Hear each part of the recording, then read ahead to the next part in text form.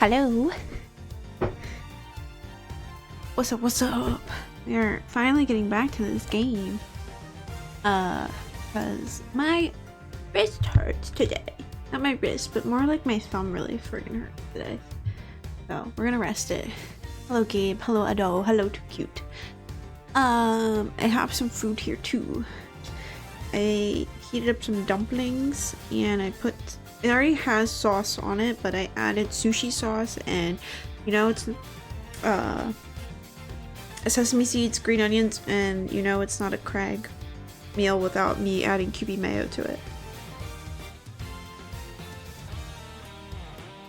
It's pretty good.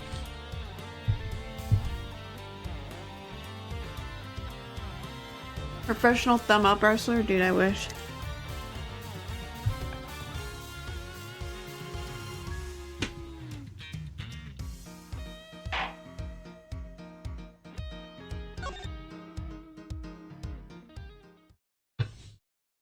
Alright, I don't remember the last thing we did, but also I got some sparkling water.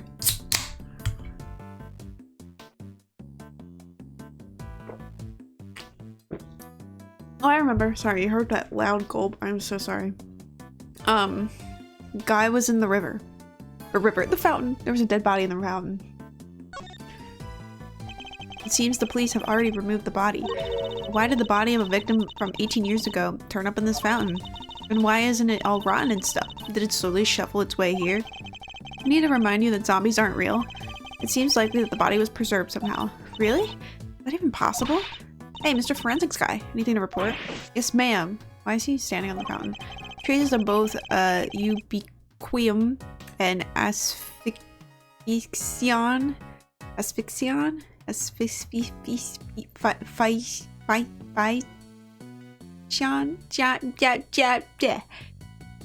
Hard sparkling water? No, just regular.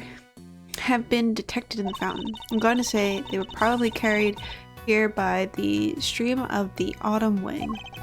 In addition to those two chemicals, there's also a large amount of sugar. The composition of the sugar is being analyzed as we speak. Cherry Coke. I wish, well, I shouldn't say I wish I have Coke, but I can't really drink Coke. There's sugar in the fountain? Where would it even have come from? So I don't know if we talked to Kay yet. What is it, Mr. Edgeworth? Notice anything? There's some kind of connection between our case and the IS-7 incident, isn't there, Mr. Edgeworth? It's still too early to say for sure, but I find it hard to believe that there's no connection at all. The end, IS-7 was your dad's case, right? So this can't be a coincidence. It's gotta be fate. The truth is ours for the taking, so let's go grab it and solve both cases at once.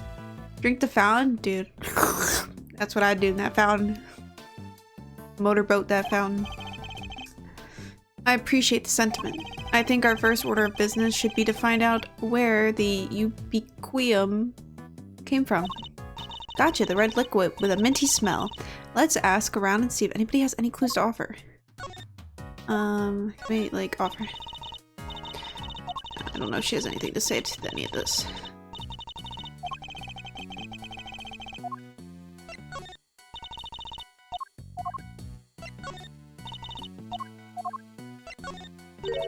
The ultimate cookbook. I like the sound of that. Sounds like a fucking Danganronpa. I mean, there is an ultimate cook. Or no, is he the ultimate cook? I think he is the ultimate cook.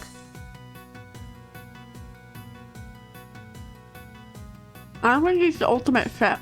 Or he's the ultimate chef. Is he the ultimate cook or the ultimate chef? This sounds like a Danganronpa character.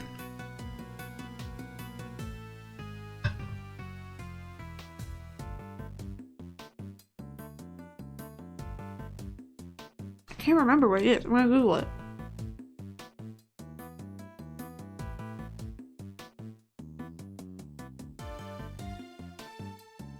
Ultimate cook.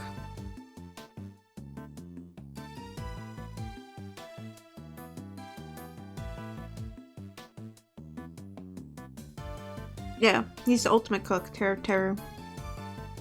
You're watching Pokemon? Which one? Don't even think about it. Come on, Mr. Edgeworth. You're starting to sound like a broken record. Just what do you think I am? A great thief? Exactly. The great thief Yatika Rasu. And the only thing I steal is the truth. Then why does this cookbook appeal to you so much? I don't need to have a reason to like something, okay? This is the truth. A Pisces statue that's crying blood. There's definitely something fishy about that. Fishy? Get it? It's spicy, so... Please, Kay. I'm trying to concentrate here. I was only trying to lighten the mood. Damn. It's so pretty, Mr. Edgeworth. I love this color. Do you think I could make a cape out of it? I think it might... No, never mind. It would definitely make her easy to spot, but I'm not about to give her any thieving advice. Hey, I'm a great thief. Oh.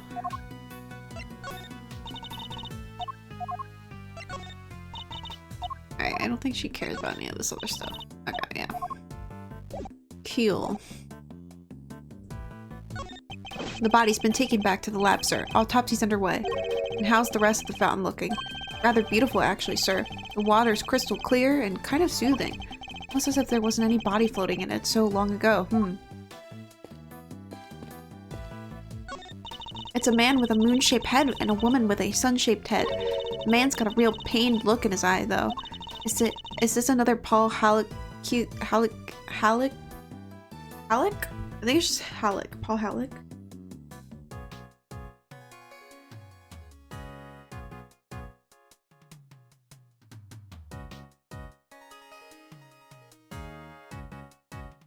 Halleck. Halleck.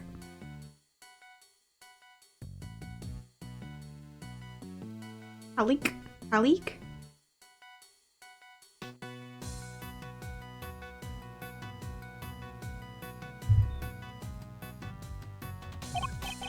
Black and White?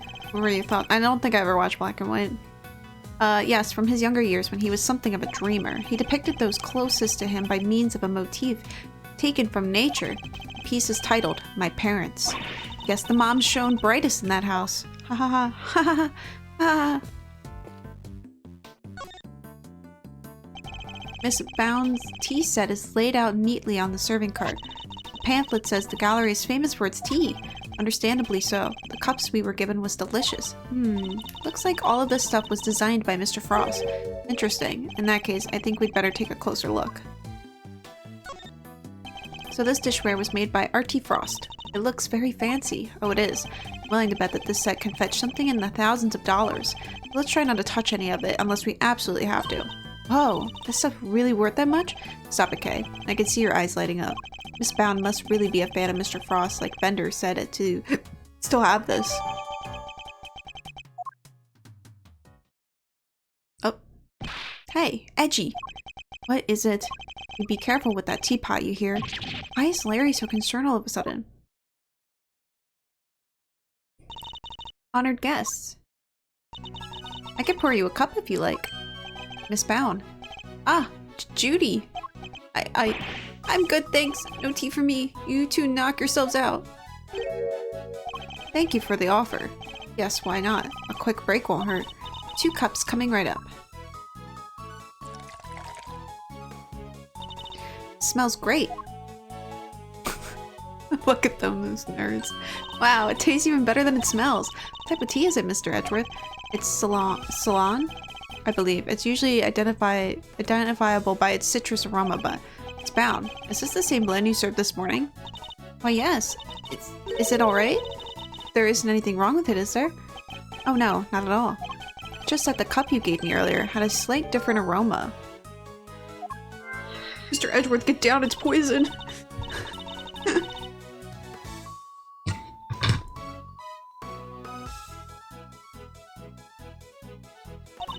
Oh shit, sorry. I'm chewing.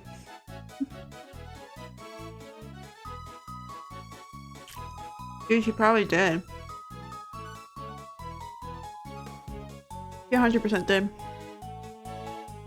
That's odd. It was the same exact blend both times. I can't see what could account for the difference.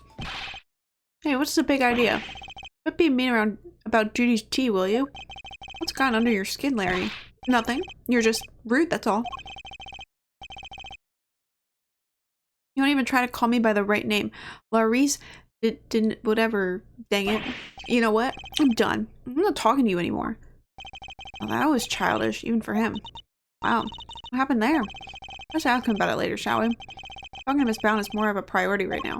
I may not have any evidence to prove that she's the culprit, but it does seem likely that the poison gas was her doing. Ooh. You have thoughts about Pokemon? Like what? Share them. I don't really watch the animes. I watch like the movies, but not like shows, you know? I think I watched like the first season.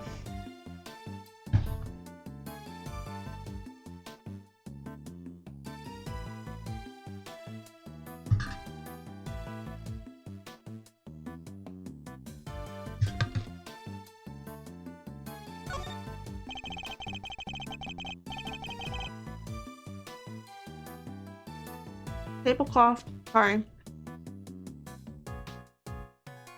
I don't like to read and chew. It's just weird. There's like an episode where Ash rescues an abandoned Tepig and the trainer treated as an irredeemable cruel. It's kind of like the Charmander episode from the original, it sounds like. Wait, did they literally just like copy and paste the Charmander thing?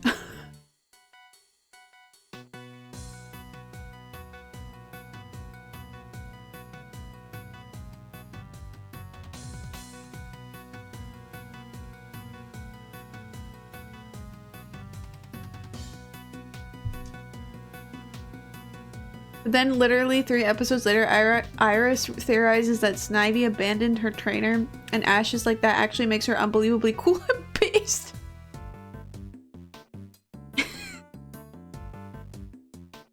My god. It's just waiting for me to grab it by the edge, clear my mind, and whoosh. Okay, I cannot stress enough how bad of an idea that would be. Oh, come on. What's the worst that can happen? Even if it does go all sideways, just wind up like cool tea-colored tie-dye. Yes, well, I'd rather it remain white. Plus, I don't think Miss Brown would appreciate us meddling with it. Really? But there are so many other colors that would totally work. Pink, sky blue, tea leaves brown. A caddy containing Ceylon tea leaves? Ceylon tea? It's a well-crafted tin canister designed to prevent the moisture and sunlight from damaging its contents. Not a bad thing to use considering the quality of blend Miss Brown serves. Anything else? No? Oh no. Wait, we didn't get to talk to Larry? Oh, there he is. I'm going to keep this simple, Larry. You're hiding something, so just tell me what it is. Whoa, quit it with the glare off, you two. It's weird. Aw, come on, Kay. You know me better than that. I wasn't staring. I was struck by an idea of a picture. Now, Edgy, he was glaring. Yes, and I'll keep glaring at you until you tell us what it is you're hiding. Quit it. I already told you. I'm not talking to you anymore. You're talking to me right now. I mean, from now on, I'm not talking to you ever again. Starting now. This is getting me nowhere. I suppose I'll have to figure out what he's hiding first before I can get the whole truth out of him.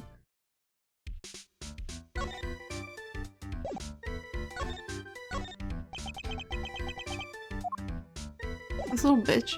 What are you hiding? Come on, Larry. What are you hiding? Not saying. Look, you two. This is no time for kids' game. Well, I certainly wasn't playing. It's pretty clear Laurice isn't going to talk to you. Oh, he'll talk. Don't you worry about that. I need to know what Larry is hiding. Perhaps something around here can give me a clue. I'd better take another look around the room.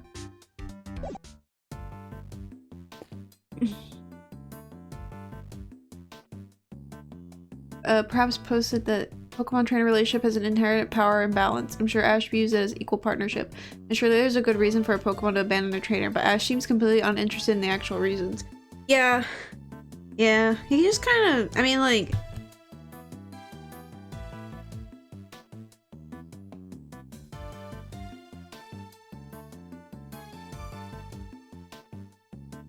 Yeah.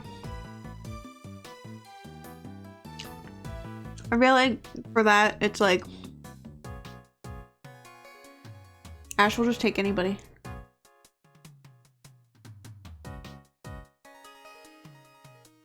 And it's funny that it's like, I assume Snivy left a trainer, but Are you implying that like Snivy gets with like Ash's team? Because then that's really interesting because you know the theme of black and white with what Team Plasma tries to do. Very interesting.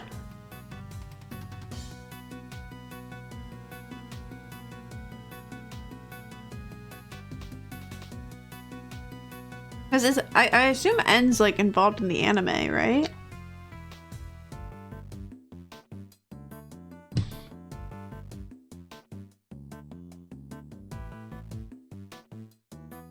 Malmar's just straight up evil, try to take over the world? That's funny.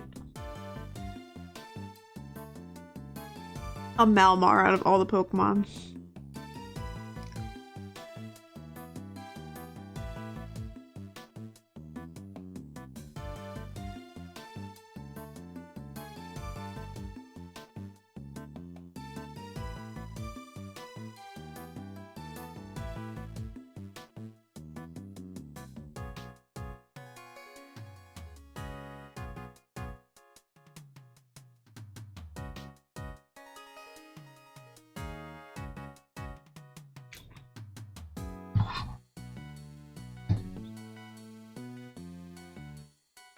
If Vaporeon attacks you, you must have done something to deserve it. Very true.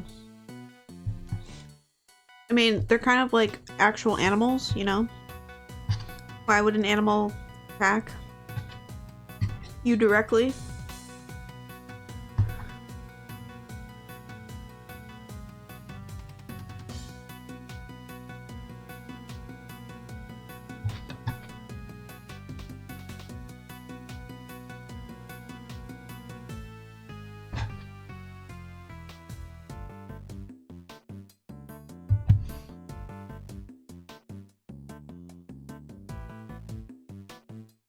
Yeah. Or I feel like in Digimon, it's like, that line is like more apparent that they are like their own thing. But, I mean, I don't know. I mean, there's some animals that are smarter than humans too. Maybe not in the speech sense, but it's a sculpture of a brave warrior battling against a serpent. Did Paul Halik make this one too, Mr. Edgeworth? He did. It seems he was fascinated by fantasy and mythology when he was a young man. This piece embodies the tragic yet gritty determination of the young as they face an impossible situation. It's called the Map Test. Talk about relatable.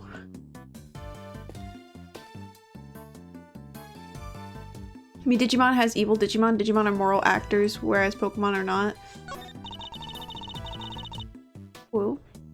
I mean, I can't really say between, because like I said, I've only watched like the first, kind of remember the first Pokemon anime. But I don't really much of like the Pokemon really like being the way that Digimon are. They're very two different at the same time as well. Very two different kinds of like franchises. Like they have like the one similar kind of like creature collection, kind of. Digimon works a little differently. Statues of a man and a woman in old-timey clothes. Did Paul Halleck make these as well? Yes. It seems he created them later in his life, once he had begun to make a name for himself. His wife pushed him to sculpt the two of them as ancient gods. He couldn't say no to his beloved. The title is The Beautiful Goddess Venus and Her Humble Servant. Wow, talk about putting your goddess on a literal pedestal. The thing in front of the door is a fir tree, right?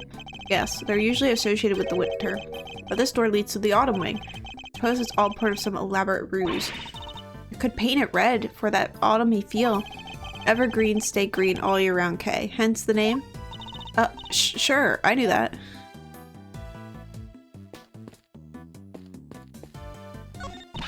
Hello there, dearie. Still investigating away, are you? Found anything interesting? No, dearie. Well, nothing much anyway. Silly girl, that wasn't a dearie moment, that was more of a lambkin. Sweetheart is for when you're being sympathetic, of course, and treasure is when they're in a tiz. Love is for people you're not that keen on, and petal you use when you're trying to get someone's attention. Wow, I didn't realize there were so many rules. Mr. Edgeworth, Petal, I hope you're getting all this down. Don't even try, okay? Oh, dearie me. We talk to this guy. Ugh. Do you mind, Mr. Winner? You're in my way. Move, bitch. Push you out of the way. I do mind, actually. I'm not going anywhere. You'll have to go around me. Well, we just thought you might want to move to a better spot, that's all.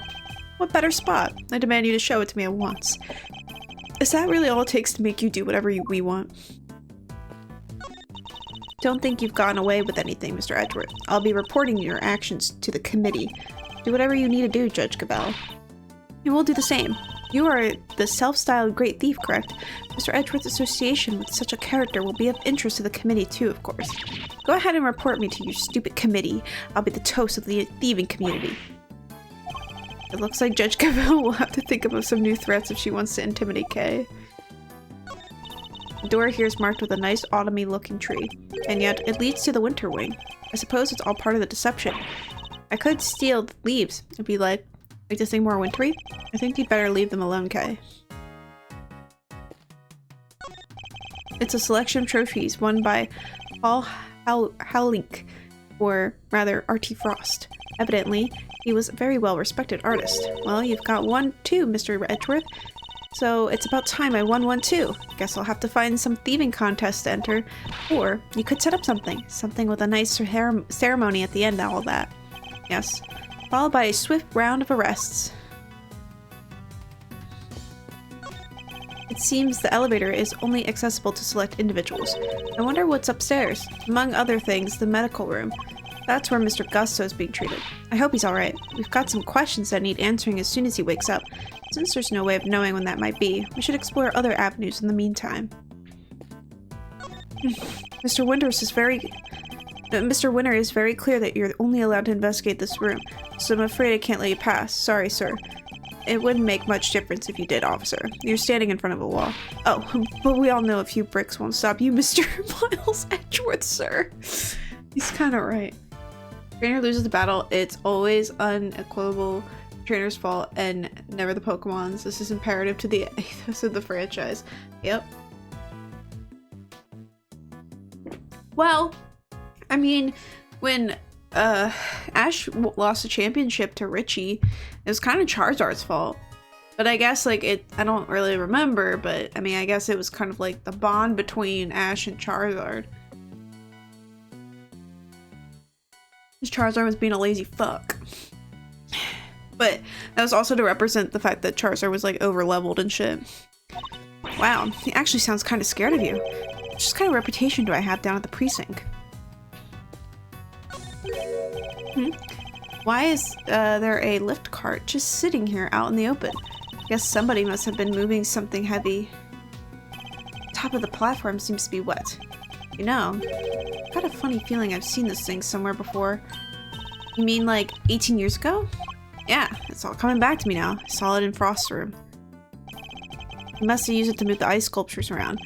It's one of those fancy numbers where you can change not only the platform's height, but even its angle. If you had one of these, could you move giant if you had one of these, you could even move giant lumps of ice around no sweat.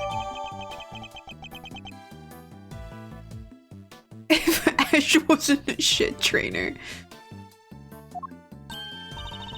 Oh, just think of the possibilities. I could really use one of these. Still doesn't explain what it's doing here, though. Bit of a head scratcher, but we should give it a think, yeah? Indeed. After all, it might just have something to do with our case.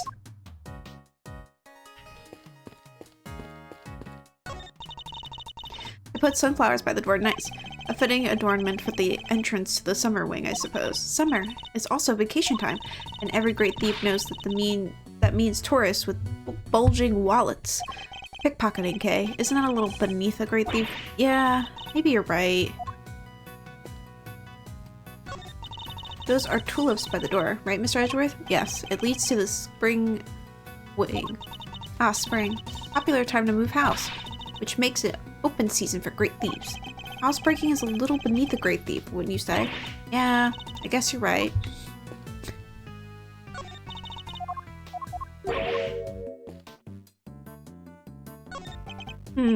From the color and the aroma, I say this is a puddle of spilled tea. And look, there's a small chunk of ceramic in it. I guess somebody must have broken something. I know that insignia. And a certain high-strung somebody just might know a little something too. Hey there, Miles Areno. What's the situation with the investigation? Things are progressing. I think a fuller picture of what happened is beginning to emerge. Good to hear. Guess I better step up my game too then.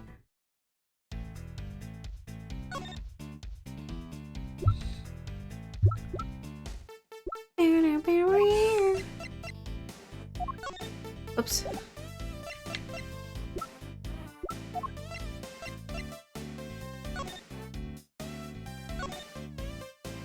Wait, haven't we seen these letters before? It's the mark of the sculptor Paul Halik, I believe. But how did a chunk of ceramic end up in the middle of a puddle of tea anyway? It's just a hunch, but one suspect quickly comes to mind. Boy, did this thing get smashed up good, huh? Indeed, to the point where it's hard to make out what it might have once been. Piles Edgeworth. Resque. I think Miles is, Edgeworth's been trying to do that. It'd be nice to have some kind of distinguishing feature or something.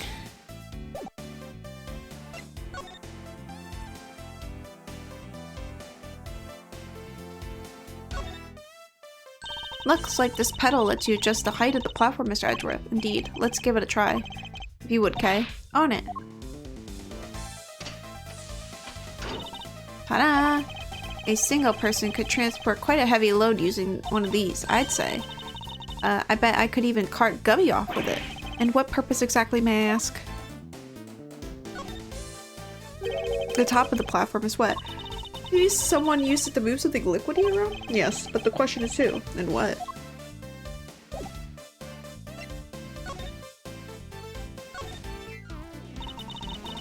This is one swanky teapot. That's one way of putting it. I lean more towards a eccentric myself. They moved the entire fountain. How? How would they do that? Whatever it is, it won't do for a great thief to remain so ignorant about such chic things. Actually, your ignorance is my bliss. Like father, like son, for examining the teapot as both Miles and I just got an achievement for that. You say the letter PH, right, Mr. Edgeworth? Yes, they show that the teapot was made by Paul Halik. They're his initials, obviously, right? But I thought his real name was R.T. Frost. It was, thereby making this a piece by the victim of the IS-7 incident as well. And his work seems to be very everywhere here in the Zodiac Hall. Anyway.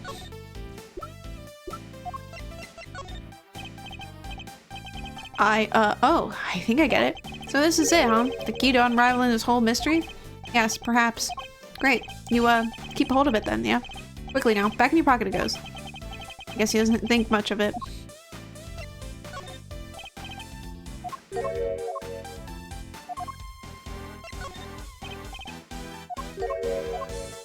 Put the fountain on the lift and steal it.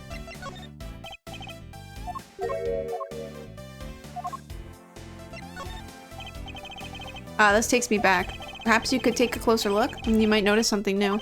Thing is, Miles Reno, I've been racking my brains about this case for 18 years now. I wouldn't hold out much hope for a eureka moment. You, on the other hand, fresh eyes, fresh face, fresh attitude, you might spot something. I'm gonna take a stab at what his coolness is saying, but no comment. Alright, I'll try not to pass the buck next time. Well, that was a waste of time.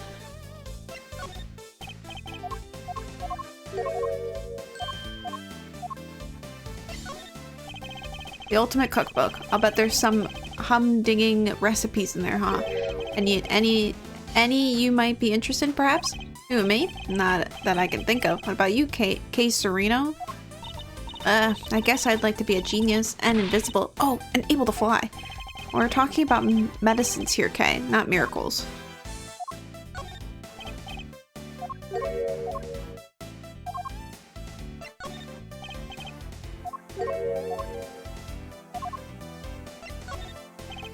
None of those pieces of cloth went missing 18 years ago now.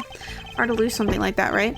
Lights up like a danged Christmas tree. It's possible no one just happened to found it, although the more likely scenario is that somebody decided to play hide the thimble. Question is who.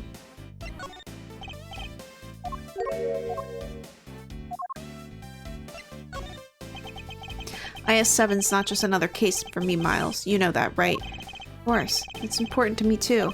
I put some serious thought into this little mystery over the years. Like, just what do the letters IS stand for? Indecent snacks? Instant sweets? No, wait. Ironic strudels? I see.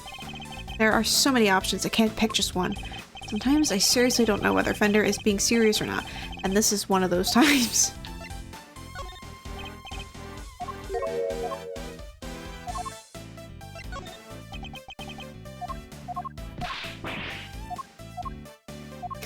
I forget what he says about his badge.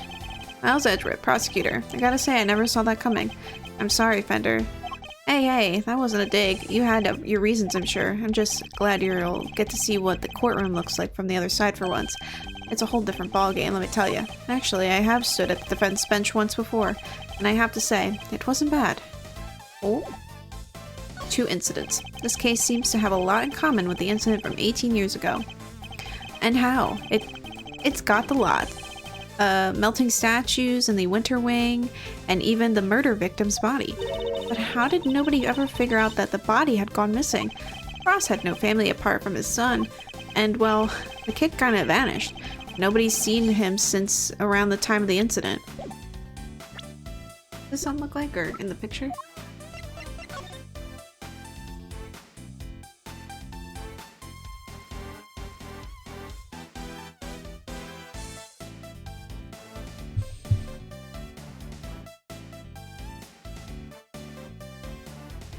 You don't know understood how there's an entire village of dragons in Unova Unova has like 3 native dragon lines. Who knows?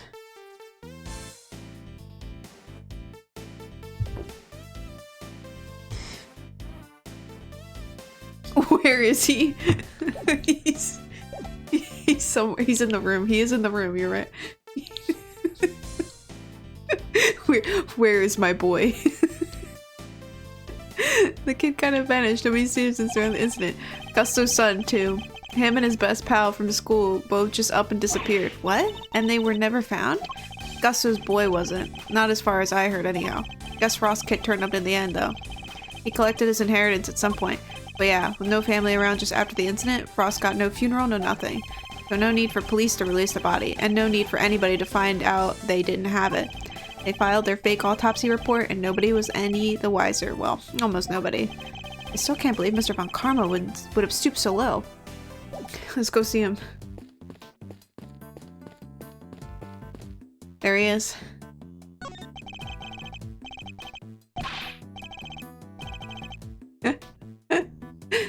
He's in the room with us. What are they all gonna catch, Craig?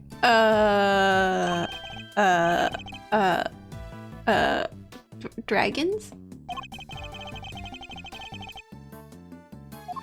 There he is.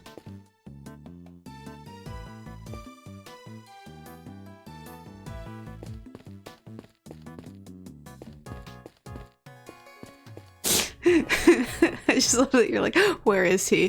The boy. Alright, we could talk to her. Because before we talked to Larry. Where were you before you rejoined us here, Miss Baum? I had to go and tell our visitors we're closed. Oh, and a little something, an apology. Was there something you wanted to talk to me about? Yes, a few things actually. Not least of all, the fact that I think you might be the one who set the poison gas trap. I'm gonna show you things. I must admit, I was a little surprised to learn that Gregory Edwardson had become a prosecutor. Then I'm sure a lot has happened since. Yes, that much is certainly true, though I'll spare you the details. Hehe, and yet the two of you are so alike. You may have chosen different paths, but I can tell you're every bit as righteous and noble as he was. That's very kind of you to say. When it came to his work, my father always had the strength of his convictions, but right now, I'm like a ship lost at sea, not even sure which way to go, let alone who I should be. The hunt is on. The truth will come out. But I don't know what that's about. Ping! I guess we're going to find out. Have I inadvertently stumbled onto the set of Cake Crimes, the musical or something? You're a very successful actress, Miss Bound. Why did you decide to become a gallery owner? You know, the two things don't feel all that different to me. Movies, musicals, confectionery, sculptures, art are all the same, really. All they have the same aim in mind. To invoke an emotional response. That's what all artists strive for. So is that what Laurice is striving for too? Let's get one thing straight. Try as Larry might, a fancy name does not an artist make.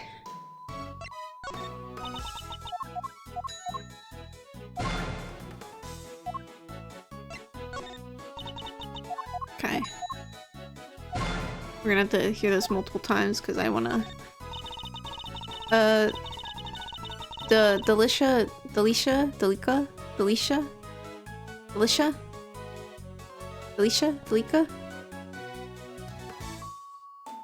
gave me a few of those cloth colors. They light up when you attach them to a special device. How many did she give you exactly? 4, I believe. There were fuller luminous cloths in the autumn wing. I'm sure I saw another one somewhere else. I get a feeling Miss Bound is hiding something. Oh, she probably is. All these people are sus.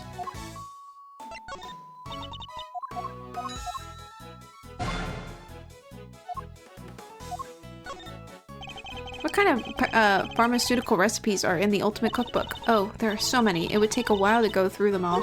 But if you really want to know, well then let's start the show.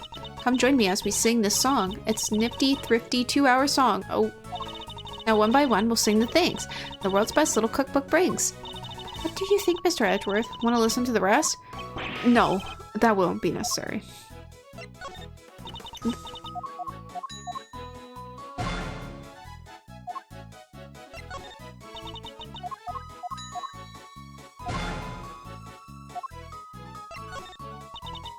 Okay. Not anything to say about that. Okay, nothing to say about that. This lift cart. I heard it was used in... this lift cart?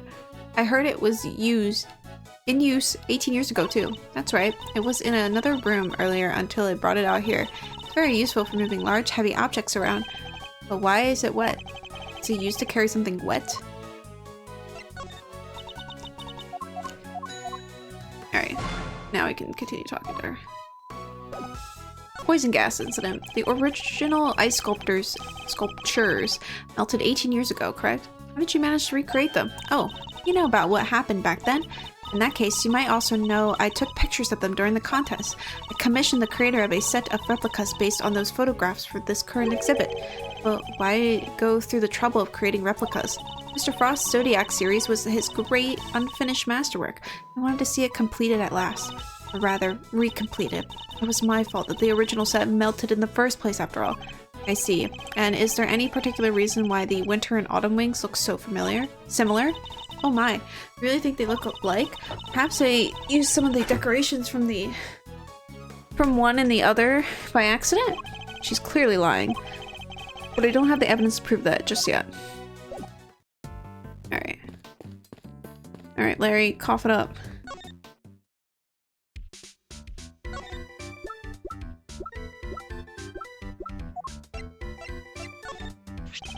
Would you mind taking a look at this for me, Larry?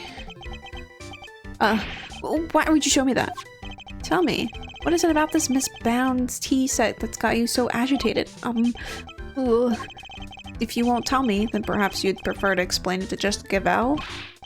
Wait, don't make me look bad in front of Verity. She thinks I'm a sensible, cool, clean-cut guy. I don't want to hear her. I don't want her to see the real me, the real low-down, dirty me. I'm not so sure anybody here thinks you're particularly clean-cut, Larry. But if you don't want her to think badly of you, the best thing you can do is talk to me. Alright, I'll talk. Alright, Larry, enough is enough. Now confess. Ugh. Is this any way to treat your best friend, Edgy? Huh. Is this any way for you to treat yours? By lying to him? Hiding things? I got the picture already, so stop glaring at me like that. I'll tell you everything, okay? Earlier, I thought Verity I like a cup of tea, so I went to pour one for her. But I got distracted and my hand slipped and smash.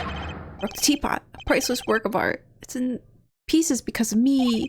No words exist to describe how far I saw this coming from. Ouch. You really messed up this time, Laurice. See, Edgy, everyone's gonna think less of me now. Judy's never gonna forgive me for this. Crying to me won't do you any good. I think you need to apologize to Miss Bound.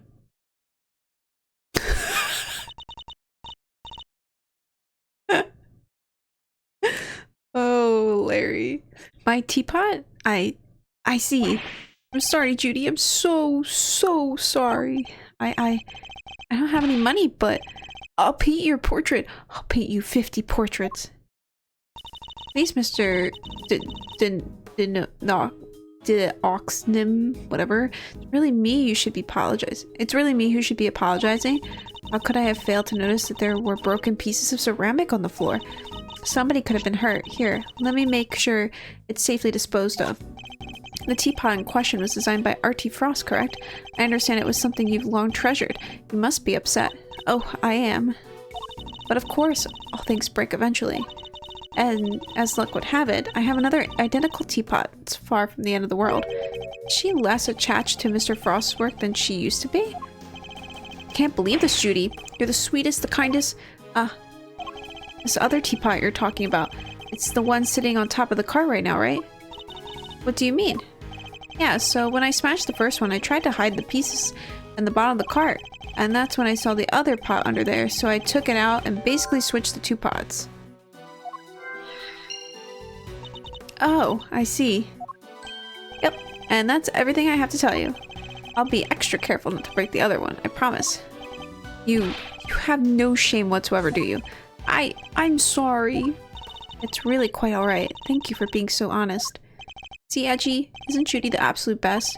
I trust you won't take advantage of her kindness and will make amends somehow. I sure will. Once I make it as an artist, I'm gonna give her one of my paintings. She was one of my models after all. It's only fair. At this rate, I suspect he's likely to make more trouble than amends. Don't you think it would be better for you to keep out of her way for a very long while? Oh, but I will be keeping out of her way, because I sketched her and the others already. Her and the others? Keen to see my work, huh? Yeah, I drew a few great sketches of some ravishing beauties. Want to see? Interested in Laurice's ravishing beauties, huh, Mr. Edgeworth? I'm afraid you're greatly misjudged, Kay. I simply wish to see if Larry has captured any unusual details this time, too. Unusual details? Nothing's unusual about these. They're my best work yet.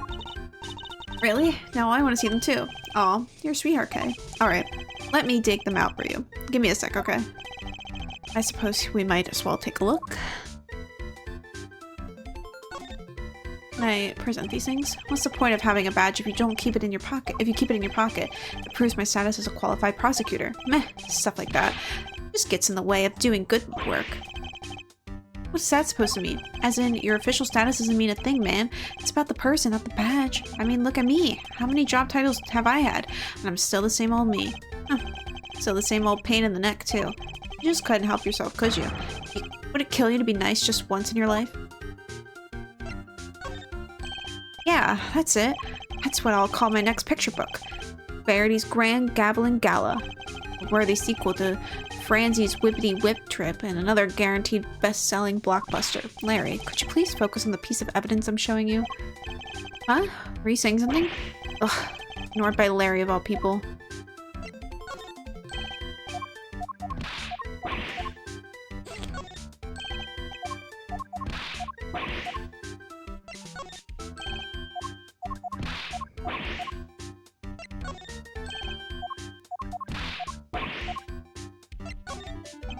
Oh, that's one terrifying picture.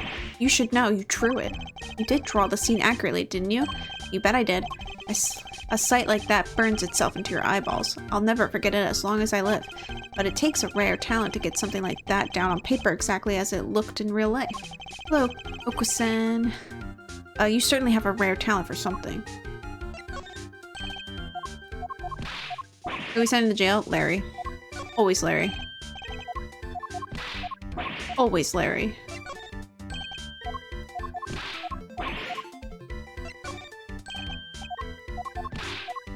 I don't think he's gonna have anything to say, but I'm down for that.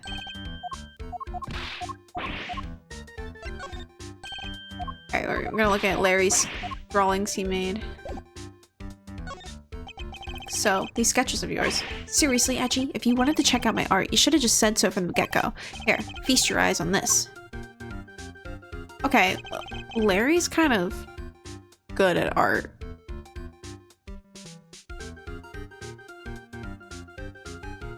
Like, Edgeworth can't deny that. Like, this is... Larry's kind of goated at art.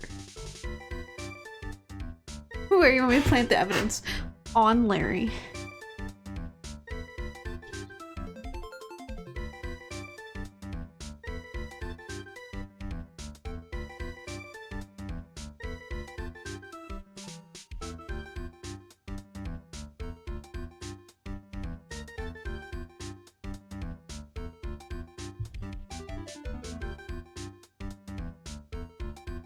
What am I looking at here? I told you already, ravishing beauties. There's a few of the fair faces that have caught my eye since I've been here, you know? There's Verity and Judy and, somebody else. Why did you draw them all on the same page? Well, I meant to draw the room at first. Just something to pass the time. And then I saw one beauty and another and, well, just scribbled them all down as I went. So these were all drawn at different times. Huh? Yeah, I guess. I did one of you too, Kay. You're on a different page, though. Wow, you did? Hee, I'm flattered. How true to life are these sketches? Did you only draw what you actually saw? Of course. You think I draw things I can't see, like using my imagination? Nope. These are 100% true to life, right down to the exact shade of each color. So the colors are accurate. Interesting.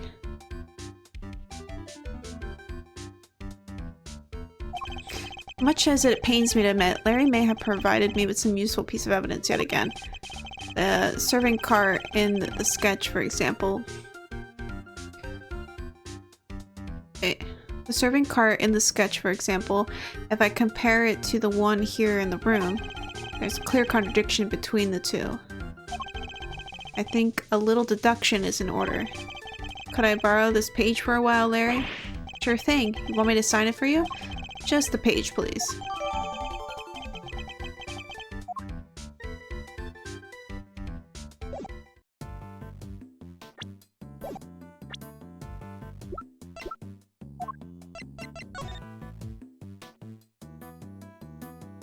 Like, this is pretty good. The color of the candies. I'm assuming it's the cart is what's significant.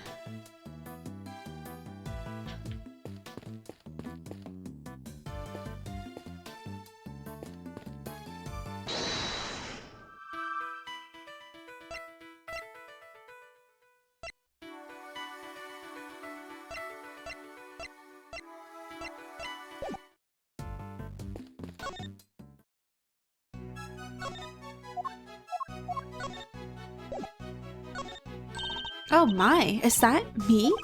Yes, it was painted by the so-called artist over there.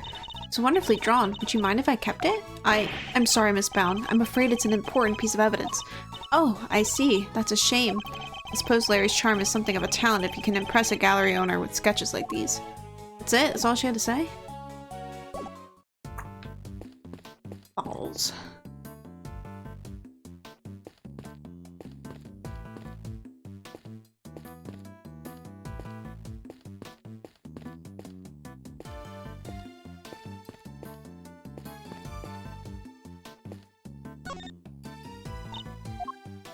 Larry's sketches. You have to admit, everyone looks great in Laurice's picture. Can't wait to see what his sketch of me will look like. I bet I'll look really good in it too. Don't make that face. Why wouldn't I look good, huh? There's definitely something. You don't have to be a hater just because he didn't do one of you. That's really not what I'm thinking about. It's the sketches themselves. Something's not right. What is it? What's bothering me here? I'm seeing something in these sketches that I'm not seeing in the room in front of me.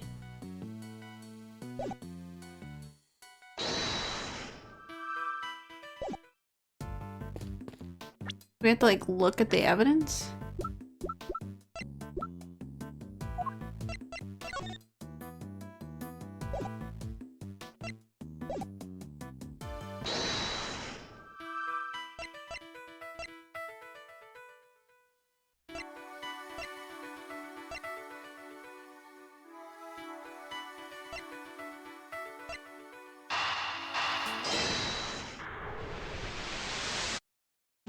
Oh, okay.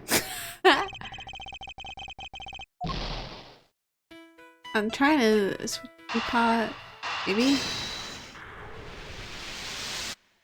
Okay. I suspect the difference in the aroma we notice is due to the teapots have being switched. You do? I can't see what else it could have been. The tea itself hadn't changed.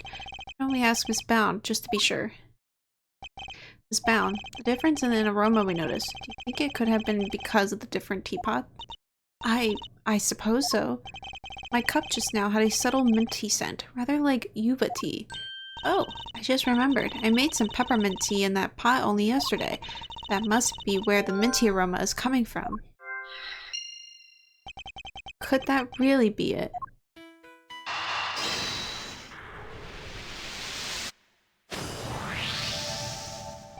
The tea from the teapot Larry switched in from under the cart smelled faintly of mint. Right. Miss Bound said she used that pot to make peppermint tea yesterday. Yes. But there's something else that's been troubling me. Miss Bound seemed more taken aback by the switching of the teapots than the breaking one. The breaking of one. You're right. You'd expect it to be the other way around.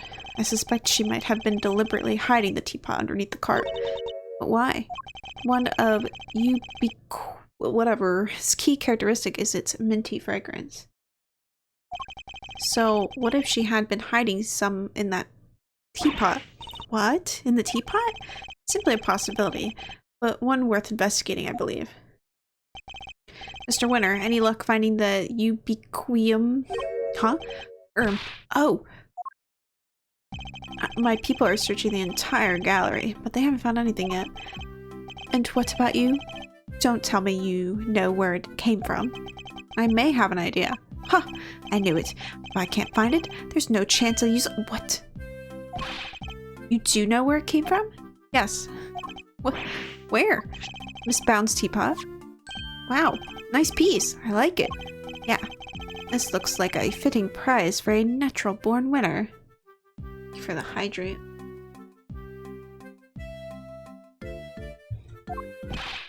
It's not a prize, it's a vital piece of evidence.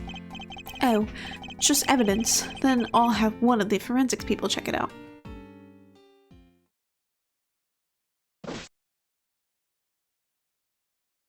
They got the torpedoes like it's like torpedo store over here.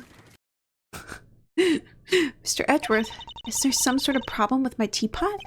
Possibly. The minty fragrance we noticed coming from it. I think it might be the scent of one of the chemicals used to make the poison gas. But, Mr. Edgeworth, surely you don't think I had anything to do with that? I'm afraid I do.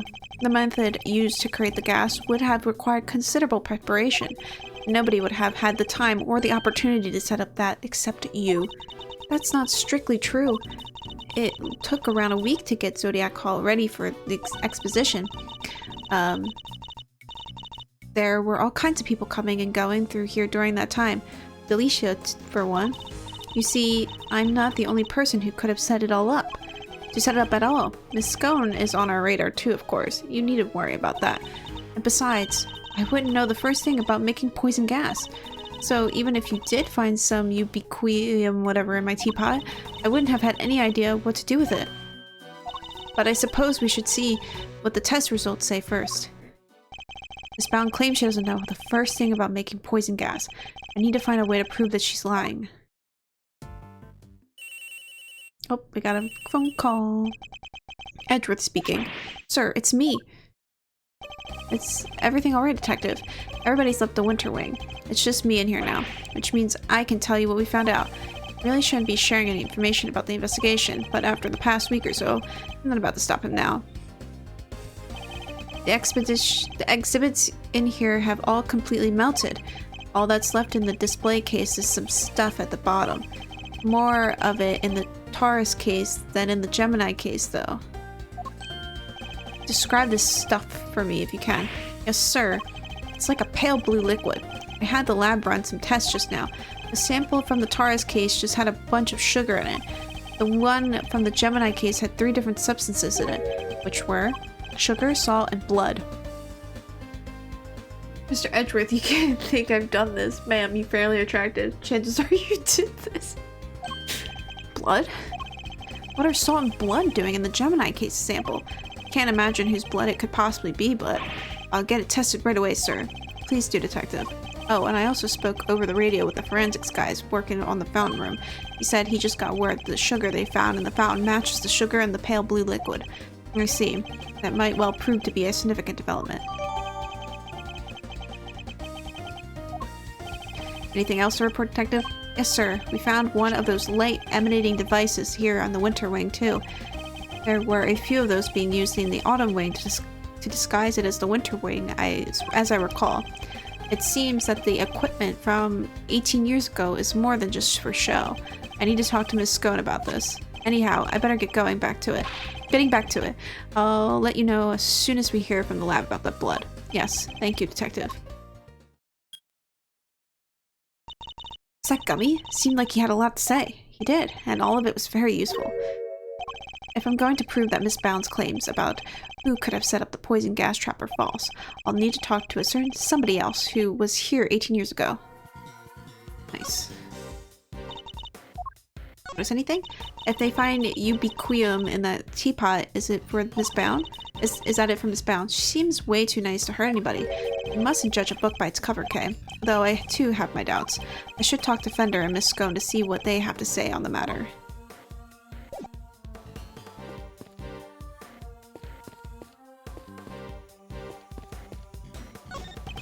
Do you mind, Mr. Winter? You're in my way.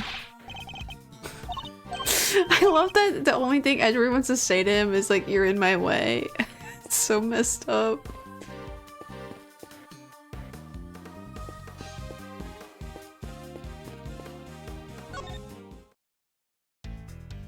Beauty Bound.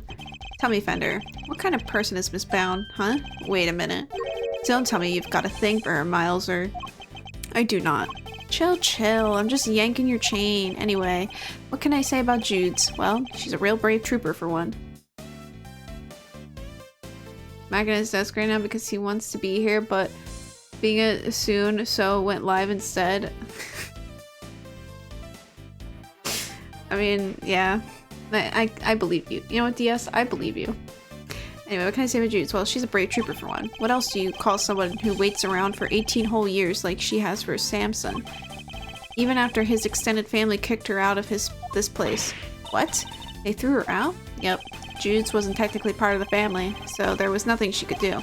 She had nothing, nobody, and no job after Samson took the fall. So she had no choice but to take what he had taught her and make her own way in showbiz. She retired from all that now, though. Yes. Why did she retire? She'd finally made enough to buy the old place back. She even got the ultimate cookbook back from the Tangaroo group after they basically stole it. Guess this place and everything to do with it was all she ever cared about. So she just wanted it back. All of it. Fender seems very sympathetic to Miss Bound's plight. But from a less charitable perspective, she has, in a way, taken everything from Mr. Tangaroo's for herself.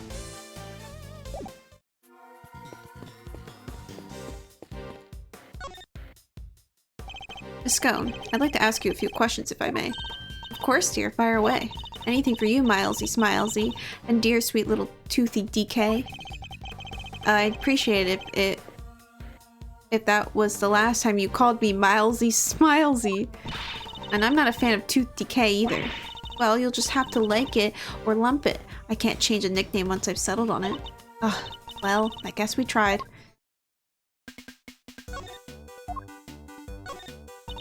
Oh, you really do carry some cute rubbish around with you, don't you, Milesy Smiles?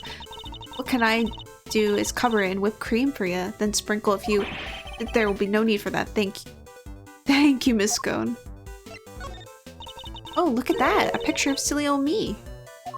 That's right, you seem to have caught the artist's eye. You mean lovely Laurie Lampkin? I'll have to have a word with him and say thanks. Well, I'll be glad to introduce you. And there's the evil smirk. Oh, you really do care. Oh.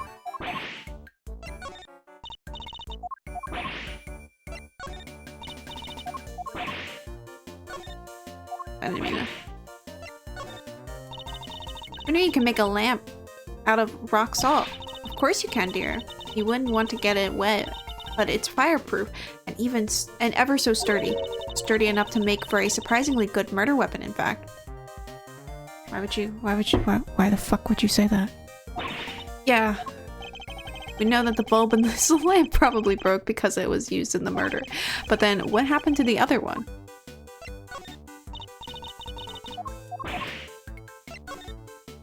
Have you read this? Have you read the Ultimate Cookbook, Miss Scone? Of course I have. I am a pharmacist, you know. Even if I do wear a big pink hat. I think it's cool you're a pharmacist. Well, so do I, dearie. So do I. Aren't you a sweetheart, my little tooth decay? Since when were you interested in pharmaceuticals? Shh. I'm working on my magic, Mr. Edgeworth. Buttering her up so she'll do what I want. Anyway, Miss Scone. Felicia? I was wondering if you could maybe... No? How many times, you cheeky little imp? Once your name's decided, I can't change it. Dang. So much for the sneaky approach. What kind of great thief am I? Not a very good one. It's true, dearie. I do know how to make poison gas. But the fact that somebody knows how to hold a gun doesn't mean they've shot anybody now, does it?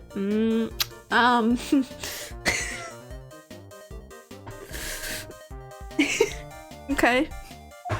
I'm not accusing you, Miss Scone. She's right, you know. Just because I'm a great thief doesn't mean I can't do good. Exactly, dear. And just because I'm a confectioner, that doesn't mean I can cook. No, that... No. That's not how it works. Surely that only applies to fake confectioners.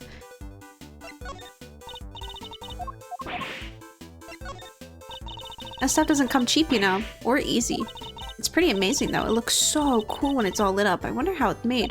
Oh, well, if you really want to know, I'll let you in on a little secret. Huh. So it was developed by Blue Screen's Inc. I know where the Great Thief is striking next.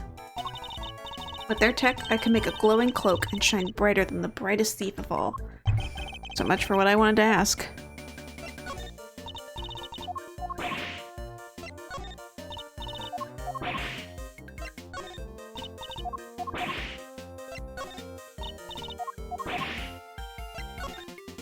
Hold on, that badge of yours. It's not the same as Greggy Peglegs. That's right, my father was a defense attorney. I took a different path. Oh, I see, it's like that, is it? Well, I suppose it's to be expected at your age, dearie. But once you've grown up a bit, I'm sure you'll start to appreciate your old man a little more. Everyone goes through a little rebellious phase. Lord knows I had mine. Teehee. My career path is not the result of some adolescence phase, Miss Scone. Are you sure about that, Edgeworth? Gallery decorations. Why don't you tell us about the various devices used to decorate the gallery's exhibits? There seems to be some pretty specialized items in use. Light emanating devices, luminous fabrics. Oh, I could tell you all about those, dearie. After all, I'm the one who gave them to Moody Judy.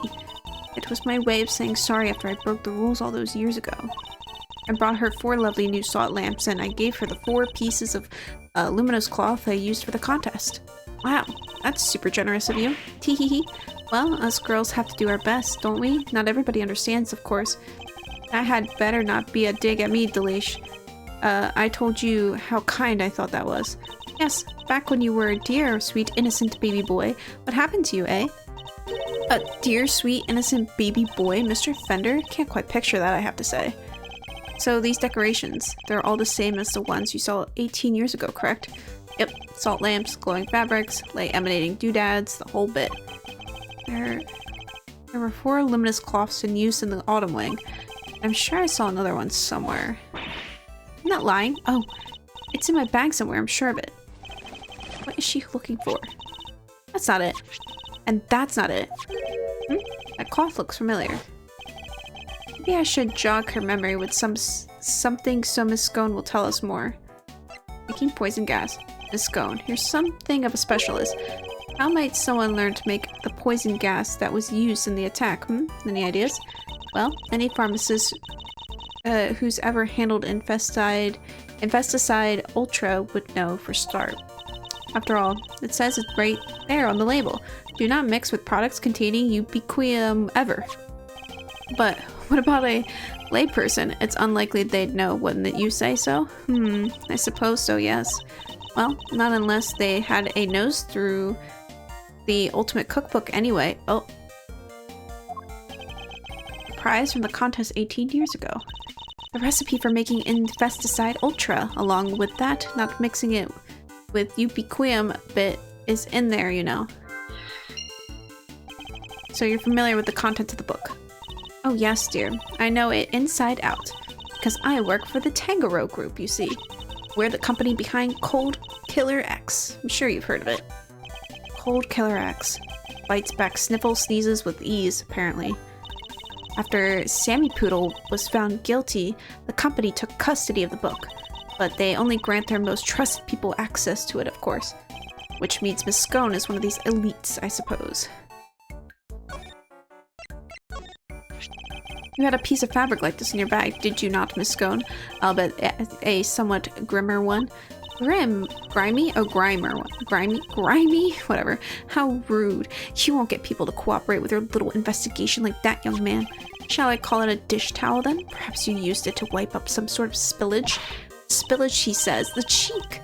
That's a piece of highly specialized luminous cloth. Oh, I probably shouldn't have told you that. I think I'd like to know a little more about this highly specialized luminous cloth, if you won't mind. Why didn't you want me to know that you had a piece of luminous cloth in your bag? Oh, well, I suppose there's no point hiding it now, is there? If you must know, I fished it out of the fountain. It was right before they called me into the autumn wing, so Larry's sketch of Miss Scone is of when she was trying to retrieve the cloth. At first, I thought it was one of the ones I'd given Moody Judy. One of the 4 you'd given to the gallery, correct? Exactly. But all 4 were being used in the autumn wing, weren't they? So I realized it must be the one that went missing all those years ago.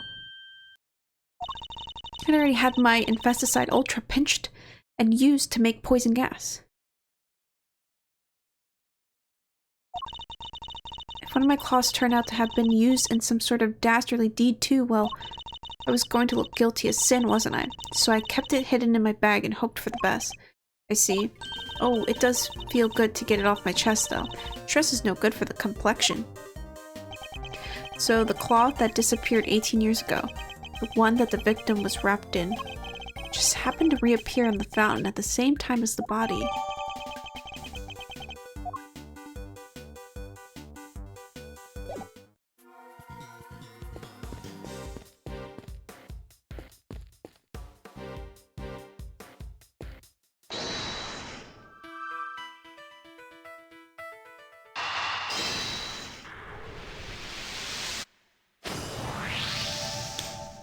The Ultimate Cookbook contained instructions on how to create the poison gas, and the current owner of that book is none other than Miss Judy Bound. No way, you mean? I'm afraid I do. Miss Bound would have been perfectly capable of setting up the gas trap. Finally, we can prove she's been lying to us. Uh-oh.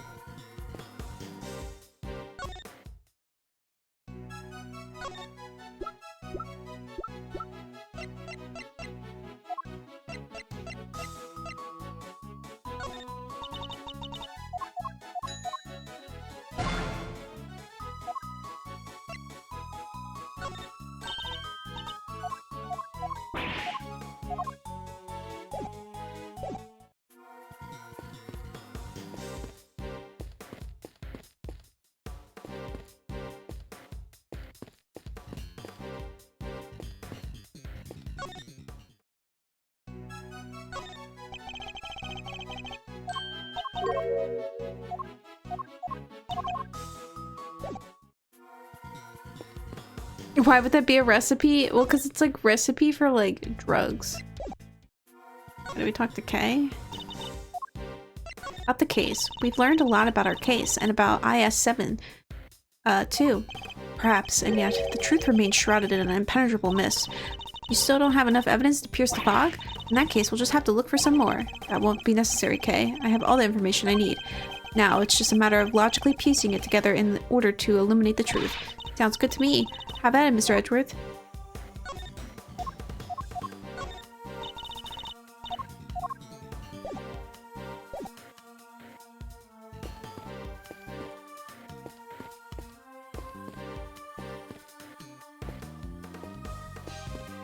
I'm gonna have to present something to her, probably. This? What kinds of pharmaceutical recipes are in the Ultimate Cookbook? Well, there's so many, it would take a while to go through them all. But if you really want to know, well then let's start the show. The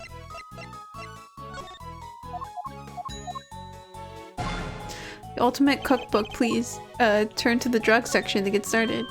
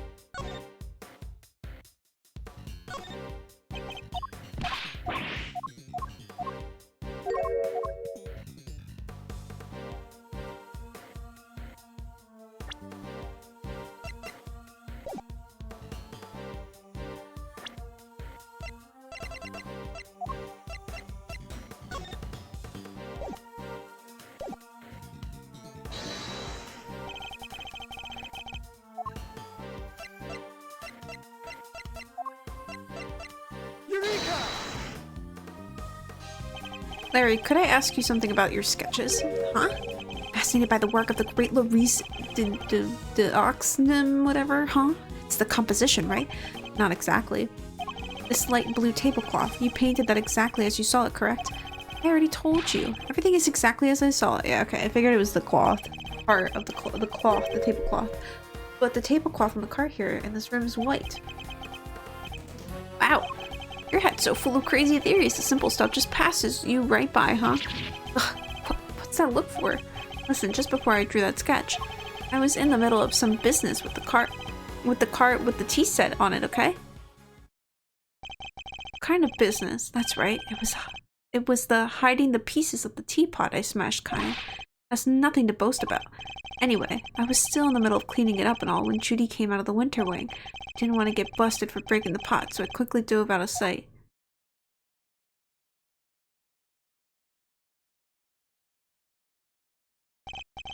Wait, Miss Bound came out of the winter wing? Yeah, and she was pushing a cart, a different one. That's the one with the light blue tablecloth on it that I drew. And what did she do with this second serving cart? Well, I saw her wheel it into the summer wing, but I don't know what happened to it after that. When she came back out, she was pushing one of those other carts, the kind you can lift stuff with. A lift cart? Yeah, so I called out to her, but she ran off and left it behind. Never had her down as the shy type, but it goes to show, you never know. Another serving cart, and a lift cart. Is there maybe another tea set too? We'd better check with Miss Bound.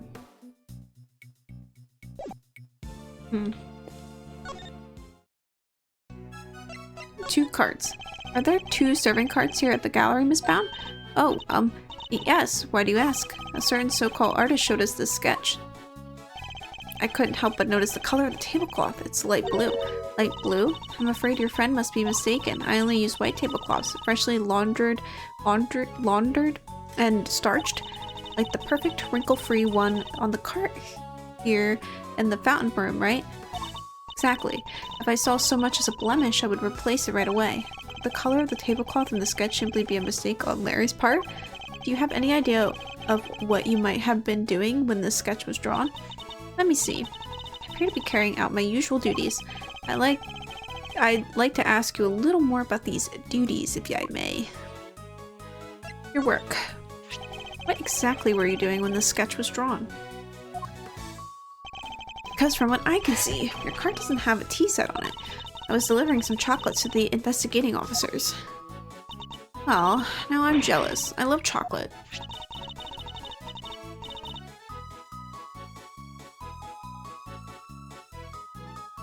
Sorry, I had to yawn.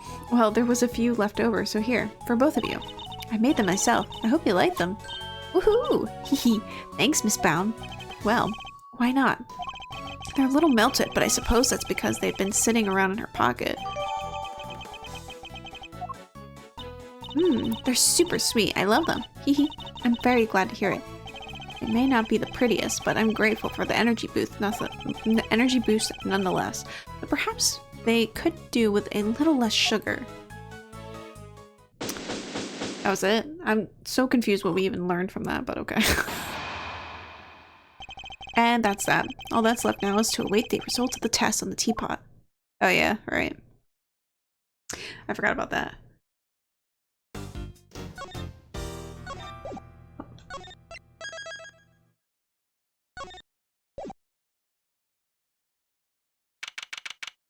April 2nd, 2:33 p.m. Zodiac Hall, Fountain Room. Alright, I'm gonna BRB really quick. I'm gonna pee.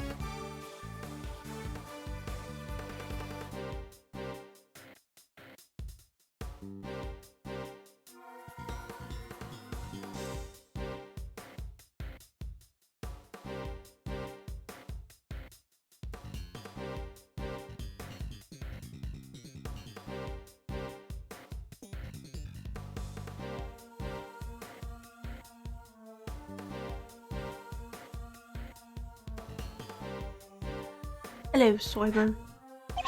Oops.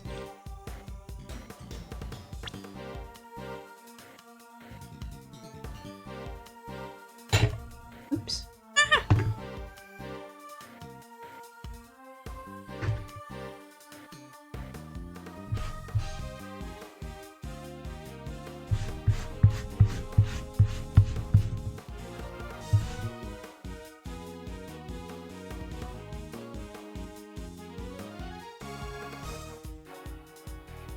This over here.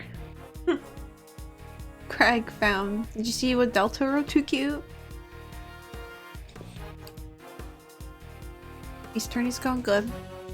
The test results have come in, sir. Traces of ubiquium were found in the teapot. They were? Just like Mr. Edward said. Curse you! You better not think this means you beat me. You really need to drop this obsession with coming in first, Mr. Winner. We're all on the same side here, remember? We're all trying to get to the truth. What? What? For spec, everybody knows it's better to be a winner than a loser. That's really no way for a prosecutor to think. Not a successful one, anyway. What?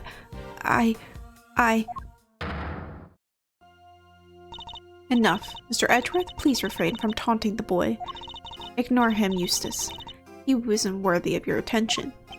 Miss Gavel! Oh, right. Why don't I take care of things here for now? Yes, let Mom take care of things. In the meantime, you can perform the far more important task of going and checking on the victim. Oh, yeah, good idea. I'll be right back. Excellent. We shall see you shortly then. Mr. Winner's annoying, but totally harmless. Judge Gavel, on the other hand? Now. Miss Bound, perhaps you could explain why traces of ubiquium were found in your teapot? I had no idea there was anything like that in there. Perhaps it's one of the ingredients in the dishwashing soap I used? So, are you telling the court that you did not intentionally put the ubiquium in that teapot? Yes, exactly. Why would I? Until today, I had no idea that it could ever be used to make poison gas. That's a fat load of shit. Objection! You're a trained actress. Are you not, Miss Bound? I'd have thought you would be a more convincing liar. What do you mean? You have access to the Ultimate Cookbook, correct? A book that just happens to contain instructions on how to create the poison gas used in the attack, meaning it's perfectly possible for you to know exactly how to make it. You're very well informed, Mr. Edgeworth. Miss Bound, Is what Mr. Edgeworth said true? The book does contain information on how to make the poison gas, yes. But the fact that I have seen it doesn't make me guilty. Can I ask exactly how the gas was triggered? The victim used a blowtorch to heat the lid of one of the display cases, thereby melting the ubiquium. I see. But he locked himself in the room too, didn't he? Surely that, and the fact that he triggered it himself, wouldn't it point to it being a suicide attempt? So she's not willing to admit anything. Furthermore, where would I have gotten hold of the Infesticide Ultra? Yabao, Miss Scone. Oh, I don't know. Perhaps you stole it? You know, I did bump into Moody Judy a week or so ago. And that very evening I noticed my Infesticide Ultra had gone missing. Judy, surely you didn't. Delicia, you carry your bag of pharmaceuticals with you everywhere, don't you? There would have been any number of opportunities for someone other than myself to steal it from you. Bitch, why are you lying? Why the fuck you lying? That's true. And I don't have any hard evidence that it definitely was Miss Bound who stole it. Judes, there's clearly something you're not telling us. Why don't you just come clean, We all know you'd never hurt somebody for no reason, so... Not you too. You think I'm guilty as well, Mr. Fender? Can you blame me? We've got one wing disguised as another, a gas trap in one of the display cases, and you're the proprietor of the establishment. It's looking a lot like you did it, kiddo. You've got this all wrong. You have to remember, the gallery doesn't have any security cameras, nor any security personnel. If some ill-intended person or other wanted to get in undetected, I don't think they'd have much of a problem. Wow, you're practically asking to be burglarized.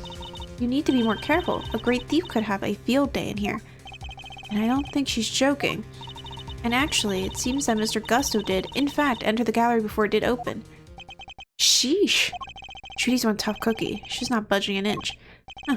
Maybe it's time to rock a little technique Gregory taught me back in the day. And what technique might that be? So hear me out. Everything's connected to what happened 18 years back, yeah? And since we're not getting anywhere by focusing only on the here and now, maybe we ought to approach this from a different angle and look to the past for clues instead. Turnabout thinking. So my father used this method as well. Of course he did. Let's run this through the old Thinkatron. How was Jude's involved in what happened back then? According to Miss Bound, it was because of her that Mr. Frost's flavored ice sculptures melted, and yet his sculptures are here on display at this very gallery today. Is it possible that she... Thank you, Fender. I think I know what I need to ask Miss Bound now. Haha, don't thank me. Thank your pops. I'll take it away, Milesy. I'll grab the popcorn. I don't think I'm in the loop, guys. Wait. Miss Bound, you said that you were the one who caused Mr. Frost's creations to melt 18 years ago, correct? I'm afraid so. I was young and foolish, and it was a terrible accident. And yet, what did allowed it? And yet, what you did allowed you to open this exhibit, no? What do you mean? Yes, what do you mean, Mr. Edgeworth? If you are going to ask such questions, perhaps a formal testimony from Miss Bound might be best. Yes, perhaps it might. I'd like to know a little more about the Zodiac Hall, and about why Miss Bound decided to dedicate this space to Mr. Frost's work. Very well, if you believe it to be relevant to the case, I will allow it. Miss Bound, would you mind? Not at all. I'll do whatever it takes to prove that I'm innocent. And please, if you could give us some background on Zodiac Hall and the pieces on display here.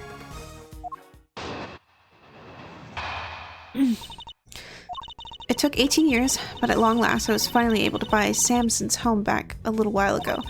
But a place like this is expensive to maintain, so I decided to turn it into an art gallery. To that end, I collected as many Paul Halleck pieces as I could from around the world, because, if I'm honest, it's always been something of a dream of mine to open a space dedicated to his work. Thank you for your testimony, Miss Bound. How wonderful it is that you were able to fulfill your dream. Well, Mr. Edgeworth, everything seems entirely above forwarded to me. Judge Gavelle, that was simply the witness's preliminary statement. As you surely know, the value of that testimony cannot be evaluated without due cross-examination. Aha. Spoken like a true eternity. Very well. You may do what you must. Or you may do what you must. Yeah, that's what she said.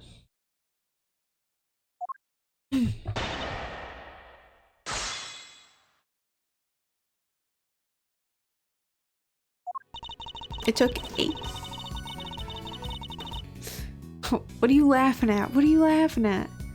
It took 18 years, but at long last. I was finally able to buy Samson's home back a little while ago. Hold it! 18 years. Must have gone through a lot to buy it back, Miss Bound. This home, this place, such memories abound. I couldn't stand to lose what I had found. Oh, she's singing. I didn't realize. Samson, I did what I had to do. To see that home was waiting here for you. How does she make it so easy? I'll say, but I wouldn't expect any less from a trained triple threat performer. If you could continue with your testimony, Miss Bound. Minus the singing, if you please. But a place like this is expensive to maintain, so I decided to turn it into an art gallery.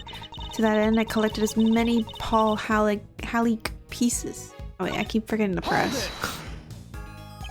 You managed the gallery by yourself, Miss Bound? Yes, well, we only opened today, so I haven't done much of actual managing yet, but I have to keep the mansion going.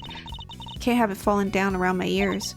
Samson could come home any day after all. She really got the house back for him. I'm so sorry, Judy. I wish I could have done more. Oh, you've done plenty, Mr. Fender. If anyone should have done more, it's me. Even if the only thing I can do right now is keep this place safe for Samson. To that end, I collected as many Paul Halleck pieces as I could from around the world. Paul Halleck. That was Mr. Frost's pseudonym, correct? Yes, he adopted it while he was working as a sculptor in France. I see. Curious about some of the pieces in your collection, more specifically. How were you able to acquire the Taurus and the Gemini sculptures? It was my understanding that Mr. Frost died before he can complete them. Yes, I was able to create replicas for the Winter Ring based on the photos of the sculptures he made. Really? Perhaps you could go into some more detail on that? Because, if I'm honest, it's always been something of a dream of mine to open a space dedicated to his work. Tell me more about this dream of yours, Miss Bound. Well, what I really wanted was to open a gallery with Samson, of course. A gallery of dance, a gallery of song, a gallery of gaiety and candy all day long. That was the idea anyway. And here I thought art was to be appreciated in silence, not accompanied by musical numbers. Oh, shut up, Edgeworth. Alas, Mr. Tangerose transgressed against the edicts of the goddess of justice, and as such, the part of your dream may go permanently unfulfilled. No, Samson he's innocent. That awful prosecutor refused to listen, but it's true. He never hurt anybody. Mr. Tangerose gave a false confession in order to protect Miss Bound. Two of them really did what they could to protect one another, didn't they? Able to create replicas for the Winter Ring based on the photos of the sculptures he made. These photos you mentioned, you mean the ones you yourself took in Mr. Frost's room 18 years ago? Yes. You certainly know a lot about what's happened back then, Mr. Edgeworth. So those statues in the Winter Ring were just copies? I didn't even get to see them before they melted. Oh my god, hiccups. No, those sculptures in questions were definitely not replicas. Which means that Miss Bound is lying. I know, it's such an awful shame. Oh. Thank you for the raid trips. Hello, welcome. How was book club today? What were you guys reviewing today?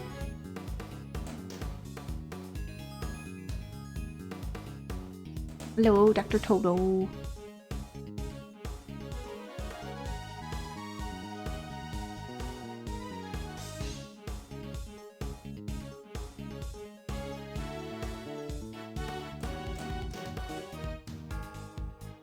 Good simple fairy tale. Nice, nice. From book club to visual novel. Yeah, basically. Hello, Brown. Welcome, welcome. Yeah, we're solving murder, as usual.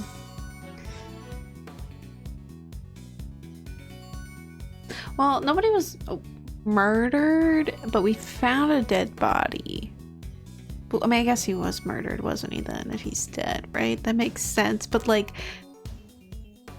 we're more trying to figure out where did the dead body come from and not who killed him right now. I love Ace Attorney, so happy to watch. Yeah, it's fun. Have you played this one? I mean, I know it wasn't, when did this come out? I forget when this collection came out. You have? I forget when the collection came out, but yeah. It's a fun one. I feel like the cases are very long in this. I mean, then again, I mean, Ace Attorney cases are always long, but they just feel really long in this one. But then playing like Grey Ace Attorney, they're pretty long in Grey Ace Attorney as well. I remember like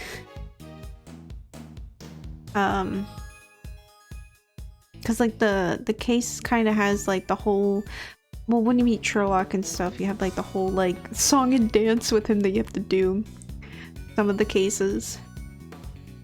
2024 makes sense. I can't remember. I know it's such an awful shame after we went through the trouble of recreate them too. The sculptures in the Winter Wing weren't replicas, they were ones from 18 years ago. I need to show him I'm aware of that, or I'll never get to the truth. Okay?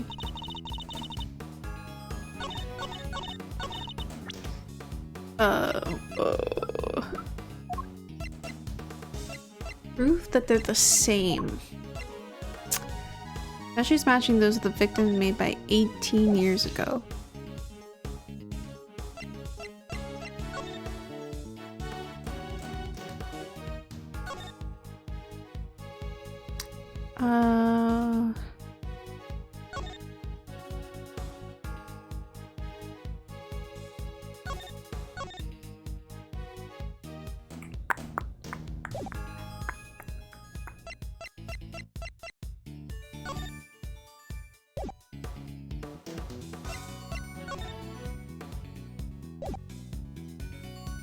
I was able to recreate replicas for the Winter Wing based on the photos of the sculpture he made. What did Edward say? Sculptures of the Winter Wing were replicas. They were the very ones from 18 years ago. The only thing I can think of is the drawing. Because the picture doesn't really prove anything. And that was like the 18-year ago picture.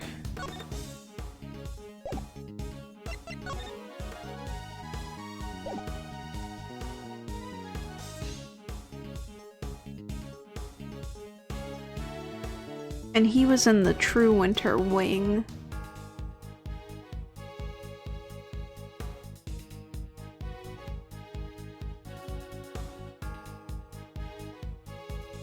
It's either this one or that one. I think I'm gonna try this one. Okay, so no. Contradiction, suspicion, searching for an omission. But you don't get one. No, you won't get one.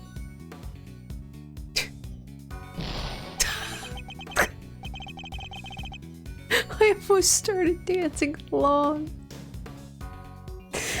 Okay, Edgeworth. Oh my god, idiot.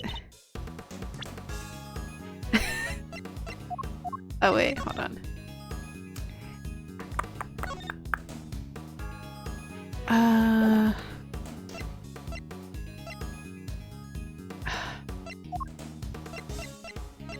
I feel like the only thing would be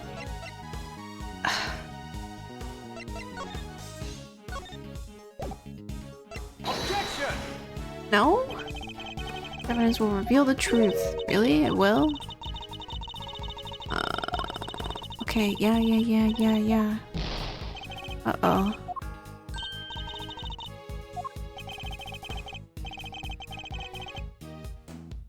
Should we post the cover with Polnareff or the cover with Dio? Obviously Dio. Polnareff? Who that?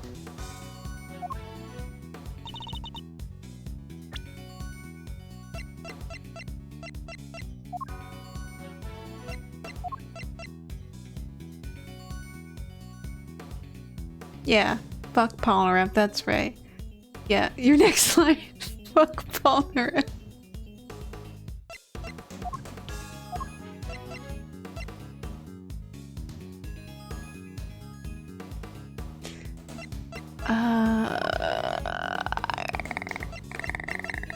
What proves that it's the same?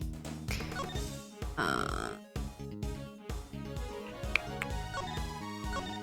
mean, she said that she got replicas, right? And this wasn't the photo.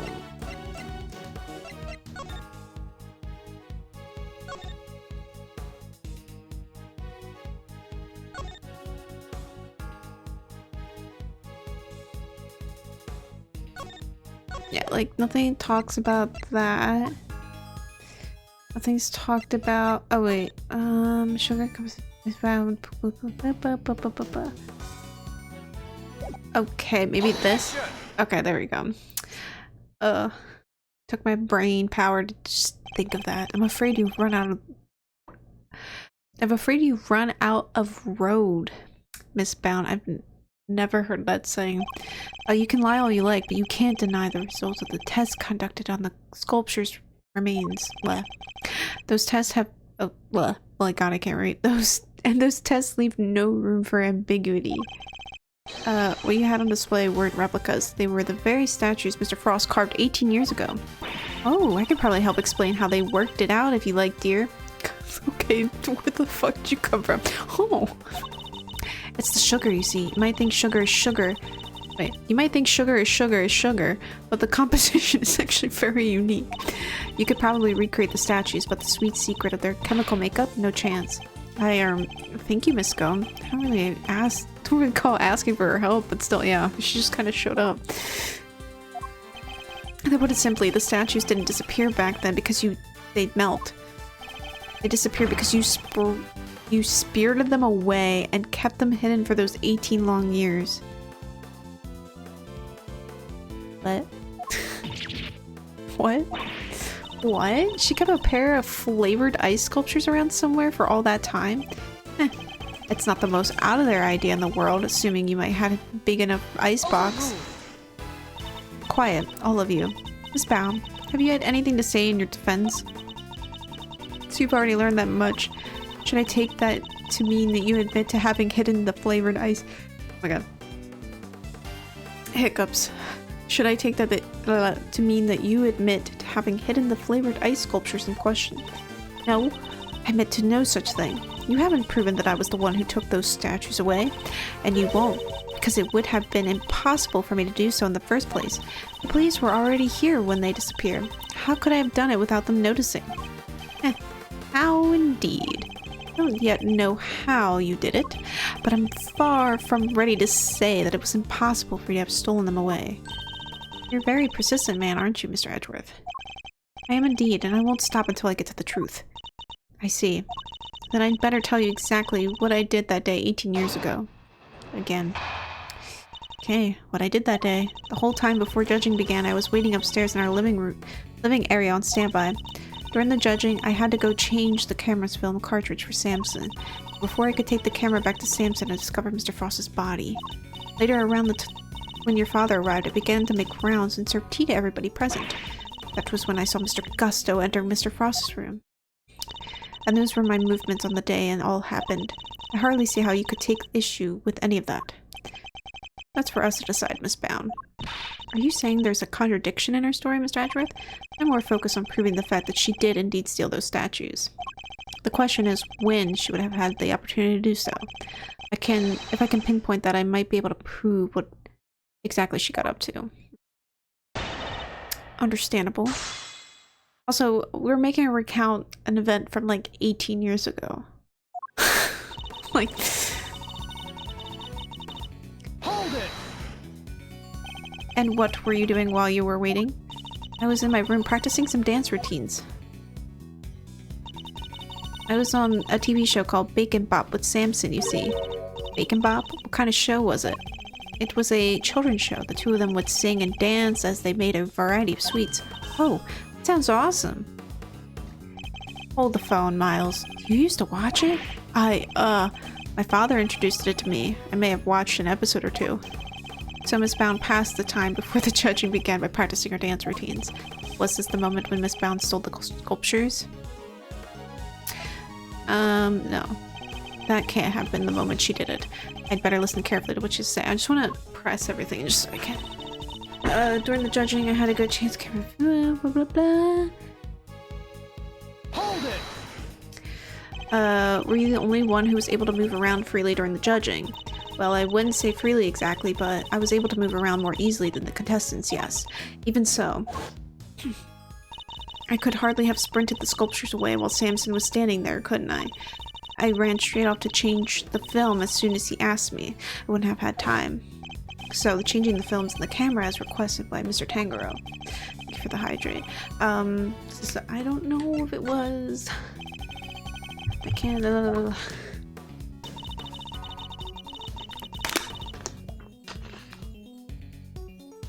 But before I could take the camera back to Samson, I discovered Mr. Frost's body. Hold it! You entered the room containing Mr. Tangerow's work before bringing the camera back to him, correct? Yes, I heard the sound of something collapsing. Samson, are you in here? The sound of the chocolate chip... The sound of the chocolate chip falling over after a certain someone took a bite out of one of the supports. And Mr. Tangerow was still in Mr. Gusto's room when you found the body. Yes, fairly sure that was the case. He was judging each room in order, and he liked to take his time. So the point at which he discovered Mr. Frost's body was at the moment when Miss Bound stole the sculptures. I don't know. I don't know. Later around when your father arrived, it began to make the rounds and served tea to everybody present.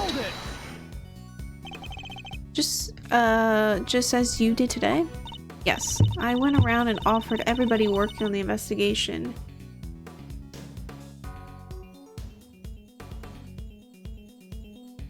I went around and offered everybody working on the investigation a cup of tea. Present company included. I remember it well. You were here, there, upstairs, downstairs, everywhere with that little cart of yours. On.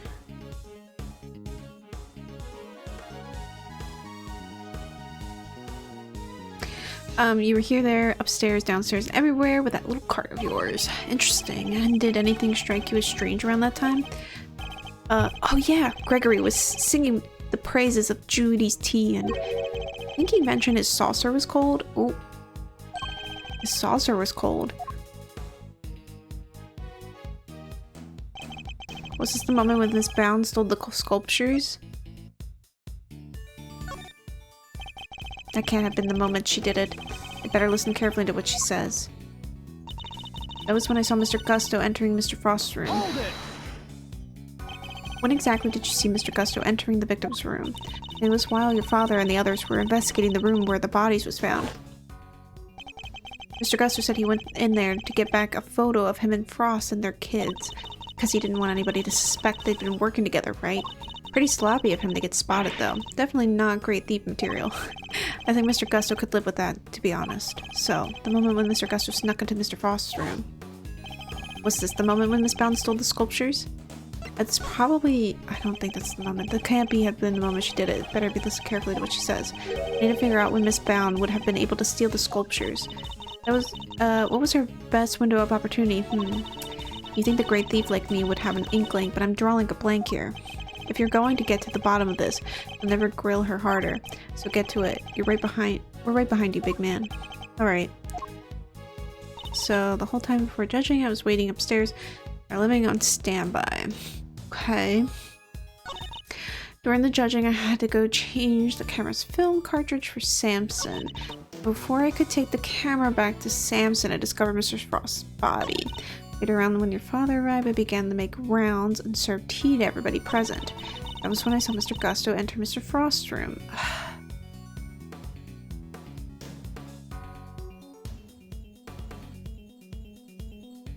I mean, so...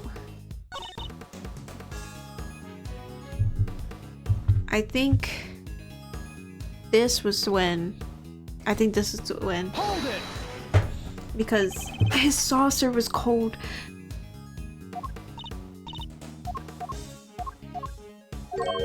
I think it was this, because I think ice was under there. Miss Bound, I believe this was when you stole the sculptures. I hate to contradict you, but the fountain room was full of witnesses at that point, Mr. Fender included. Are you suggesting that I somehow got the sculptures out of Mr. Frost's room right under everyone's noses? Yes. That is precisely what I'm suggesting. Miss Bound stole those ice sculptures, and she did it by hiding them here. Take that!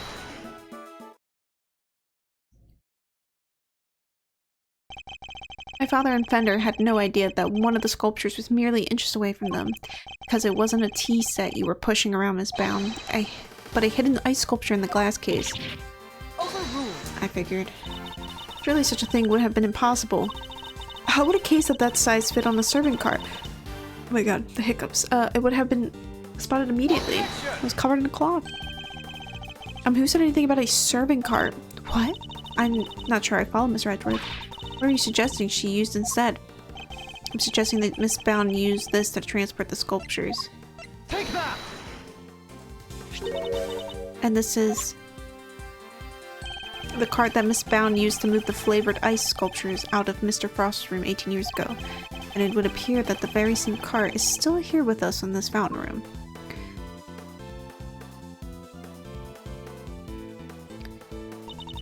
We originally bought it for the use in the contest, and you're saying that Miss Bound loaded Mr. Frost's sculptures onto this cart and carried them off? I am. As you can imagine, all one would need to do is lay the case on its side. Add a tablecloth? How did she, like, transport it onto it? That's my question. And it looked exactly like a normal serving cart, thus allowing her to move the sculptures around freely. Can it be? Holy moly, of course! That's why those saucers were so chilly. They were sitting on top of a big block of ice. Judes, how could you? Impressive. Then again, you are Mr. Gregory Edgeworth's son. Should have expected no less. There isn't a scrap of evidence that I stole. There isn't a scrap of evidence that I stole the sculptures all those years ago now. Yet I knew that no matter what I said or did, I'd always be under a cloud of suspicion. So you admit it? You admit that you stole them from Mr. Frost's room? Yes, I do. I took those sculptures and their glass cases out of that room 18 years ago. As Mr. Edgeworth correctly deduced, I dressed up the lift cart as a serving cart to do so, and slipped in and out of Mr. Frost's room while I was going around serving tea to everybody. In the end, I'd removed not only the sculptures, but the flavored ice zodiac blocks as well. Zodiac blocks? I feel like I've seen them for myself before. There's a huge block of ice on display here. It must be incredibly heavy, though maybe not. What with it being hollow on the inside? If the Winter Wing really is an exact replica of Mr. Frost's room from 18 years ago, then, even though my father never saw them because they're already melted, zodiac blocks must have been in the victim's room back then as well. When I finished moving the 2 ice sculptures and the 2 zodiac blocks out, I took 2 fresh, empty cases to Mr. Frost's room and put them where the original 2 had been. Only the sculptures had been kept in glass cases, you see, to prevent them from being damaged. The blocks were a little more robust, so they had been displayed as is. As stated in the contest rules, we were responsible for providing all displayed materials, including cases, meaning it would have been easy for her to prepare those empty spares she swapped in. Mr. Frost's room contained quite a few other flavored ice works in progress. I figured if I melted them down somehow, the resulting puddle would look like it came from the sculptures. And that is how the sculptures from 18 years ago came to be in the winter wing today. Damn. I have to say, Mr. Edgeworth, it's quite the confession. Indeed, and I think she offered it so willingly because she knows there's nothing we can do with it. That's all I have to tell you. However, despite everything I've shared, you can't charge me with anything now, can you? Wow, what a bitch. What? How did you figure that? Oh my. I would have thought you might know at least this much, given that we're at a crime scene. I suggest you memorize the various statutes of limitation outlined in this book. Statutes for dummies, it's so cute. Statutes of what? Statutes of Limitations book. Data jotted down by organizer. Simply put, K.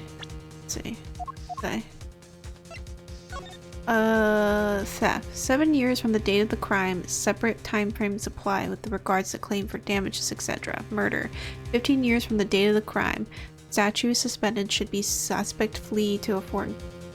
Oh wait, the statue is suspended should the suspect flee to a foreign country. The statue is suspended from the time of any accomplice's indictment to the end of the trial.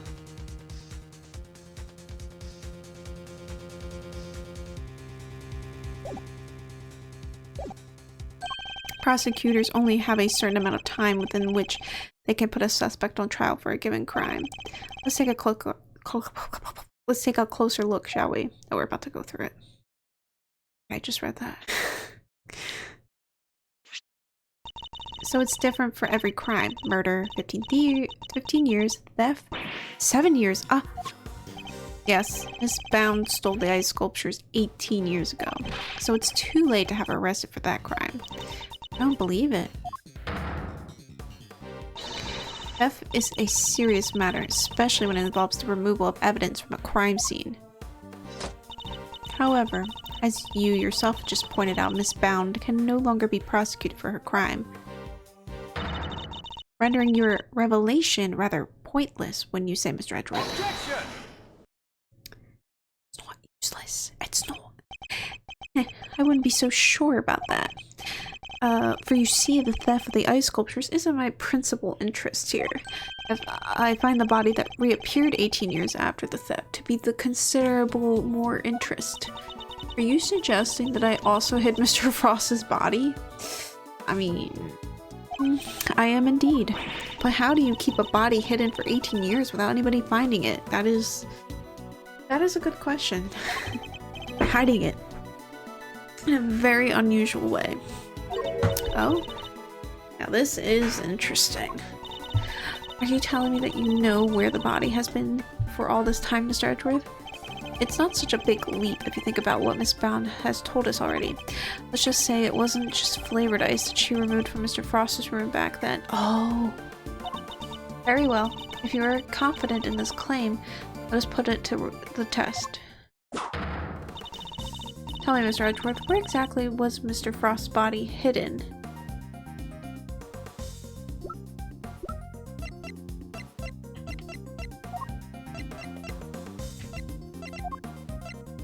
In the Pisces statue. This is where Miss Bound hid the body. Oh.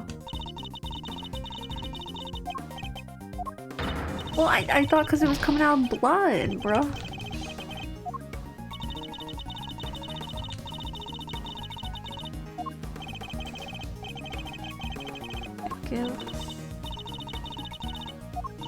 No chance.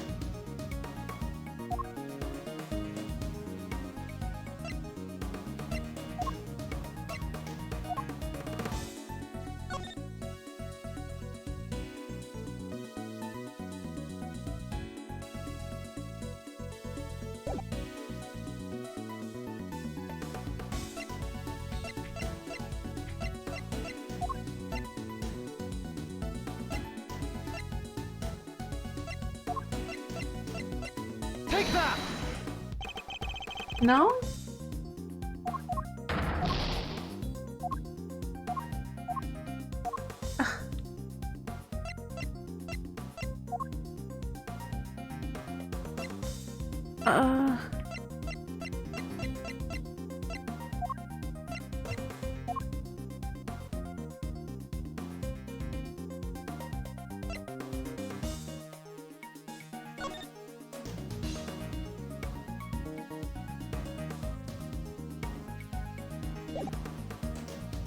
that! Where the fuck did she put the body? I thought.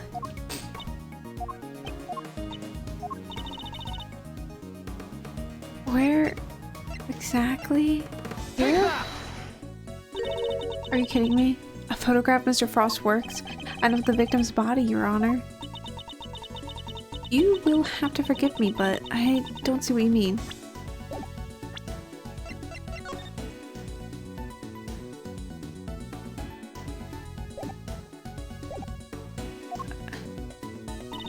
Where exactly in this photograph is Mr. Frost's body?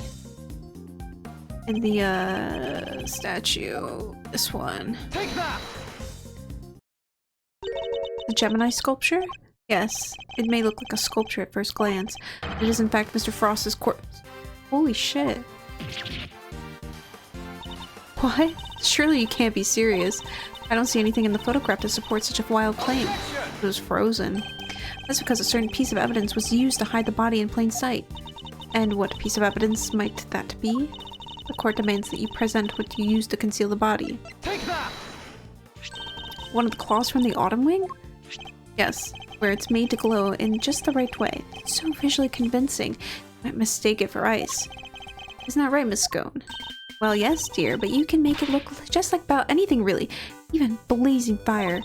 And the right shade of blue would make it look like ice. Yes, exactly like it, in fact. Is it not the case that a certain special device is needed to generate those colors, though? Objection! If you would care to take another look at the photograph of the winter wing, Your Honor. You will notice that there is a small box connected to the bottom of the Gemini display case.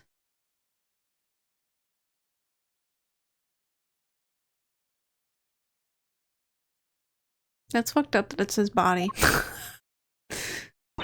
That's one of the very light emanating devices in question. Detective Gumshoe even confirmed its presence. In fact, this particular device went missing 18 years ago. Back then, it was no doubt firmly connected to the cloth inside the display case, which means Miss Bound had no choice but to take it with her when she removed the sculpture. So you see, this cloth and the light emanating device were being used to create the illusion that Mr. Frost's body was in fact a statue carved from ice. No. That can't be. Wait, so you're telling me that when we took the photo of us in the winter wing, yes, we were standing right in front of the body. Like an average Discord call, yeah. Oh no. Classic Ace Attorney is actually the body that's there in front of us the whole entire time. But no, but the body and the cloth were both recovered from the fountain. Why were they found there that the body was supposed to be in the winter wing disguised as the sculpture? Objection! Because there would have been no mystery as to how the body had been hidden if we found it as it is. Wait. But the body and the cloth were both recovered from the fountain. Why were they found there if the body was supposed to be in the winter wing disguised as a sculpture? Because there would have been no mystery as to how the body had been hidden if we had found it as it is. Miss Bound needed to remove Mr. Frost from the winter wing in order to throw us off the scent. Ridiculous. I don't recall her sneaking around behind our backs to throw a body in the fountain. No, and she didn't need to, because she had another method at her disposal. Her trusty lift cart, the same cart that proved so useful in executing her original theft. What? I believe she wheeled the body into one of the other wings and floated it down the stream to the fountain. The frozen body being quite solid probably got stuck somewhere along the way, which is why only the cloth appeared at first, the cloth Miss Scone discovered. And then the body followed afterwards once it had thawed enough. It's an ingenious theory, Mr. Edgeworth. Ingenuous theory, my bad. Whoops, I can't read. But can you prove that it was me? It seems a little unfair to expect me to accept your accusations without proof, don't you think? What about an eyewitness? Do you think someone might have spotted her when she was moving the body? Yeah. As a matter of fact, I do. And the contradiction in the piece of evidence that was provided will shed light on exactly how Miss Bound moved the body as well. Well, Mr. Edgeworth, do you have any evidence to support your allegations? Of course, I have a piece of very compelling proof right here. Please present it to the court. What evidence do you have that proves Miss Bound acted as you claim?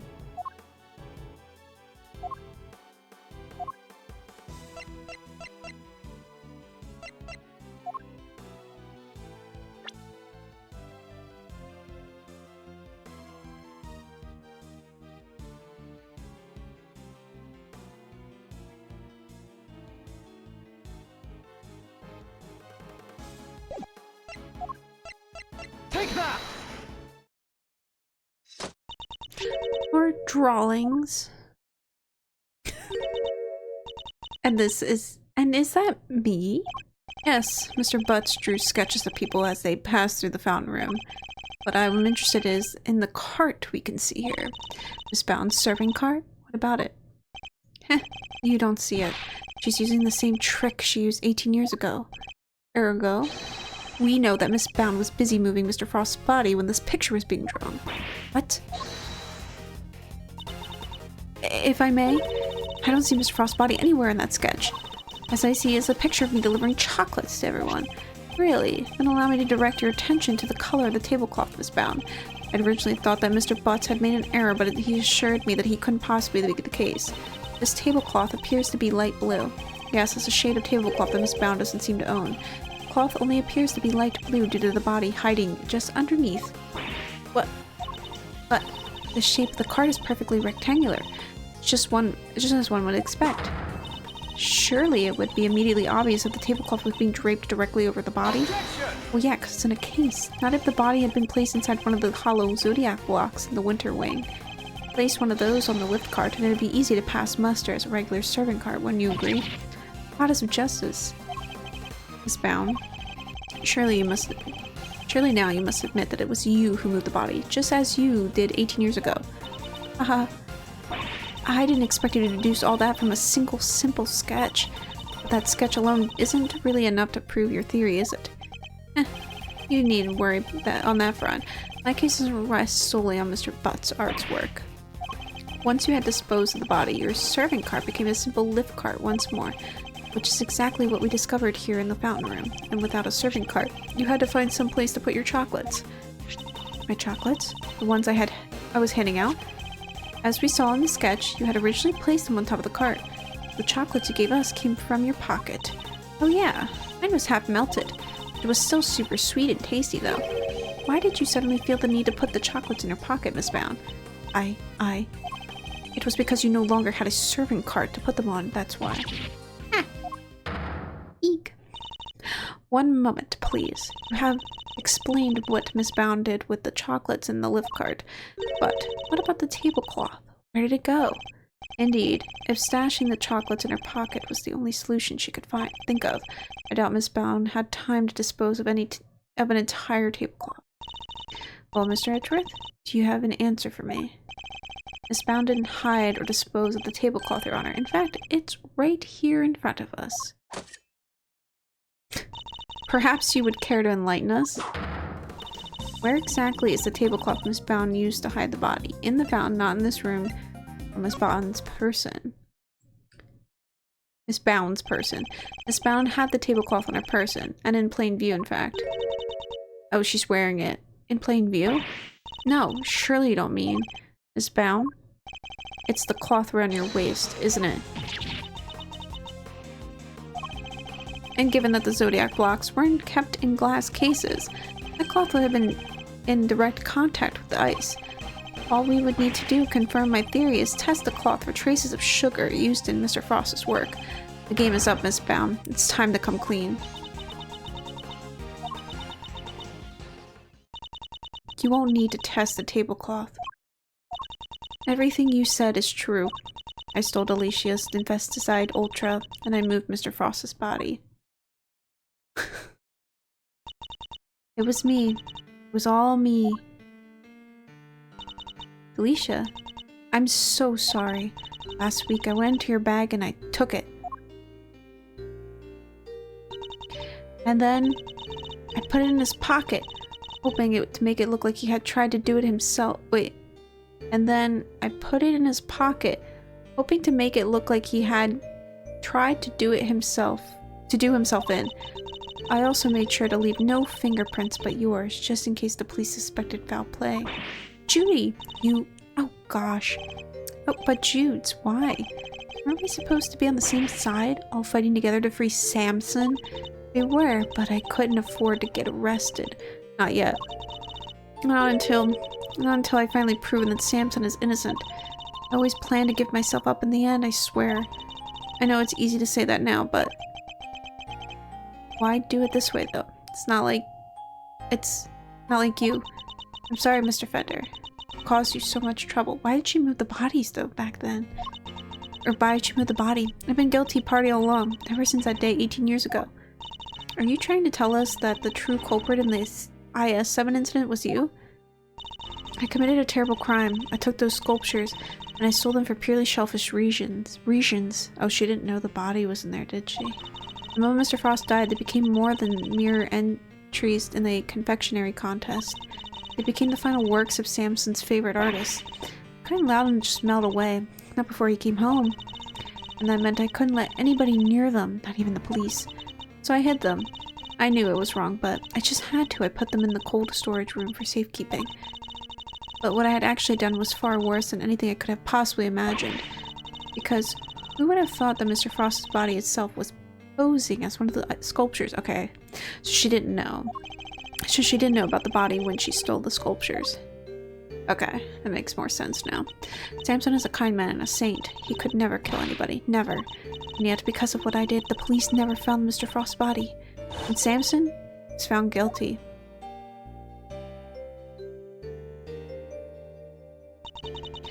After all he had done for me, he was my family, the only family I ever had. He was the most important person in the entire world to me, and I... Judes.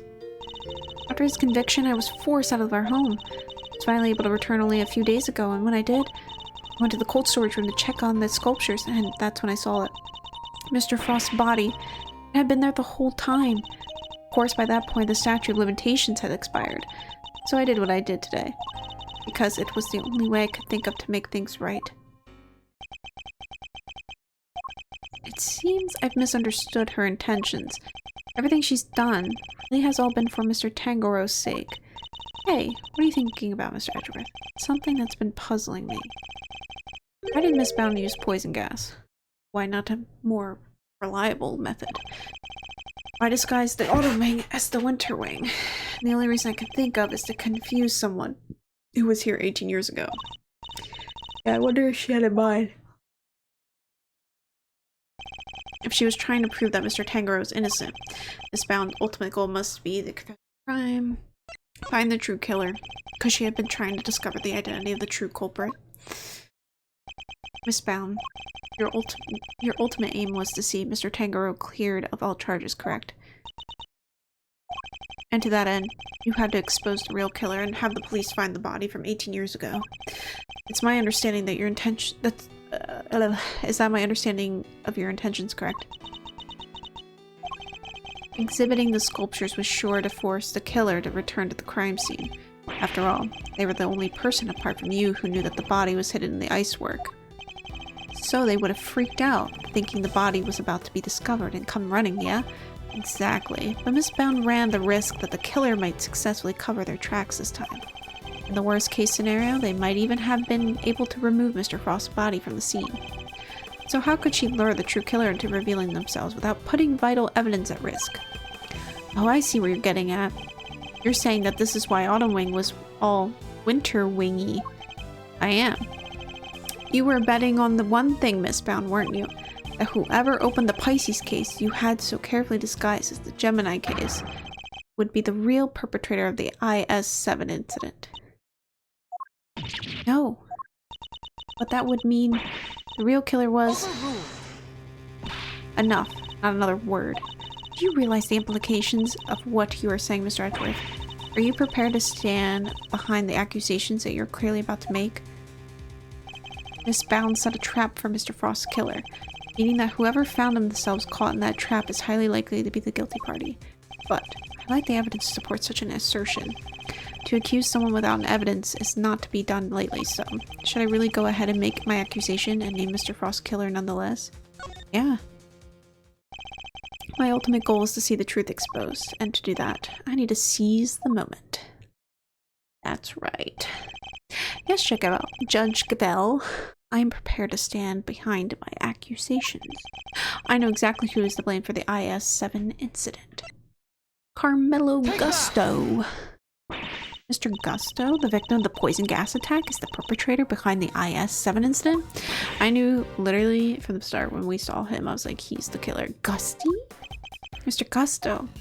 Miss Bound. As we have established, you knew that the opening of the gallery would lure in the real culprit, and you set up the poison gas trap in order to catch them. Do you dispute the facts thus far? You're a very impressive man, Mr. Edgeworth. Just like your father. And of course, you're absolutely right. And perhaps you could tell us exactly what happened in your own words. Of course. I have nothing to hide anymore, so I might as well tell you everything. As you said, I set a trap here in the gallery to try to catch Mr. Frost's killer. Before we opened, I made sure that the door to the Autumn Wing was the only one that was unlocked. When opening time came, I went around to unlock the doors of the various rooms and found that the Autumn Wing had been locked from inside. The killer is on the other side of the door. The thought, well, it frightened me. And then she simply walked away, leaving him to fall victim to her poison gas trap. When I heard that Mr. Gusto was being treated for gas inhalation, that's when I knew he was the murderer. All that was left was for the police to find Mr. Frost's body, and then Samson would finally be proven innocent. At least that was my plan. Judes, why didn't you tell me? You know, I'm always here for you, right? You could have found another way. It didn't have to be like this. Thank you, Mr. Fender. You've been so very kind to me all these years. But I'm the one who created this mess, so it was up to me to try to clean it up. I didn't care what it took, as long as I could get Samson out of that awful place. Judy, Judy, Judy. 18 years ago, the police managed to cover up the fact that Mr. Frost's body had gone missing. If I went to them now and said it had reappeared, I was afraid they might try to cover things up again. So I worked to set off a very public incident here in the gallery in front of as many witnesses as possible. I'm so sorry, Judy. You, Samson, Gregory, I let you all down. Fender, this can't be easy for him. No, I'm the one who should be apologizing. Mr. Edgeworth, Mr. Fender, I hope one day you can forgive me. And whatever punishment I have to face, I'm ready to accept it. But please, if I may ask one thing of you, is that you simply must clear Samson's name. The way the truth of these past 18 years had come to light was unexpected, to say the least. And yet, it had only set us down a path towards even more shocking end. To be continued. What time is it? It's now 10:13. We'll keep going for a little bit.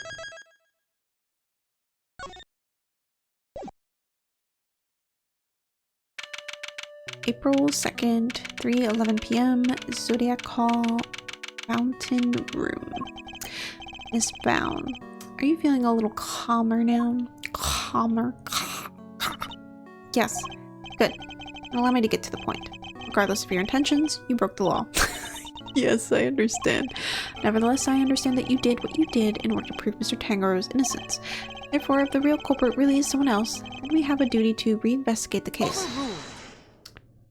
What do you have to say now? There is nothing to suggest that anything nefarious took place in the official IS-7 incident records. And right now, there is nothing to suggest that we should take Miss Bound at her word either. So our first order of business should be to arrest the culprit of the case before us, Miss Bound herself. Official records cannot always be trusted, Jessica Bell, especially since there are those prosecutors who would think nothing of twisting the facts. Are you suggesting that the committee of the crime overlooked just as a... Wait. Are you suggesting that the committee at the time overlooked just as a prosecutor? just as such as a prosecutor. That's for you and your people to figure out. However, it is a fact that the autopsy report was faked. Seeing as Mr. Frost's body was only found just now. Oof. There really is something of Mr. Von Karma in you, Mr. Edgeworth. How so exactly? By continually defying the will of the committee and bending the truth to fit your needs, that's how. Perhaps it is time you understand how the committee sees this case. Oh god, here we go. Committee's view. The committee is willing to accept that Mr. Von Karma falsified Mr. Frost's autopsy report. Even so, Mr. Von Karma only managed to have Mr. Tangaroo convicted as an accomplice. I personally have to come to believe that the real culprit behind the IS-7 incident is Miss Bound. The plan to poison and kill Mr. Gusto today was her attempt to frame him for Mr. Frost's murder. And this is how the committee sees things, is it? It is. As always, I act solely in service of law and order. Dun dun! It sounds to me like all she's doing is acting in service of the committee and covering up the truth. And if I can't change her mind, there will be no saving Mr. Tangaroo or Miss Bound. This lady! The committee is willing to accept that Mr. Von Karma, blah blah blah. If you accept that Mr. Von Karma falsified the report, then why wouldn't you reinvestigate the case? Because the goddess of justice is never wrong. Okay. Her verdict remains true, despite Mr. Von Karma's... Despite blatant evidence tampering? You sure your precious goddess is into that? It almost makes you think the committee might have other reasons for not wanting this looked into again. Further investigation is simply unnecessary, since the goddess of justice has already spoken. Is that right? Even so, Mr. Von Karma only managed to have Mr. Tangaroo convicted as an accomplice. I believe it was a confession that sealed Mr. Tangaroo's fate in the end. A confession secured by Mr. Von Karma, which should surely cast doubt on the final verdict itself. Samson Tangaroo confessed to the initial investigating officer, one Detective Ian Sideman. The official records state that it was his interrogations that led to the conviction. Therefore, all I can say to you is that the goddess of justice has already spoken. Bitch. Bitch. Unbelievable. She just won't budge at all. Are these committee guys really that big of a deal? In many ways, they are a prosecutor's worst nightmare. Huh. So, kind of like how the police are to a great thief, huh? Funny how you don't seem to have a problem working with the police when it suits you, though. I personally have come to believe the real personally. Now you're being personal. Are you suggesting that Mr. Tangaroo and Miss Bound killed Mr. Frost together? Why not? You could even imagine they split their roles as thus. Mr. Tangaroo could have been the one to commit the act itself, while Miss Bound was to remove the body. What? Then the thought that we could... Oh. I needed to slow down to read that. What? The thought that we could ever kill Mr. Frost. You stole his corpse and hid it for 18 years. Is it really so surprising that you might be considered... Miss Bound has freely confessed to all her crimes. Now is not the time to speculate about what else she might have done in the past. Very well. Then let us pass judgment on what we have... Wait. Very well. Then let us pass judgment on what we know she did in the present. Her plan to poison and kill Mr. Gusto today was her attempt to frame him for Mr. Frost's murder. Why would Miss Bound have chosen to frame Mr. Gusto for the murder? No doubt because he suspected her of being the real culprit. He may have entered what he thought was the Winter Wing simply to see if the Gemini statue was genuine. Little did he know that he would be greeted by a trap designed to silence him, a trap that nearly worked. Okay, that's the stupidest logic ever. What other reason would why would he open the case?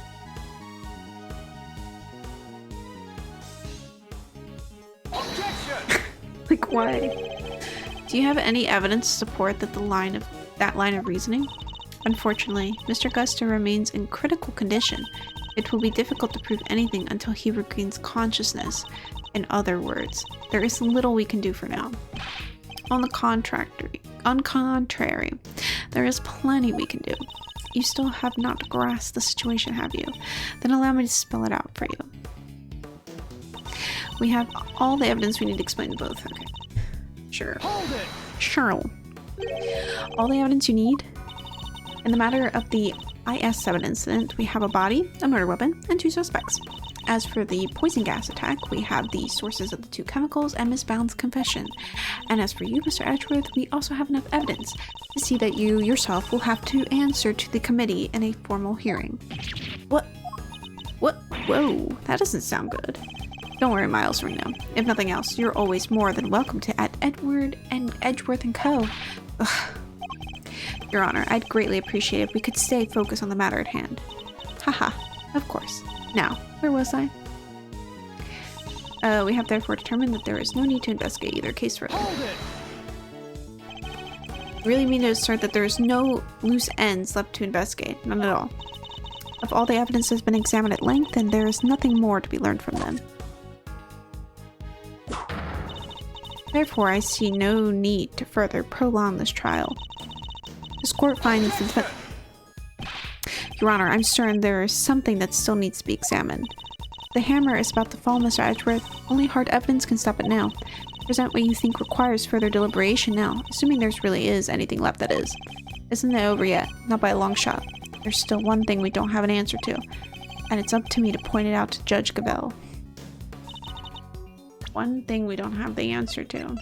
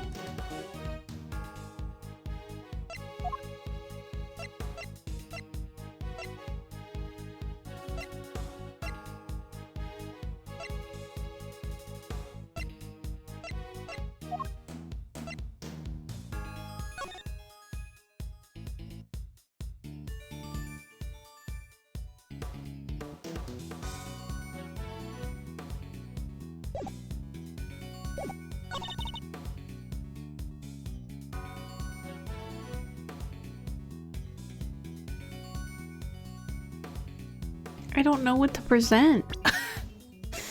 Answer to...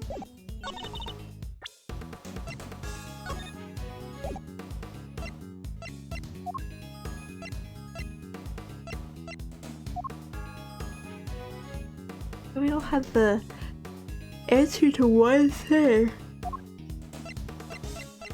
That is what?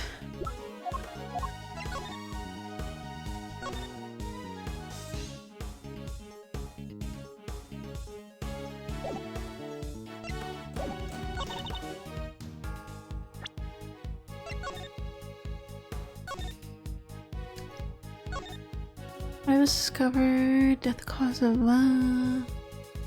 due to the body gone missing.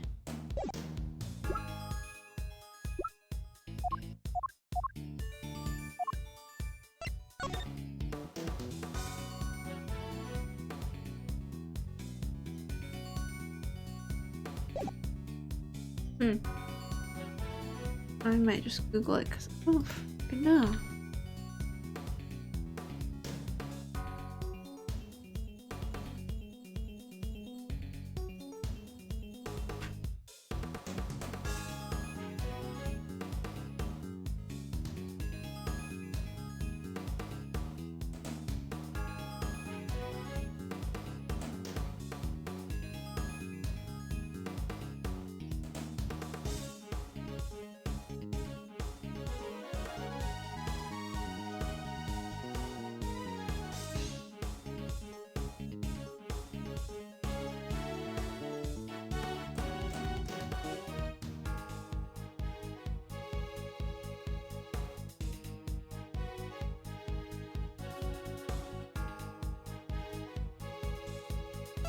Oh. Objection! Okay, I was thinking way too hard. Okay. I'm afraid there is still one question concerning the IS-7 incident that remains unanswered, Your Honor. Would you mind taking a look at this? What is it? Your test results, carried out by the liquid at the bottom of the Gemini case in the wood. Oh, okay, because the blood. Duh. As you can see, traces of blood were detected. The question is, whose? And that question is answered. I hardly think you can claim to have all the evidence. That's what he meant. There was blood in the Gemini case? We should be like, we just found that out. Why did I not hear about this from Eustace? Is he useless? Because Detective Gumshoe informed me of the results directly. I was planning to tell Mr. Winter about it myself, of course. You kept this to yourself until now, despite having no jurisdiction here whatsoever. Mark my words, the committee will hear all about what you have done here today. As ever, my interest is in the truth, as if mistakes were made in the past, they must be rectified. If you must report me to the committee, then so be it. But in return, we must be allowed to investigate this case to the very end. That is not my decision to make. You will need to discuss it with Eustace. Where the fuck is he? Guess who's back, losers? Wait. Guess who's back, losers, with good news too. He's awake. It was a close call for a minute there, but Carmelo Gusto is alive. I don't know if he should be like up and walking around, but Gusto, he made it. She's like, damn, I wanted to kill him. You're the ones who found me. Yep, long time no see, Gusto. You're the attorney's assistant. You've grown and you have an assistant of your own now? Assistant? No, I'm... He hasn't gotten the gig just yet. This is Gregory Edgeworth's son. Prosecutor Miles Edgeworth. At your service. What is bro doing over there? Is he giggling? He's laughing. I feel so sad that he's like a murderer. Like he seems like jolly pal, but he's a fucking murderer. Fate moves in mysterious ways. I'm in your debt. If you hadn't found me in time, I wouldn't be here to thank you. And I might be putting you behind bars soon. Oh, you're very welcome. After all, if you hadn't lived, we wouldn't be able to ask you what really happened 18 years ago. Oof. What are you talking about? We figured out quite a bit while you were out cold, including the fact that you're probably the guy who offed poor Artie Frost.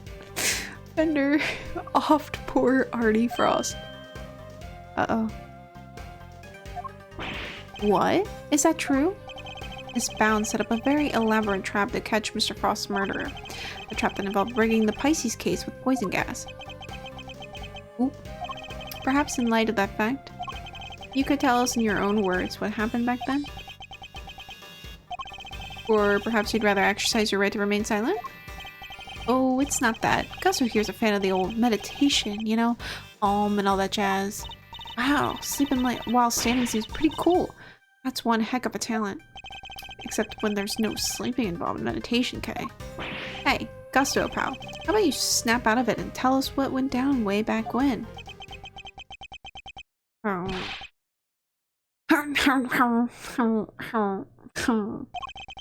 he a villager? I was caught in the I don't know why I made that noise. I was caught in the girl's trap. I was caught in the girl's trap, so I was just like, what am I reading? I was caught in the girl's trap, so I must be the killer. Is that your idea of a joke? I'm the victim here. Indeed you are, Mr. Gusto. And there is no evidence that you have done anything wrong yet. Mr. Edgeworth and Mr. Fender are merely speculating. Rest assured that they have no authority here, and that you may pay them no heed. At least somebody here seems to be on my side. Judge Verity Gabel, it's a pleasure, Mr. Gusto. I will assist you in any way you may require. Perhaps you could begin by explaining what exactly happened 18 years ago to Mr. Edgeworth. Fine. You want me to prove I'm innocent, Mr. Prosecutor? I'll be happy to. Objection! So this is how you mean to play it, Judge Gabel. You're hoping Mr. Gusto will help you hide what happened instead of trying to correct the record? I believe only in the infallible judgment of the goddess of justice. Except it is us humans who make the actual judgment calls in the court of law. And so as long as there are those who would be the law to the and so long as there are those who would use the law to their advantage, our rulings are fallible indeed. My God, words. If you would use your position further to obscure the truth, then neither she nor I will forgive you. Aha. We shall see about that. 1 second.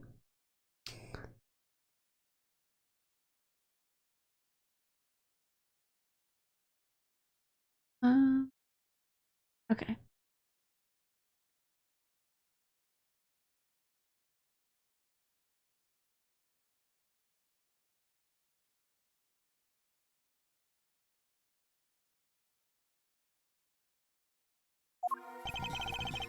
What do you advise, Judge Gabel? It would seem that you are under suspicion because, it was you who triggered the poison gas. Specifically, one opening the Pisces case lid. Would you be so kind as to share why with us? Understood. I came to see Frost's sculptures. Simply as that. I made a mistake with the opening times and arrived a half hour early. Miss Bound, was there no one at the reception desk at around that time? I had left the main entrance unguarded and unlocked, just in case the killer made an appearance. I was so busy making preparations elsewhere all the way up until the gallery's opening. So no, there was no one here on the first floor then. But I did make sure all the wings were locked up tight. All except for the autumn wing, that is. I see. She did that just to steer the culprit into the autumn wing, which is precisely where Mr. Gusto went. Solid Craig. Sneaking into a building is pretty suspicious, however you slice it. Silence in the courtroom. I will permit no objections or interventions unless there is some evidence that the witness is lying. Courtroom? You know this is an art gallery, right? Mr. Gusto. If you could please continue by explaining why you opened the Pisces case. Here we go. I wanted to see Frost's work up close, so I went up to the Gemini. Sorry, guess it was supposed to be Pisces statue. Okay, you just done fucked up there. And I saw that the lid was frozen on tight, so I grabbed a blowtorch from nearby and tried to open it. But why? When I finally got it open, gas came pouring out. Fascinating. This is the sort of flawless testimony attorneys can only dream of. My God. Ooh. Yeah. Everything.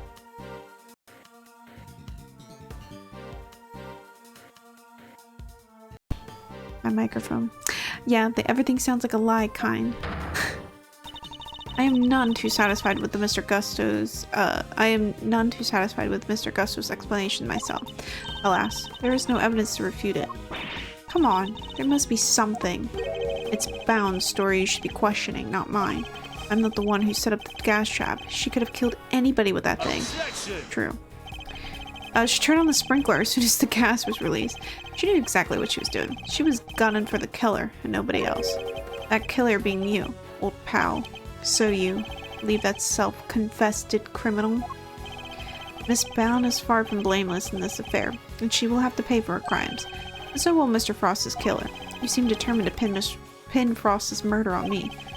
But I had no reason to kill him. And you have zero evidence to prove otherwise. Grr. Can we really not prove that he's the killer, Mr. Edgeworth? Mr. Gusto fell victim to the poison gas. That much is indisputable. Yet no matter how suspicious his actions were... Well, thank you for the resub, Roy. 31 once. Yet no matter how suspicious his actions in the present... Wait, no matter how suspicious his action in the present may seem, they prove nothing about the past. Yeah, but... Then what about you, Mr. Fender? There must be something we can do. You're right. We may not have evidence, but we have plenty of intel. Let's see now. If Gusto killed Frost, he must have had a reason. He claims to not have a motive. But that can't be true, can it? If he did, he has one. Not many people commit murder just for fun. True. In fact, your old man had a little back and forth with Von Karma about a probable motive too, remember? How can you possibly say that with any certainty? That their relationship had broken down for some reason. That could very well have been the motive behind this murder. Von Karma wouldn't let us talk to Gusto back then, but we can now. If we can pull the pieces together, I think the picture we've been looking for might just emerge. Yes, I think you might be right. I need to think back over everything we know about the IS-7 incident, especially the questions that never got answered. And the finger marks? Were you the one wearing the gloves? Miss Scone denied that the finger marks on the frames were hers. What if they were Mr. Gusto's? Perhaps he had wanted to take a look through the ultimate cookbook for himself. So he asked me to go put in a new cartridge. He seemed to think there should have been more shots left than there were. In other words, the film ran out sooner than expected. Yes, the number of shots he took didn't line up with the number of shots remaining. But he thought maybe he just lost track somewhere along the way. My father noticed these things for a reason. I just need to piece them together correctly. Hello, Belle. What? What, Troy? In the absence of evidence, it's the only way to the truth. The little leaf.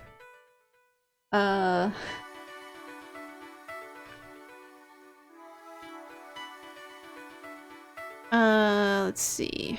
Murder's motive. Gusto insisted he had no reason to kill Artie Frost, but cooperation ended. Gusto helped Frost in the final, but the favor wasn't returned. Probably that.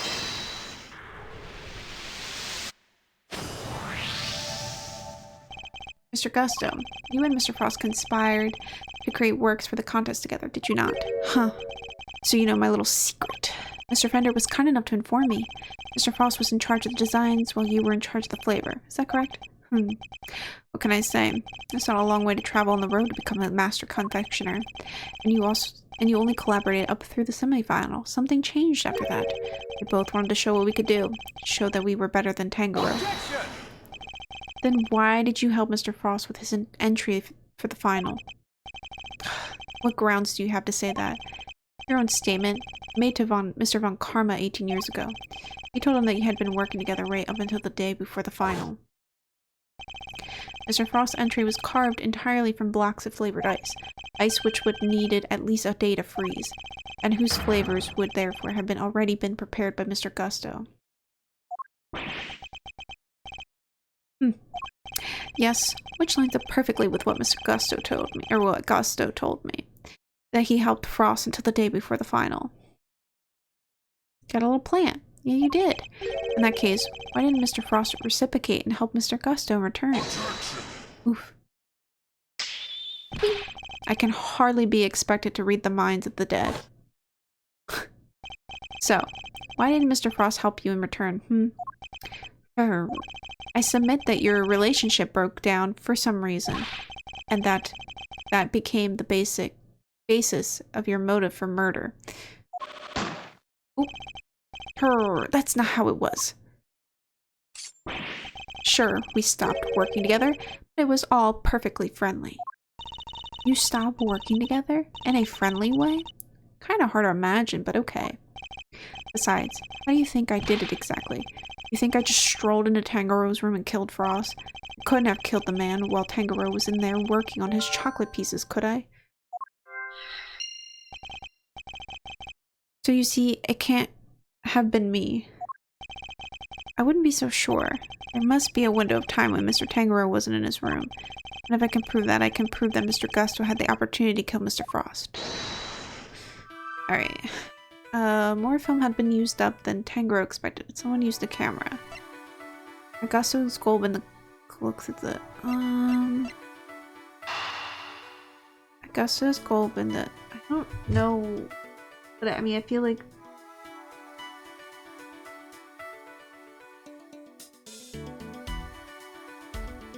maybe he used the camera to take pictures of the cookbook? I don't know.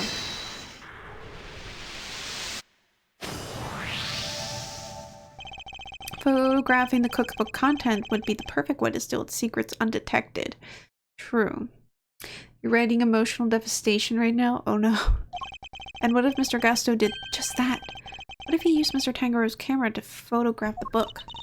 It'd be the perfect crime. So much better than stealing it and getting chased by the cops. A sneaky snapshot or 20, huh? That could work. The question is, when would he have done it? Good question. What about during afternoon tea? Oh, shit, Bender, you're onto something. Didn't Delicia say that Gusto and Frost had missed out on a little tea party they had? Which brings me to the next question. When do we know for certain that Mr. Frost was still alive? Then, after the contest began, nobody saw hide nor hair of Frost as he had secluded himself in his room. And the only person capable of entering his locked room was Tangerow, possessing, as he did, the only key. Miss Scone, are Mr. Tangerow's work the only ones you sampled? No, dear, I couldn't help myself. When I'd finished my afternoon tea, I tiptoed over to Chillywink's room for a little taste too. Mr. Frost had kept to himself inside his room after the contest had started. He was gone by the time Miss Scone snuck into the sample his work, meaning there's a good chance he was murdered before the end of the afternoon. Meaning there's a good chance he was murdered before the end of afternoon tea. Afternoon tea.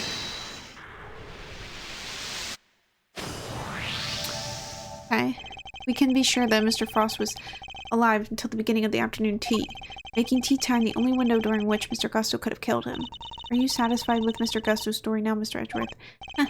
Sadly, I'm afraid I'm still rather unsatisfied. But things are finally starting to become clear, and the truth will soon come to light at last. Do you mean to say that you have uncovered new evidence? Evidence? No. I was hoping I might convince Mr. Gusto to open up to us about it itself. Instead... Oh, is it mind game time again? Oh, logic chess time. Is this how we're ending the case? I hope. It is. Mr. Gusto, I have a question for you. I said I have a question for you. What is it? You chose to make your entry for the final on your own. I told you. I wanted to test myself. I wanted to prove that I was the best in the world. Objection! If that were the case, then surely you wouldn't have chosen to cheat in the first place. So tell me, Mr. Gusto, why did you feel the need to team up with Mr. Frost?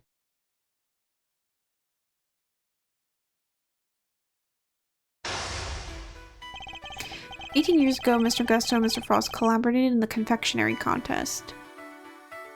Brain really said, what if every Luke POV scene wrote this week was putting this kid through the ringer? Oh no. Poor Luke.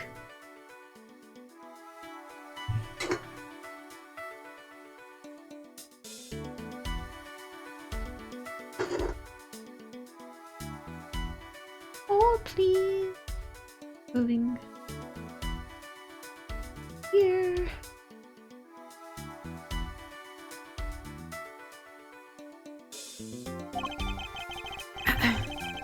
But why did they work together, and why did they enter the contest in the first place? That's the information I need to get out of my opponent somehow.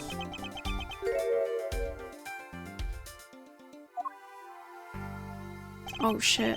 Mr. Gusto seems to have a habit of pretending to be asleep when things aren't going his way. I have a feeling though we're only gonna do logic chess, and then we're probably gonna have to probably listen to his stupid testimony.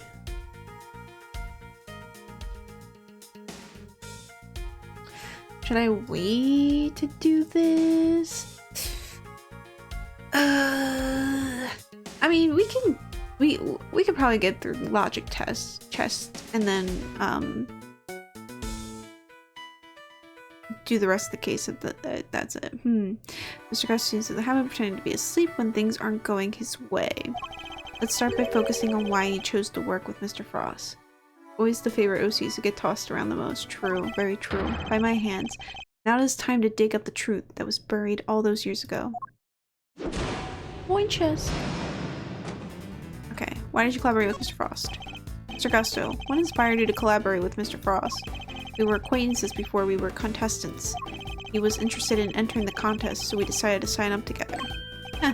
And your decision to pair up with a sculptor had nothing to do with your lack of faith in your skills?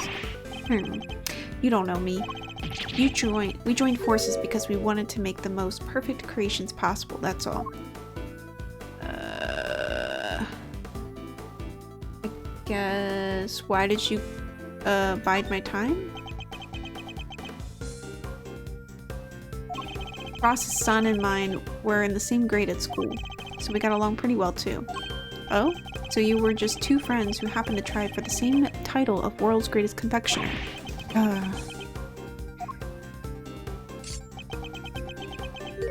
Okay, now we can ask the question. Wake up! Pretending to be asleep when the going gets tough won't work on me, I'm afraid. Mr. Frost was a sculptor, Mr. Gusto. I doubt he cared much about winning a title for confectioners. It's like the one lady from the first game, person who sleeps when he doesn't want to answer. Yeah. In which case, he probably had a different motive for taking part in the contest, wouldn't you say? Fine. It was me. I wanted that title. Frost was only in it for the prize, the ultimate cookbook. I see. And since your objectives dovetailed so neatly, you decided to work together. Then something happened. A breakdown in relationship, perhaps. If so, I want to know why. Mr. Prosecutor, I'm still quite unwell after my brush with death. Push me too hard. And I'll be on my way back to the medical room. No, wait. Then you better wrap this up quickly. I'm already dangerously low on patience. Mr. Gusto is trying desperately to make his escape, but he's not going anywhere yet. Not as long as he still keeps... not as long as he's still keeping things from me. Let's figure out what he was really after next. Okay. There's no time to lose. I need to pick the right line of questioning and fast. Did you want more than just the title? You two had your eyes on something other than the title, didn't you? After all, I'm not sure the title World's Greatest Confectioner even counts for that much. Not you're insulting the way of the confectioner. My only goal, was to win that title. I didn't care about anything else. You have no idea how much it would have meant to me. Bide my time. Look, my sense of design may not have been up to the snuff back then, but you should see me now. Oh? So you've improved. Bet I have. I didn't do all that training in Zangfa for nothing. Bide my time. I looked up to Tanjiro, you know. Spent hours poring over the designs of his work. Even used to watch his shows with my son. It sounds to me like Mr. Tanjiro's work was especially influential in your early studies. And with his recipe book, he might have even become the best someday. Maybe. The book was a real treasure, no doubt about that. Any confectioner would have wanted it.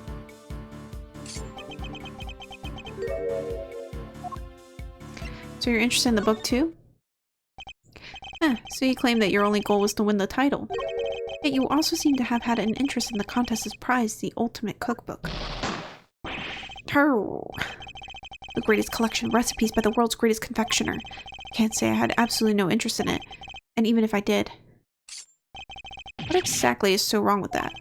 Nothing, I suppose, only that the book contained recipes for medicines, not desserts. And everyone who entered the contest supposedly knew that. I feel that I'm finally getting somewhere. I can't let him slip in my grasp now. Just need to stay calm and keep the pressure on. Next, let's find out why he wanted the cookbook. Did you want to know this? Did you need help to make your sweets? Did you know how valuable the cookbook really was? What kind of question is that? It was a collection of Tangaro's recipes. If it wasn't a confectioner in the world who wouldn't have wanted to get their hands on it. I don't have a clue as to how to proceed with this line of questioning. Better try another tack. Okay. So your plan was to win cookbook and use it to help with you with your own creations? What else? A book like that could have improved my craft tenfold. Could have made a lot of money if you'd sold it. I don't know much about what was actually in there, but it was worth more than money, I'll tell you that. You know more than you're letting on. Come now, Mr. Gusto. I think you know more than the ultimate cookbook than you claim. They told us a little about it at the start of the contest. Then you know what kind of recipes it actually contained, don't you? No, they weren't dessert recipes at all. I see you did your homework. Fine, so you know that it was what was really in there. The ultimate cookbook, or the Angel's Cookbook, to give it its proper title. It's a collection of chemical formulas and ways to synthesize new medicines nobody had ever heard of. So he did know that the cookbook actually contained recipes for medicines. This could be an important clue. Did you know what the value of a cookbook really was? What kind of question is that? Yeah. Except you knew that it was not what your designs may have improved thanks to your training in Zangba. But you clearly didn't do enough work on your skills of deception. You've already admitted that you knew the ultimate cookbook was a collection of recipes for medicines. Thereby making your interest not gastronomical, but pharmaceutical in nature.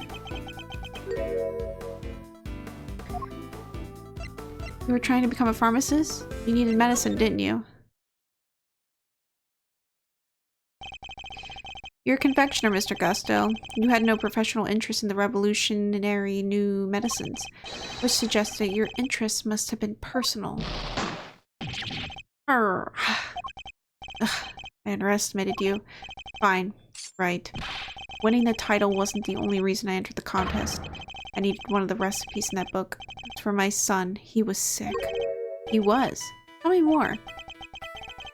That's none of your business. I told you as much as you needed. I knew it. I knew one of their kids was going to be sick. Neither the cookbook is an FDA certified and you're just full of wild stuff. Both. I think both. Maybe more wild stuff. But yeah.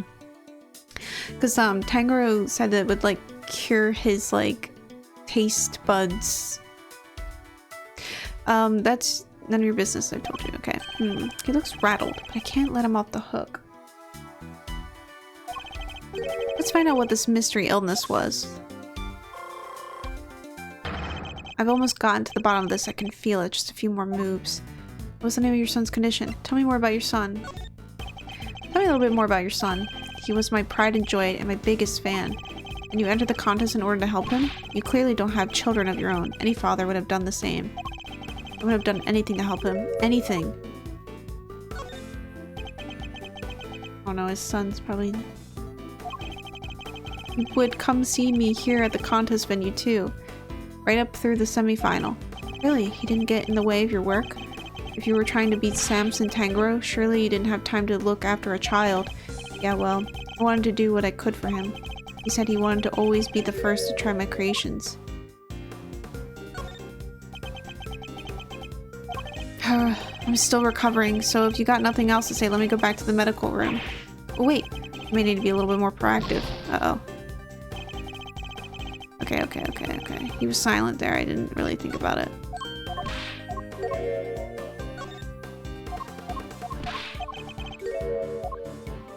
So, he wasn't too sick to join you? You said your son was sick, Mr. Gusto, and yet he was able to come and join you after, for the contest? Huh. It wasn't that kind of illness. Nothing life-threatening anyway. Huh. This feels like it could be an important clue. Is the book necessary for getting... yeah. So you needed the cookbook to cure your son. It was more like a... It was like, an actual medical thing, but like, I don't know what was in there, just besides curing some things. Lapse a page, one bite of this, and you'll taste colors and see smells, basically. So you needed the cookbook to cure your son. Yeah, nowadays you can get the medication he needed anywhere. Is your son dead? That's what I'm concerned about. But back then, that book was our only hope. Which is why I didn't dare waste my time on fancy tea parties. I had to give my all to my work. What about Mr. Tangaro's work? Surely that tea break gave you the perfect opportunity to go steal a glance at it. What makes you think I had the energy or time to care about what the others had made? You cared about Mr. Tangaro's work. I think you've made it abundantly clear how much interest you had in Mr. Tangaro's work. What's more, if you were determined to win the ultimate cookbook, I seriously doubt you would have passed up on the chance to take a peek at your competitor's entries. I had plenty of chances throughout the contest to see and sample my rival's work, you know.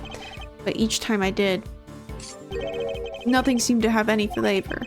Must have been nerves or something. Nothing Mr. Gusto tasted had flavor. That seems like it could be an important clue. Okay, what's the name of your son's condition? Could you tell me the name of the disease your son suffered from? Huh. You're a real cold customer, Mr. Prosecutor. Isn't it enough that he was seriously ill? Why would you force me to tell you more? Trying to play my clue. But it wasn't life-threatening, was it? You've already shared with me that your son's illness wasn't life-threatening. So why are you so reluctant to share any further details? It may not have been life-threatening, but that doesn't mean it had been life-altering. I see. That must have been very hard on both of you. Of course it was. That was why I did everything I could to find a cure. We were desperate. He couldn't taste anything, not even his favorite desserts.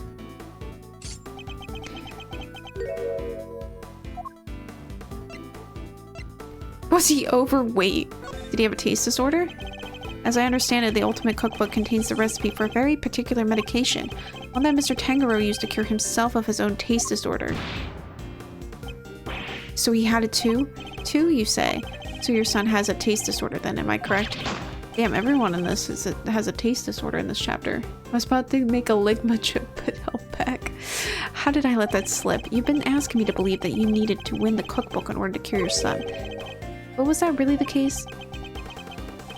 Of course it was. What are you saying? I'm saying that I'm not so sure that that's true based on everything you've told me. I didn't apply my clue. You were sick yourself, weren't you? Taste disorders are difficult to live with, isn't it? It isn't easy not being able to enjoy your food. You should know, after all. You just told me you experienced something like that during the contest. You said nothing you had sampled any flavors. Those were your words, correct? Which would seem to suggest you also were suffering from a taste disorder.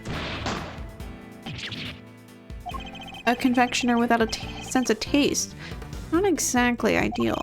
Are you sure it wasn't actually your own condition you were seeking to cure, Mr. Gusto? I've had enough of your speculations. I managed just fine in that contest. I made all my own entries, no problem. Must be really something. But weren't you working with Mr. Frost? Huh, sorry, but I'm afraid you're contradicting your own testimony. You already admitted that you and Mr. Frost had worked together during the contest, and it's too late to claim that you did it all on your own. Now. Oh. You would have us believe that you are a man of principle, a dedicated student of the confectioner's art. Yet you abandoned those principles and conspired with Mr. Frost to break the contest. And so you could cure your own taste disorder. You got me, Mr. Prosecutor. As you said, my sense of taste was shot. My son's fine. My son's was fine. I'd kept it hidden for so long, 18 years, and nobody knew. Sadly, you can lie to others, but you can't lie to me. Both Mr. Gusto and Mr. Frost entered the contest hoping to obtain the ultimate cookbook for the medicine that would cure Mr. Gusto's disorder and the money it would bring in for Mr. Frost. Thus an uneasy alliance was forged. And that, I believe, is checkmate.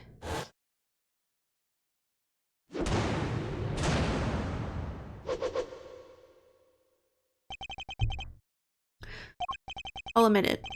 You're good. I never told anybody of this, but you figured it out anyway. It's true. 18 years ago, I developed ageusia.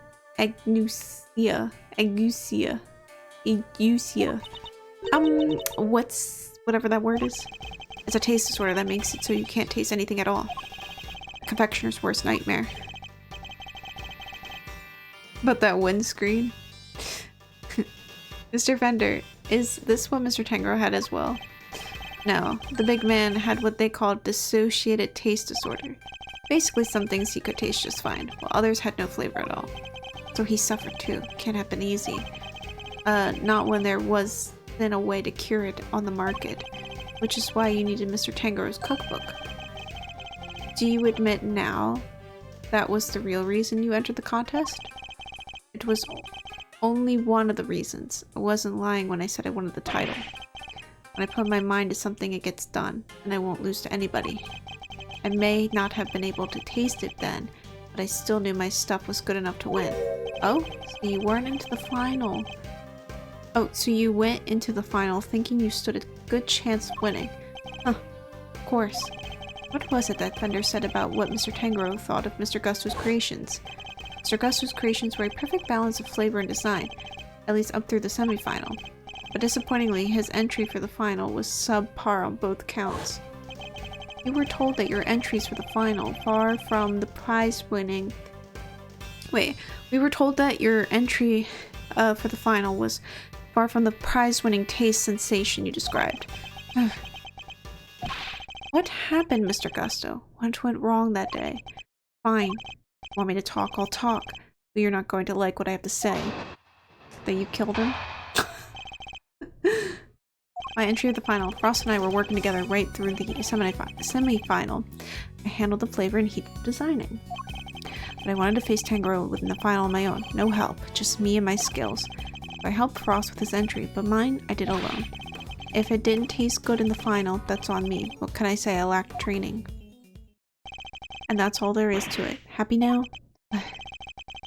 There don't seem to be any obvious contradiction as testimony. Yep, not that I thought it'd be easy to get anything real out of him. He's managed to not let slip what happened for 18 years after all.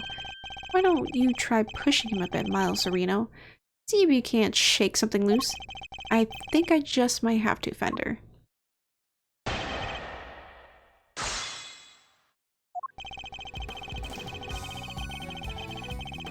Hold it! Ross was in charge of designing the work you both submitted, while you handled the taste? Yeah, he was a sculptor, a craftsman, and his sense of design was second to none. He was clueless about confectionery, which is where I came in. We did what the other couldn't. Huh. And boy, did you not have an eye for aesthetics. Not even for simple stuff. Huh.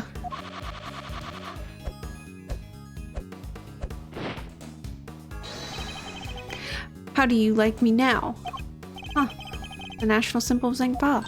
Oh yeah, it's a phoenix. That's awesome. I'll say, pretty different to the stuff you were pumping out 18 years ago. Ha ha ha ha. Behold the fruits of my training. I've dedicated my whole life to my craft. But back then we both needed each other's help, so we joined hands until the final. But I wanted to face Tango in the final on my own. Hold it! You were serious about winning the title then? Of course. The art of the confectionery is my life. Why wouldn't I if I wanted to be crowned the greatest? Still had a lot to learn back then. Guess it's no surprise my work wasn't up to scratch. But the title wasn't the only thing you wanted. There was the cookbook too. And you wanted the book even more than you wanted the title, isn't that right, Mr. Gusto? Overruled.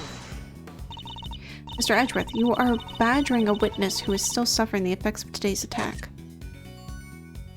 I cannot allow this harassment to continue. I understand, Your Honor, but ignore him, Mr. Gusto. You need not answer that vile prosecutor's question. But please do continue your testimony in your own time. So I helped Frost with this entry, but mine I did alone. Hold it! So you're saying Mr. Frost didn't help you at all, but he helped you up until then, correct? It's a bit strange for him to stop so late in the contest, no? Strange or not, it's the truth. Could be he had his reasons too. I wouldn't know. If he's lying, it's going to be a headache to prove. 18 years is a long time.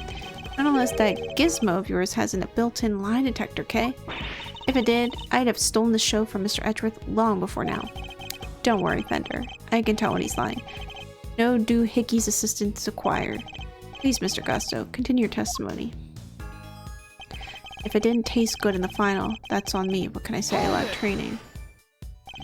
And yet I heard that your creations prior to the final were scored highly for their flavor. So what went wrong? Was there some kind of cooking accident on that day? No, nothing like that. It was, I told you, I had a taste disorder. My sense of taste failed me. It's as simple as that. But Mr. Frost's entry was completed. Oh wait, no, Mr. Frost's entry was complimented on its favor. Your sense of taste hadn't failed you then. Something happened overnight. I don't think he's gonna spill any more beans, Mr. Edgeworth. And perhaps I should ask him about something else. Let's quit this and ask Mr. Frost to stay on course.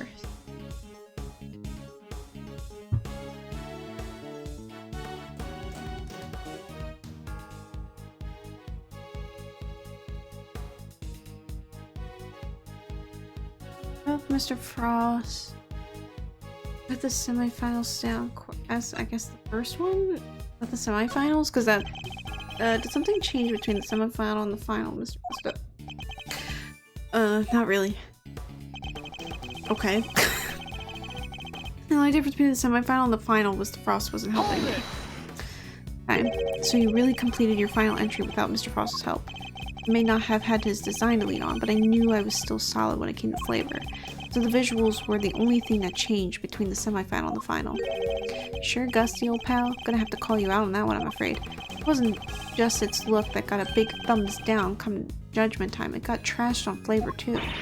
Doesn't sound much like a winner to me. Despite his confidence, Mr. Gusto failed on flavor, too. The lack of Mr. Frost's assistance shouldn't have affected that, so was there some other difference? 18-year-old mystery. And the key to unraveling it is finally in my grasp. I just need to remember everything Fender told me about what he and my father discovered.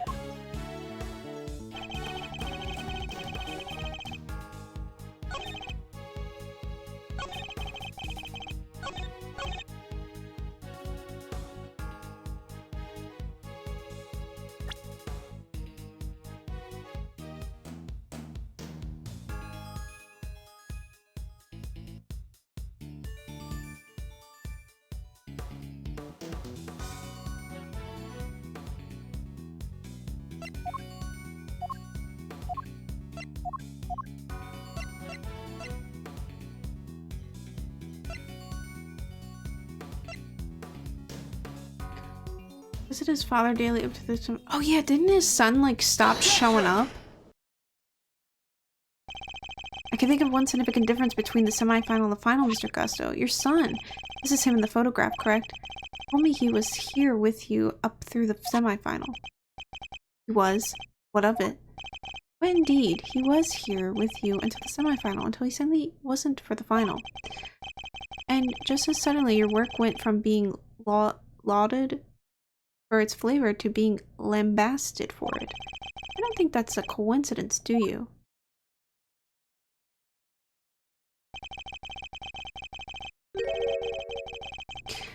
He wasn't just spending quality time with his father, he was playing a much more pivotal role than that. Oh, I just wanted him to see me hard at work, to show him I was trying my best for us. Who knows, maybe it was him being here that helped me do so well in those early rounds. He talks a good game, but nothing about this guy screams super dad to me. Indeed, thankfully, we would only have to give such an idea credence if his story were true. After all, how much could the encouragement of one small boy affect the taste of a grown man's work? Mr. Gusto prided himself on the flavor of his creations, but then he lost his sense of taste. He must have had a tough time maintaining his high standards after such a devastating loss, unless I'm sure your son was here to cheer you on. That wasn't all he was here to do, was it? He was probably here to taste your shit. You're a very suspicious man, Mr. Prosecutor. But why not try answering yourself for a change? What was an elementary school kid doing here other than to support his father? Taste your creations? Make your creations for you. Steal people's creations. Taste your creations. Your son knew the taste of your work pretty well, I imagine, Mr. Gusto. He was my biggest fan, of course he knew it. In which case, he would have been a good judge of whether something tasted on brand, so to speak, no? What are you implying? You've already told us that you were suffering from a taste disorder. I'll admit it. You're good. I never told anybody any of this, but you figured it all out anyway. It's true. 18 years ago, I developed a agnosia, whatever. Thank you for the water check. No one knew about your condition. No doubt. Oh wait, indeed. I doubt Mr. Frost could have wanted to continue collaborating with you if he had found out. After all, it was your job to make sure his creations taste good. Therefore, your son wasn't just here to support you. He was helping you by taste testing your work. Uh-oh.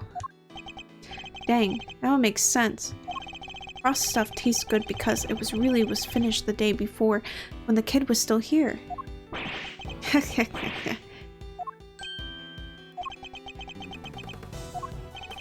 You have a vivid imagination, Mr. Prosecutor. But do you seriously think I'd trust a kid to tell me how to adjust the taste of my masterpieces? I have some pride, you know, even back then. Did you now? My designs may not have been much to write home about back then, but I always knew my work tasted better than anybody else's. Think I'd risk everything by putting my reputation in the hands of a child? This is just more speculation, that's all it is.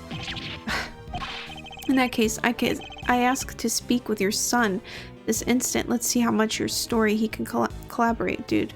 If we find out that his son is dead for some reason, I'm gonna be... Because, like, the way he talks about him, it sounds like he's dead. Sadly for you, my son is no longer my concern. Oh, what do you mean? What? As soon as I got my sense of taste back, I went straight to Zhangfa to start my training. And cut off all ties with the kid for good. Oh, okay, never mind your son. Oh my god, what if his son's Lang? Wait, what's the picture look like? There's no way it's Lang.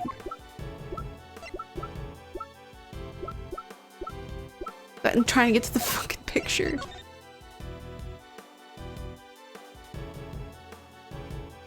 No, I don't know. But if you went to Zhangfa, like, what if, Lang's father? But, like, that does not look like Lang, so never mind. No, I don't feel bad about sending him to jail. This is a Elizabeth that could have been avoided if people talked and asked for accommodations.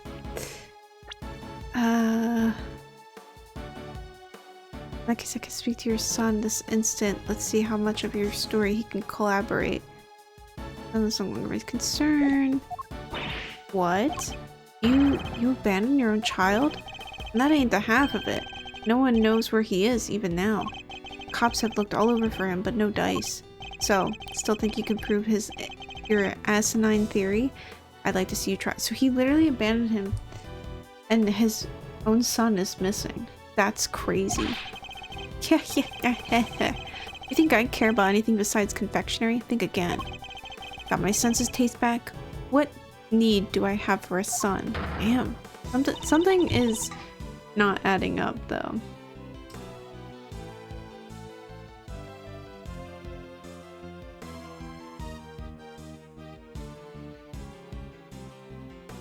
Bro is so proud of child abandonment. I know. Silence in the courtroom. While Mr. Gusto's words and actions may demonstrate a certain lack of humanity on his part. Yeah. Okay. Goddess of Justice. Cannot judge him for that. Yes, he can. Yes, she can. Ew, he's giggling over this. Dumb shit. Therefore, Mr. Edgeworth, I believe it is time for you to admit defeat. Yeah, give it up. 18 years is a long time for anything to surface now. Proof or otherwise. Mr. Edgeworth, we have to do something. If we don't, the truth might be lost forever. Where are you, Detective Gumshoe? Oh yeah, we've been waiting for him. I can't imagine whose blood it could possibly be, but I'll get it tested right away, sir. Please do, Detective. That's the last piece of the puzzle, I'm sure of it. Once we know whose blood it is... Hey, Miles. Sorry to cut in on your mind palace time. I was pondering something myself. Our friend Gusto didn't come here just to check up on the body, did he? You mean because he tried to open the case? Exactamundo. Think we have anything that might explain why he tried to do that? We might. Detective Gumshoe can make it back in time with a certain piece of evidence. That's quite enough idle chatter defense. Now if you... Mr. Edgeworth, sir! There he is. Honestly, with how motherly Gavel acts, you would think she'd be much more abhorred than this. She's not a good person. Well, that's what I think. I don't know. There's probably more to her than we don't know yet. We'll probably learn more about her in either probably like the last case or something, you know. That's usually how it goes.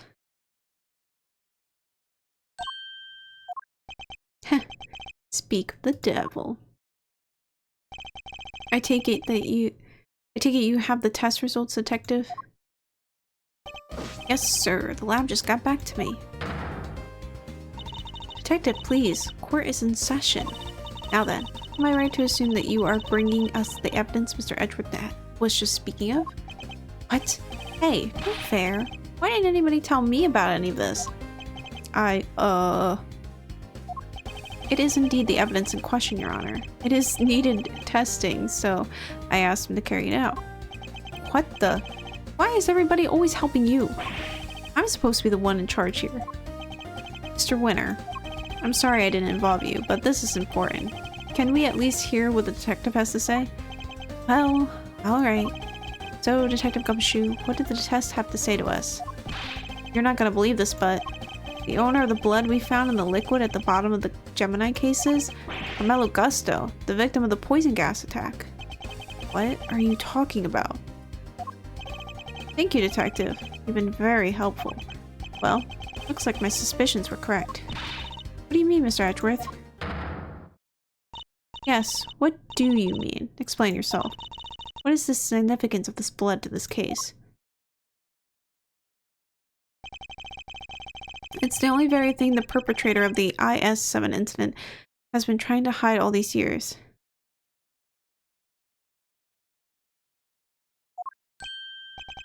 The fact that your blood was found inside the Gemini case, Mr. Gusto. It is as good as us finding your blood. Wait. God, it is as good as us finding your blood lying right next to Mr. Frost's body. Why would there be traces of your blood there? Of all places, Mr. Gusto. If you won't answer her, Mr. Gusto, then I will. There wasn't just blood in the liquid from the Gemini case. There were traces of salt and sugar, too. There were? And if you remember, one particular part of Mr. Frost's work was allegedly very salty indeed. Oh yeah. You're talking about what the Delicia told us back then, right? What was it again? Did they ever? I've never tried ices so scrumptious in all my life. Really? Man, I wish I could have had a bite. Well, scrumptious except for the salty bit, of course. That was unbearable. Salty bit? It was in the other photo you've got there. This bit, the harpy thing. Gemini's liar. Yes, the liar. The only liar tasted as if it had been flavored with salt. There were no traces of salt anywhere else in Mr. Frost's entry. Very interesting. And perhaps you can tell us, Mr. Edgeworth, where did the salt of the liar come from?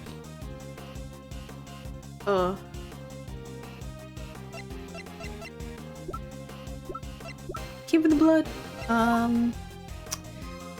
Salt lamp. This is lamp from the IS-7 incident. It's the only thing with salt. Part of evidence, so I was kind of banking on it, thank God. Indeed, and I believe that the salt that gave the liar its flavor came from just such a lamp. Mr. Von Karma had established that both salt lamps were in Mr. Tangero's room at the time of the crime. One of them used to kill Mr. Frost, and it was stained with his blood, but no corresponding pool of blood was found in Mr. Tangero's room. Right, because the culprit had chucked the piece of chocolate with that into the little stream. Furthermore, aside from the liar, no traces of salt were found anywhere else in Mr. Frost's room either. Hey, come to think of it, the lamps we found in Delicia's room were both broken. The lamps appear to be broken. Bulbs are smashed, both of them. Maybe they fell and broke on the floor? We never did figure out how the one that wasn't used to kill Frost got busted, but are we thinking maybe it had Gusto's blood on it at some point? Anyone whose blood was found on one of the lamps would have been a person of interest to the police, so the killer needed to hide the blood somewhere, and in a way that wouldn't arouse suspicion. And you are seriously suggesting that the liar was used to do just that? I am. I suspect that the bloody salt was somehow applied to the liar so that it could be hidden inside the case. That is disgusting.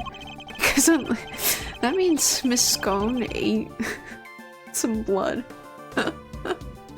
Because unlike the found water, the sculptures we would have needed more time and care to test properly. So he waited and waited for his chance to dispose of the liar undetected. Then, the reason he was here today is 18 years ago, Mr. Frost's body and the evidence pointing to his killer were taken away altogether.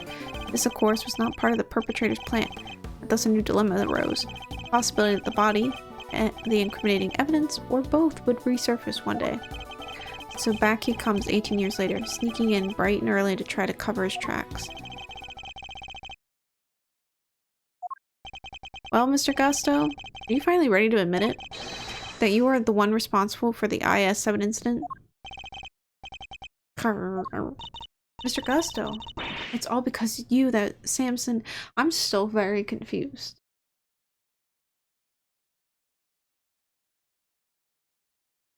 Like...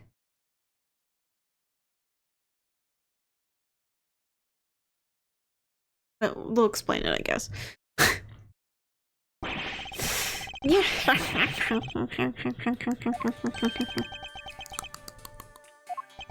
Gusto. So I finally got caught, huh? All these years later. Nobody came close back then. Not even the big shot prosecutor or the attorney. That's some impressive work, Mr. Prosecutor. I have to hand it to you. You admit it then? That you murdered Artie Frost? Yeah. Sure I do. I did it. I killed him. But he only had himself to blame. What do you mean by that? He agreed to help me. We were supposed to help each other so that one of us could win. And whoever won was supposed to let the other use the cookbook. But on the day of the final, the rat finally showed his true colors.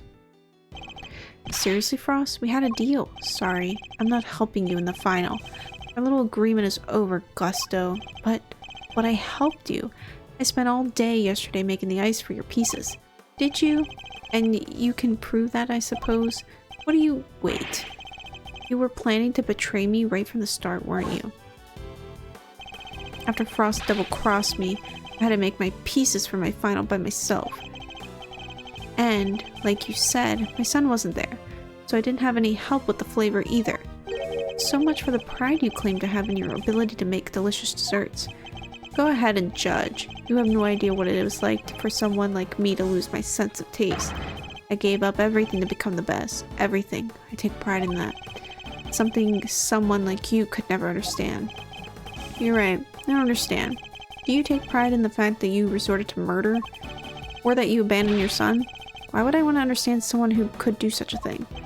A man can't afford to rely on other people. I learned that the hard way 18 years ago. My son never showed up on the day of the final. And in hindsight, I wouldn't be surprised if Frost was the reason why. Why would you think that? What exactly happened to your son? How am I supposed to know? I told you, he's none of my concern anymore. And according to you guys, nobody knows where he is now either. And you don't care? You're horrible.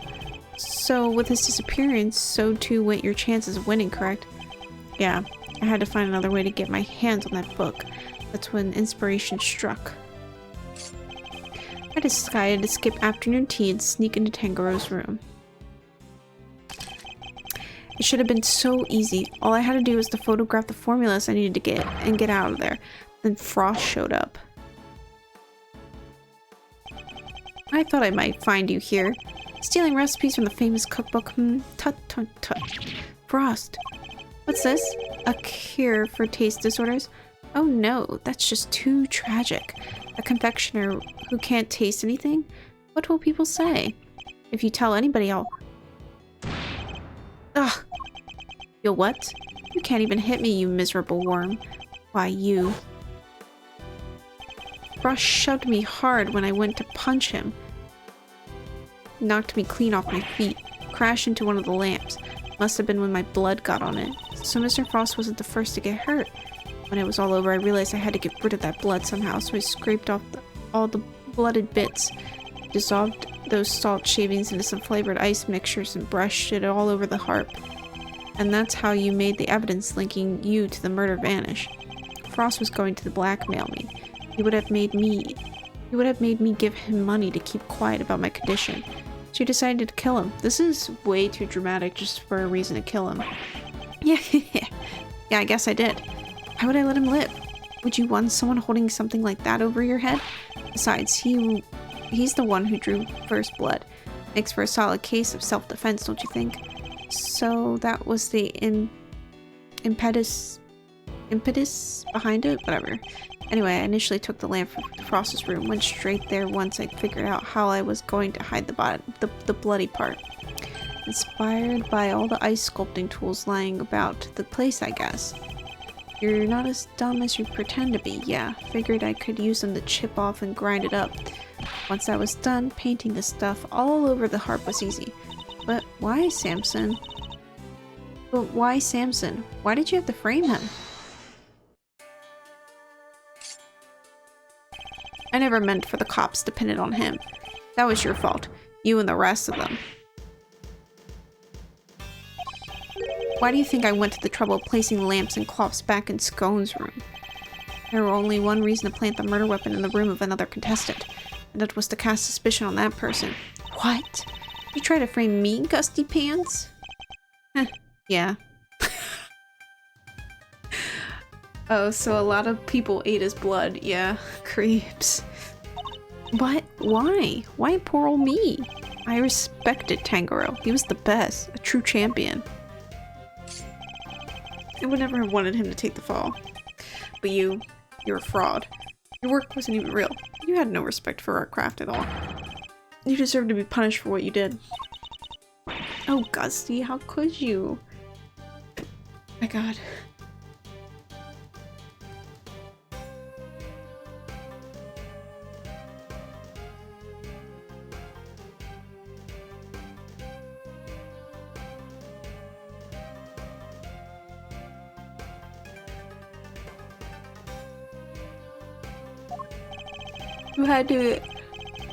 How'd you refrain from eating Tanjiro's work? Frost's body wouldn't have been found. My plan was to wait until Tanjiro was judging your room. That's when I'd sneak the corpse into Frost's room and freeze it. And thanks to you, Bound here found it before I had a chance to retrieve it. I don't understand. Why did you need to freeze his body at all? Huh, why indeed? Mr. Edgeworth, surely you must know. Why did Mr. Guster need to freeze Mr. Frost's body? To pass it off as an ice sculpture? To obscure the time of death, to hide the truth? Probably to obscure the time of death. Mr. Guster needed to freeze Mr. Frost's body in order to obscure the time of death. If they determined that the murder occurred during the afternoon tea, he would have been an obvious suspect. Yeah, pretty much. Yeah, Edos just suck. This is the best episode of Kitchen Nightmare I've ever seen. Yeah, bingo! Freezing Frost's body wasn't simple. Preparing everything took time. So I decided to put his body in the chest in Tanjiro's room while I got everything ready in Frost's. Damn, this guy was like really prepared. At the time it seemed like the perfect hiding place. Never counted on some glutton pharmacist showing up and making the whole ship collapse. I still don't get it though. Why disguise the body as an ice sculpture at all? The sooner it was found, the smaller the effect freezing it would have had on masking the time of death. Therefore, he needed to disguise it, at least until it's fully frozen. Awful. Using Mr. Frost's own work to help you cover up the truth behind his murder. Ironically, Tanjiro would have been just fine if the body had been found before I got it out of his room. If only things had gone to plan, he wouldn't even have been arrested, let alone convicted. You mean it was my fault? Everything that happened to Samson? Really, it's still his fault because, like, he murdered a person. It was all because I found the body? Don't let him get inside your head, Judes. None of this is your fault. If it wasn't Samson, it would have been Delicia instead. She would have been the one they arrested. Either way, there's only one person to blame here, and that's Gusto. It didn't help that the initial detective was so bad at his job either. He never even told the prosecutor that the body had vanished. So then Mr. Von Karma had unwittingly placed Mr. Tangerow under arrest in the absence of a body. I mean, I guess it would explain why he was so keen to wrap things up. Still, you'd think he'd notice something as big as that if he had taken a look at a few reports, right? Not if someone had been deliberately distorting the facts of the case, though. Either way, it seems that Mr. Von Karma didn't know about the body until after the arrest had been made. But admitting that would have spoiled his perfect record. So he kept it to himself and proceeded to prosecute Mr. Tangerow regardless. Can this really be true? You don't feel bad at all. Somebody spent 18 years in prison because of you. Hehehe. Sticks and stones, girly. Sticks and stones. What a jerk. I ought to arrest you right now, pal. I'm afraid I can't allow you to do that, detective. Hehehe. So you notice, huh? Glad somebody did. The judge is right. You can't lay a finger on me. What? Why? You just confessed to murder. Yeah, you just did. What do you mean? Hehehe. No idea, huh? Then I guess I'd better lay it out for you. Why you can't arrest me? I killed Frost 18 years ago. The statute of limitations for murder in this country is 15 years. Yeah, but you left for Zhang Fa. And guess what? Guess what it says in there? It says the statute is suspended from the time any accomplice's indictment to the end of the trial. Oh wait, no, that's not the part I read. The statute is suspended should the suspect flee to a foreign country. That's what it was. My bad. Sorry. That's what it says, so you're done. Fucked, bro. You're fucked. You do the math. You can't arrest me. You think I'd confess otherwise? That's right. Statute of limitations only 15 years. This is really the end of the line, Mr. Edgeworth. Once the statute is expired, he can't be charged, so... But... How unfortunate, Mr. Edgeworth. I'm afraid that both Mr. Gusto's confession and your deductions will have to be struck from the record, and that Mr. Tangerow's conviction will remain in place. But finally proven that the police never had Mr. Frost's body in their possession. Even if we can't arrest Mr. Gusto, surely Mr. Tangerow has grounds for a retrial on that basis? Does he? I wouldn't be so sure. I'm afraid the goddess' judgments are somewhat harder to overturn than you might imagine. So the committee means for the verdict from 18 years ago to stand no matter what. Hehehe. Bad luck, Mr. Prosecutor. There must be something we could do. Something to bring Mr. Gusto down. I already know what it is, but we're still gonna press him. Hold it! The passage of time doesn't diminish what you did, Mr. Gusto. It sure diminishes one thing, though. Your ability to arrest me. Oh, we can arrest you. We can arrest you real good. I could have you in cuffs before you even blink, pal. Right, Mr. Edgeworth? This issue isn't as open as shut as you're making it out to be, detective. You can't touch me. It's too late for that. The statute of limitations for murder in this country is 15 years. Yeah. Depending on your actions over the last 18 years, the statute may not have expired yet. This ought to be good. Alright, I got nothing to hide. If there's something you want to ask it. Very well. Tell us where you've been and what you've been doing since the incident. Sure. Not long after the contest, I was able to cure my taste disorder thanks to the formula from that book. And not so long after that, I went to Zhang Fa to really buckle down and hone my craft. That explains a lot. I tried to contact you after the fact, but I guess we were long gone by then, huh? Could be. I left. Let's see. Around a year after the murder. It was before Tangerow's last day in court. Going to Zhang Fa was the best thing I ever did. Flavor, design. I'm the full package now. And all on the backs of those whose lives you destroyed. Yeah, What an omelet without a few eggs, Nothing, Mr. Prosecutor, nothing. You're evil. Sticks and stones, girly. You can't arrest me, and that's all that matters. This bro is, like, fucking really evil. Like, this is he is, like, one of the most evil Ace Attorney characters. Like, I mean, Matt on Garde was pretty evil, but, like, this guy is, like, no shame. I mean, and Von Karma, too, but, like, this guy's, like, absolutely no shame. I need more work. I need more to work with. There has to be something I can get out of him. Maybe I can push him further on the statements that he just made. Is there anything I should follow up with? It's training in Zhangfa. I'd like you to tell us more about your training in Zhangfa if you wouldn't mind. Fine.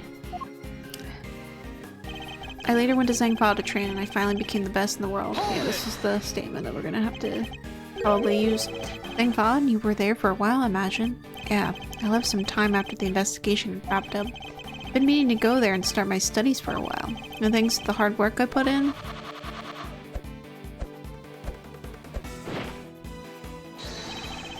My designs are now world class. Oh, that's amazing. You like it? It's yours. Really? Alright. So he spent most of his time in Zhangfa training. The statute of limitations for murder in this country is 15 years.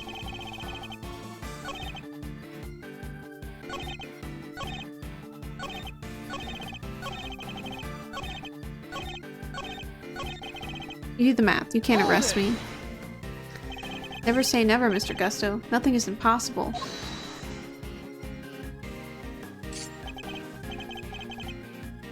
Really? Come on. Give it up.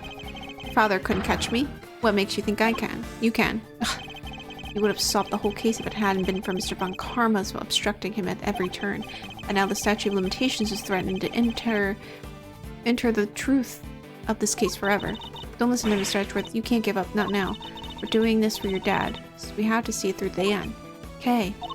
The truth is right there for the taking. What kind of great thieves are we if we don't grab it for ourselves? I'm not a great thief, okay? But you're right. Carmelo Gusto. I won't allow you to make off with the truth. Yeah. Do your worst. Being oblivious and just happily taking candy from a known murderer. Yeah, he would. Hold it! That was the only reason? Because you knew the statue had expired? Yeah, what else would I do it? Why would anybody? Not that I'd planned on it ever coming out, of course. And why was that? Because I'm finally the world's greatest confectioner.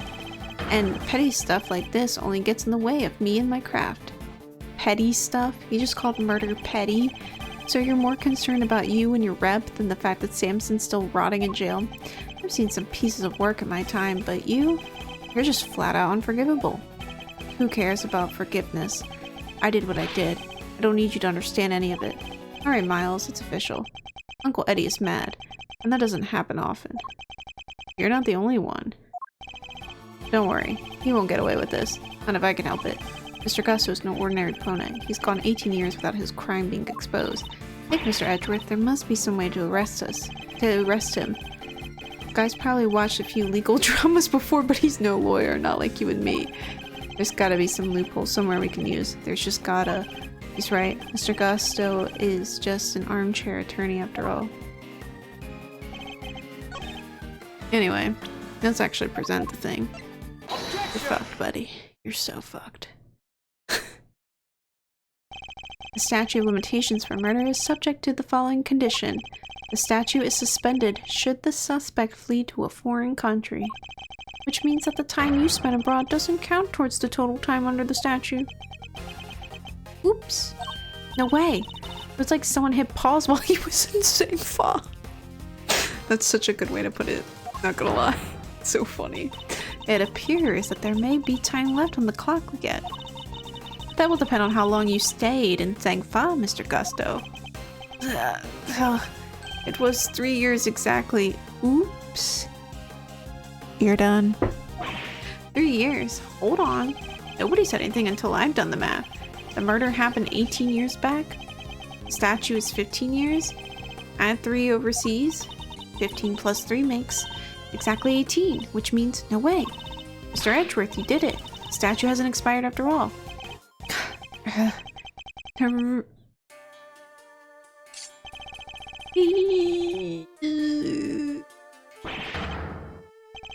Bingo, 18 years exactly. Glad you worked it out for yourselves. He's just been stringing us along this whole time. Why is he laughing? We're good, aren't we? We can arrest him now. I hate to break it to you, little sis, but IS-7 went down at the end of December. It's April now, which means, strictly speaking, it's been 18 years. 4 months since Frost. It's been 18 years and 4 months since Frost's murder. If Gusto stay in Zhangfa, really lasted 3 years on the nose. It's not enough. We're a few months short. Not enough. But, what did I tell you? You can't touch me. I hate to admit it, but he read the board well when he made his confession. Never mind. I guess he's not done. How unfortunate, Mr. Edgeworth. If only the statue had been suspended for another year. Ugh. Those who would overturn the goddess's judgment must be willing to pay the price should they fail. Hold the phone.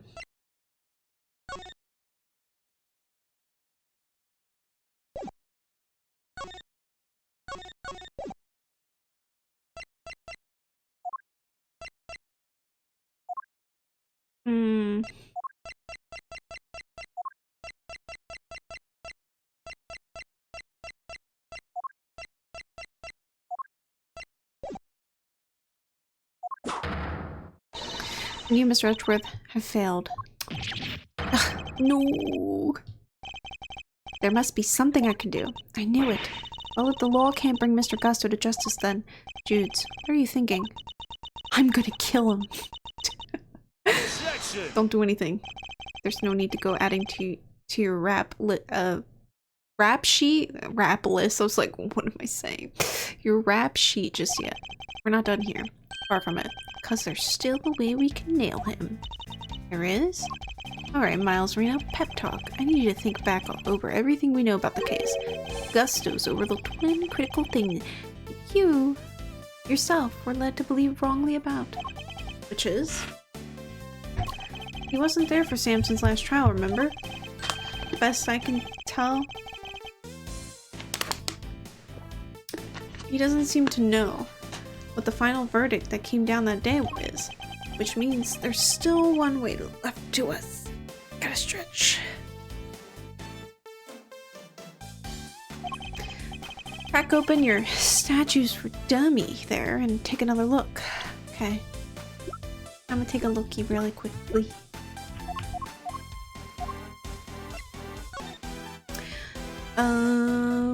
Statue suspended from the time accomplices' indictment to end of their trial.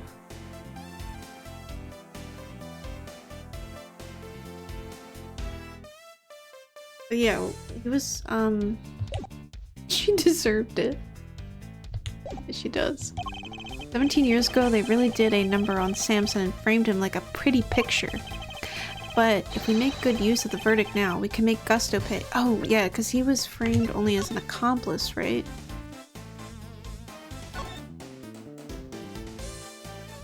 Convicted as an accomplice based on his confession, yeah.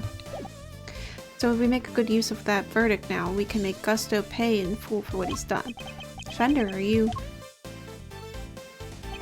Those who would overturn the goddess's judgment must be willing to pay the price should they fail. Samson's my client, Miles. And I can't bring myself to use the source of his pain as a weapon in this fight. So whether we play our last card or not, it's gonna have to end up going. It's going to have to be up to you.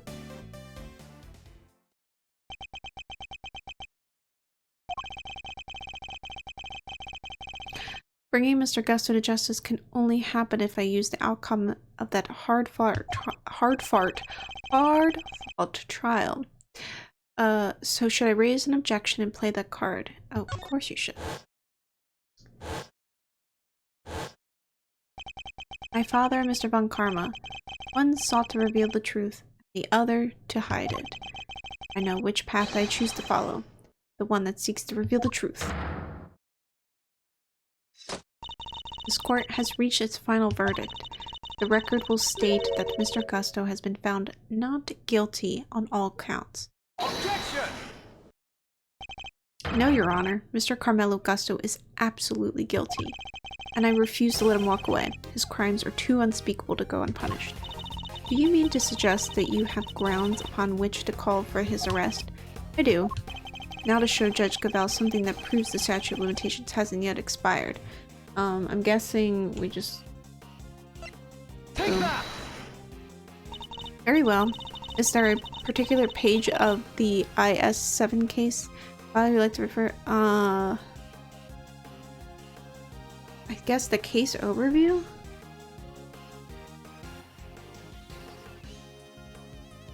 Or wait, let's hold on.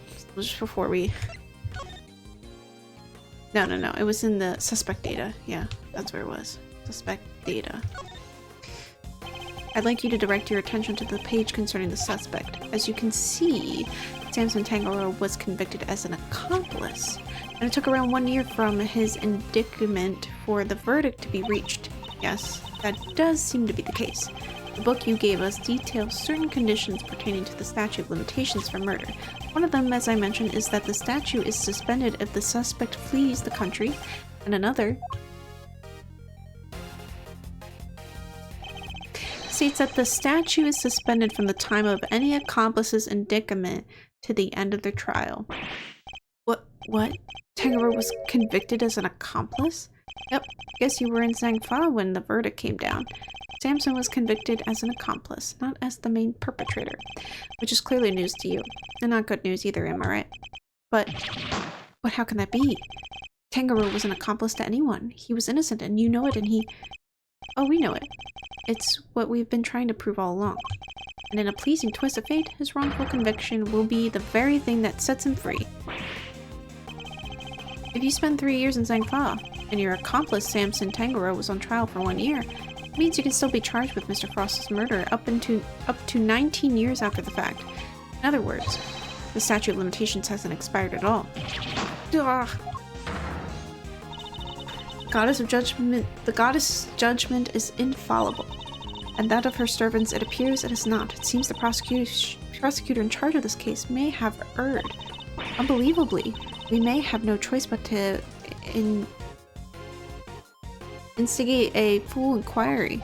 No. How could this... You weren't supposed to be able to... 18 years. A long time to let somebody else suffer for your crimes. It's time to pay the piper, Gusto. Not a moment too soon.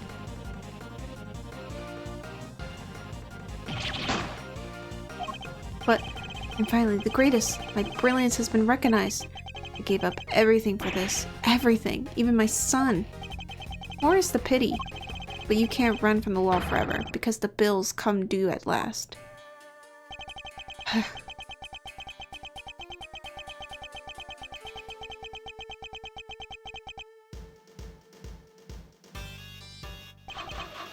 Whoa.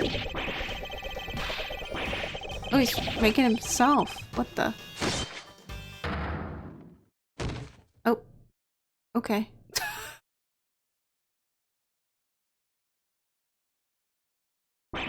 Mr. Gusto is all set for his trip downtown, sir.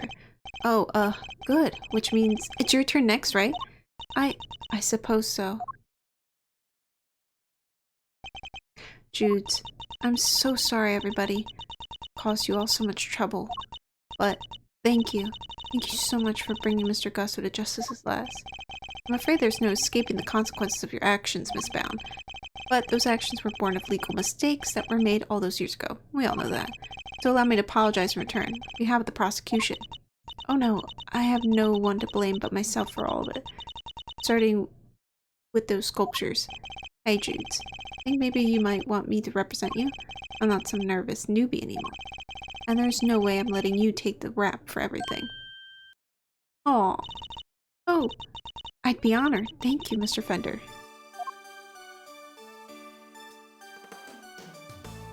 Is he gonna ask for a hug? Oh, never mind. So, sorry, ma'am, but you gotta come with me now. Of course.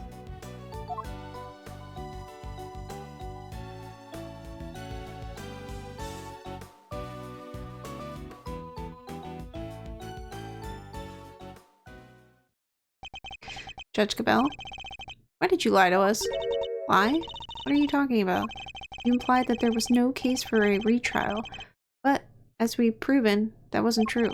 Surely anyone truly committed to seeing justice done would have called one as soon as the body was found. I am under no obligation to answer such questions, and you clearly have no intention of doing so either. Truly, you are proving to be quite a threat to the Committee for Prosecutorial Excellence. As such, you give me little choice but to report back on your continued transgressions. No doubt you will be called to appear before the committee in due course. Now, I must be on my way.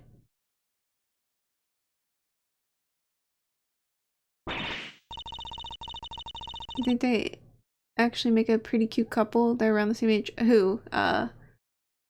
Fender and Judy? What the heck? And after he caught the real killer and everything. Isn't that what prosecutors are supposed to do? Regardless of how it may all play out. I will never regret what we accomplished here today. Mr. Edgeworth. Here comes the fucking clown music. Hey, Mr. Edgeworth! Yes? Why did you stick your nose in this case anyway? You weren't even on the job. My job is to bring the truth to light, Mr. Winter. Not only as a prosecutor, but as a person. I hope Edgeworth gets paid for this. This is like overtime that he's doing this. Fender and Judy. I think we can check right now. Judy is 34 and he's 36. Yeah, they're around the same age, yeah.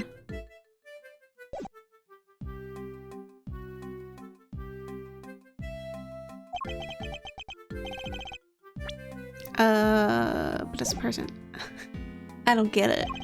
I wouldn't expect you to understand. Not as long as you believe that closing a case makes you a winner.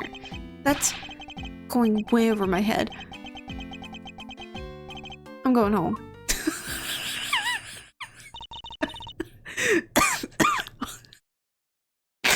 What is that all about? Eustace still has a lot to learn is all. Wilesy. Yes. I just wanted to say old Greggy Pegleg would have been proud of you today. Oh, look at me tearing up. That and thanks for helping poor Sammy Poople. Of course. Hey, Edgy. Looks like you cleared everything up, huh? So, what happened exactly? I was kind of busy sketching. Wait, where did Judy and Verity go? Wow. You really weren't paying attention, were you? Though I low to admit it, Larry's sketches did come through for us on more than one occasion. Not that I'm about to tell him that. Quit it with the glaring, will ya? Whatever I did, I'm sorry. Calm down, Larry. I wasn't glaring at you. You totally were. You were just like your pop. He was a terrible liar too. He was? Listen, I'm gonna head out. I need to fill Samson in on what went down today. You wanna come with? Yes, of course. Great. Then I'm coming too. Dude, we get to see Samson. Going home to sulk in his blanket. April 2nd, 5:46 p.m. Detention Center Visitors Room. So, what's Mr. Tangerou like? I can't wait to finally meet him. Oh, he's a real sweetheart. You'll love him. Even while locked up, he can't help but make all sorts of cookies and cakes for everyone. It's why 3 p.m. cakes extravagant is a thing for prisoners and guards alike. Really? That sounds awesome. You think there'll be any left for us to try? Huh. Didn't we find a few slices of chocolate cake in the prison the other day? Could they have been some of Mr. Tangerou's baked goods? There he is! Oh my god, he's old now. Gummy, what are you doing here? I heard you were all coming to see Mr. Tangerou, so I volunteered to escort him. Hello, new friends. I'm Samson Tangerou. Oh my god, he's old now. No, he's so sad. Yeah, I wonder if Lang's dad is the Gusto guy. I wonder if that's his actual dad. And he like changed his name. I don't know. Lang, I feel like is related to that guy. Somehow or some way he's related to something. Prosecutor Miles Edgeworth at your service. Oh, my throat. And I'm Miles Edgeworth's trusty sidekick. Okay, Friday.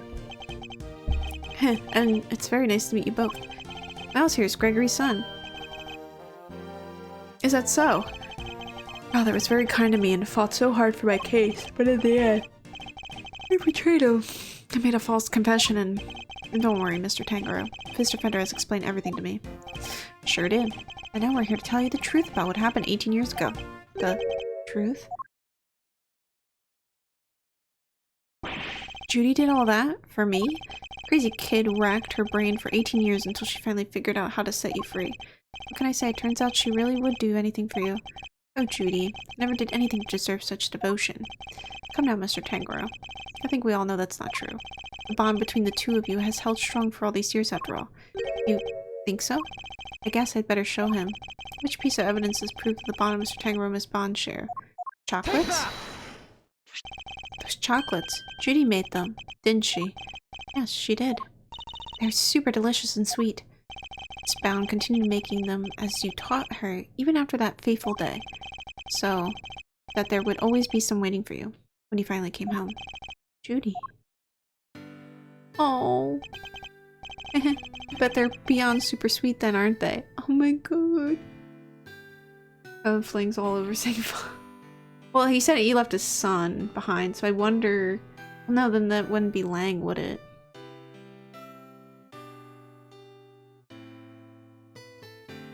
I don't know, something about him leaving his son behind is very suspicious.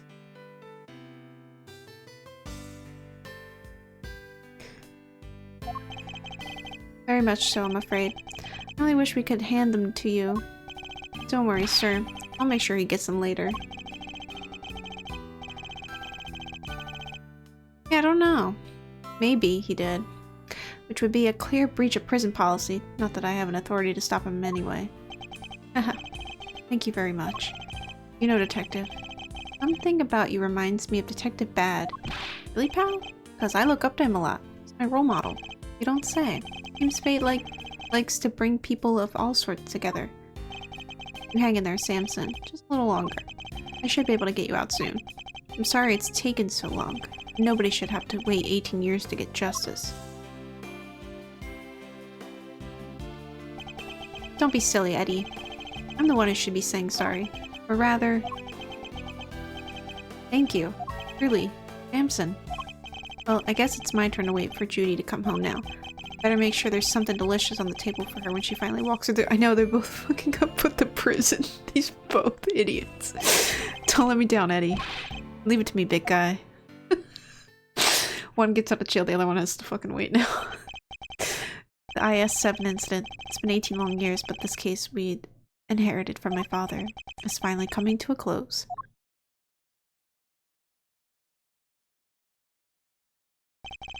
Hey Miles, thanks for today. And sorry for forcing you to make the final call like that. Not at all. I simply made the call that felt right to me. Huh? What are you guys talking about? You know how Samson was wrongfully convicted? We had to pretend that he wasn't in order to nail Gusto. But to use his false conviction against him, even to save him. As his lawyer, I just couldn't bring myself to do it. Yeah, I can see that. But now that Gusto's behind bars, I can finally get that wrongful conviction overturned. Yes, I'm sure you will. Wait a minute. Does that mean that even if you were only doing what's right, if the false conviction had been overturned before today, Mr. Gusto would have gone away scot-free? Yep. It's what we folks in the trade like to call a legal contradiction. The law is far from perfect, because of things like legal contradictions, right? Yep. But you never know. Things may change. The law is always evolving, just like us humans. Your Uncle Eddie and Miles Reno included, am I right? Potential for growth and change. People in law, huh? So, Miles, are you going to keep fighting crime as a prosecutor? How people as an attorney? Something tells me you've got a big decision ahead of you. One only you can answer. I know. Well, let's just say I won't complain if you show up at the office one day. And on that note, it's time for me to skedaddle. I owe big time and I always repay my debts, but for now... Thanks again for today. I mean it. Hi Fender, I'll miss you. Hope we see you in the next 2 cases. He seemed kind of in a hurry to get out of here, did you? He did. Honestly speaking, I'm the one who owes him a debt of gratitude. After all, he gave me the chance to reckon with my father's final case.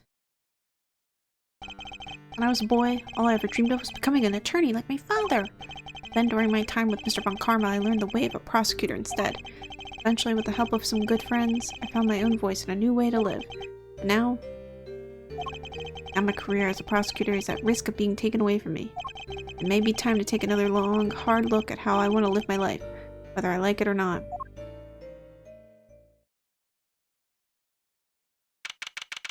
April 2nd. Edgeworth and Co. Law Office. Hey Gregory. Sorry for reporting in so late.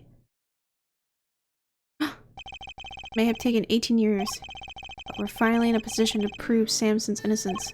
All thanks to your boy Miles. Couldn't have done it without him. Should have seen him. The way he fought for the truth gave me chills. It was like I was watching you. Oh. I'm sorry, the way the fucking Gregory is just like man standing. Look, I know I'm not half the attorney you were, but those guiding principles you tried to instill in me, I like to think I'm embodying them now as I carry on your legacy. Here's hoping.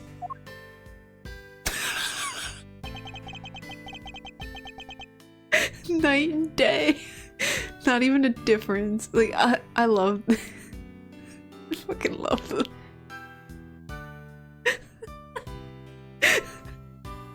I love Fender. Your boy will be joining me in that soon.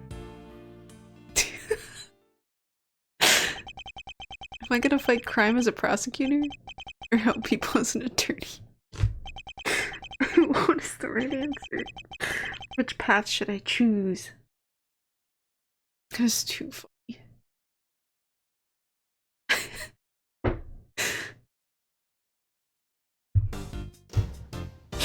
Gregory, Miles, Fender. Literally. Alright, well, we actually finished it. Yay! Did it!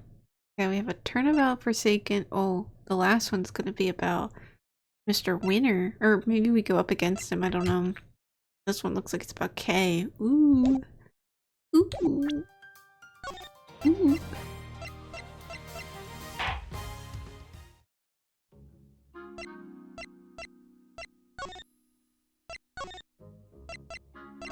Look, we can be his dad. Oh my god, so awesome.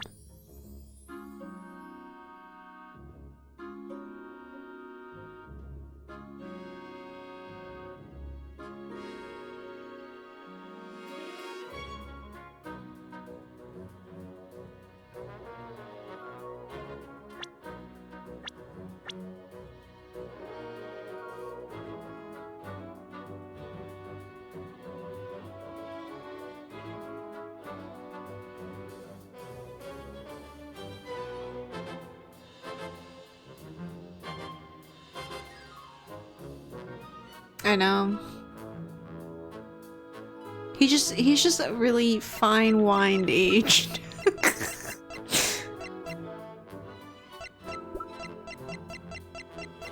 What else? Oh yeah, these guys are more of on karma.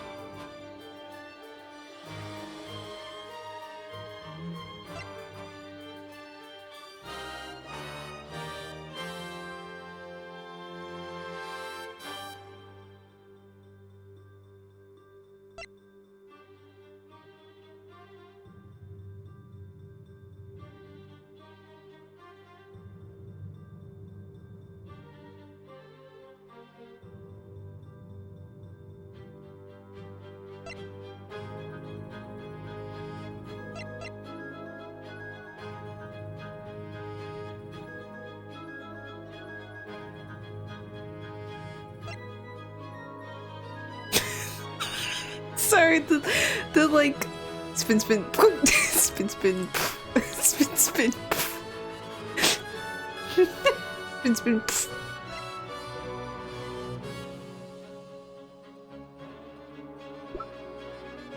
Good old Larry.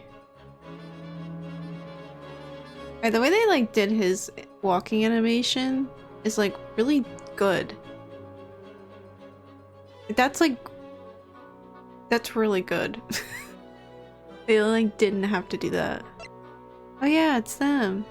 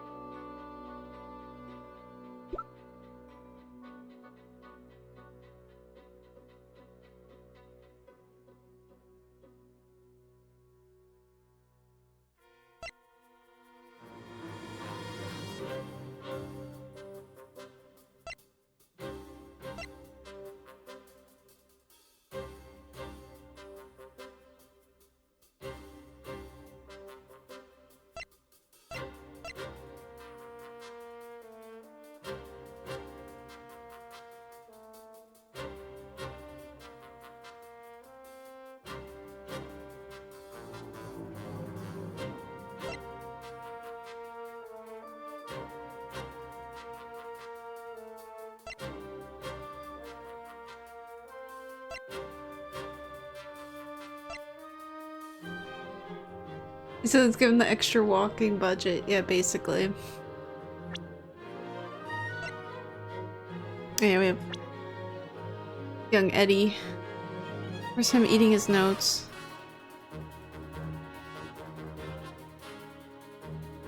Why does he still not do that? Why did he, like, stop doing that? I guess maybe we'll get Eddie later. So I'm guessing he's gonna come back and he's gonna have some more animations, I guess?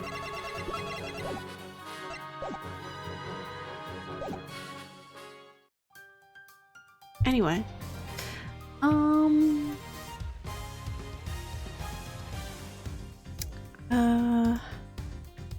I guess we can raid. Let's raid Patch, because it looks like he just started. Let's raid him.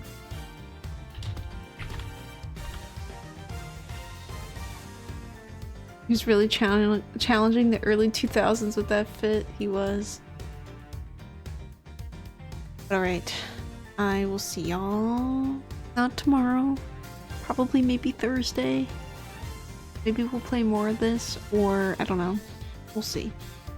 Anyway. Have a good night. Bye bye.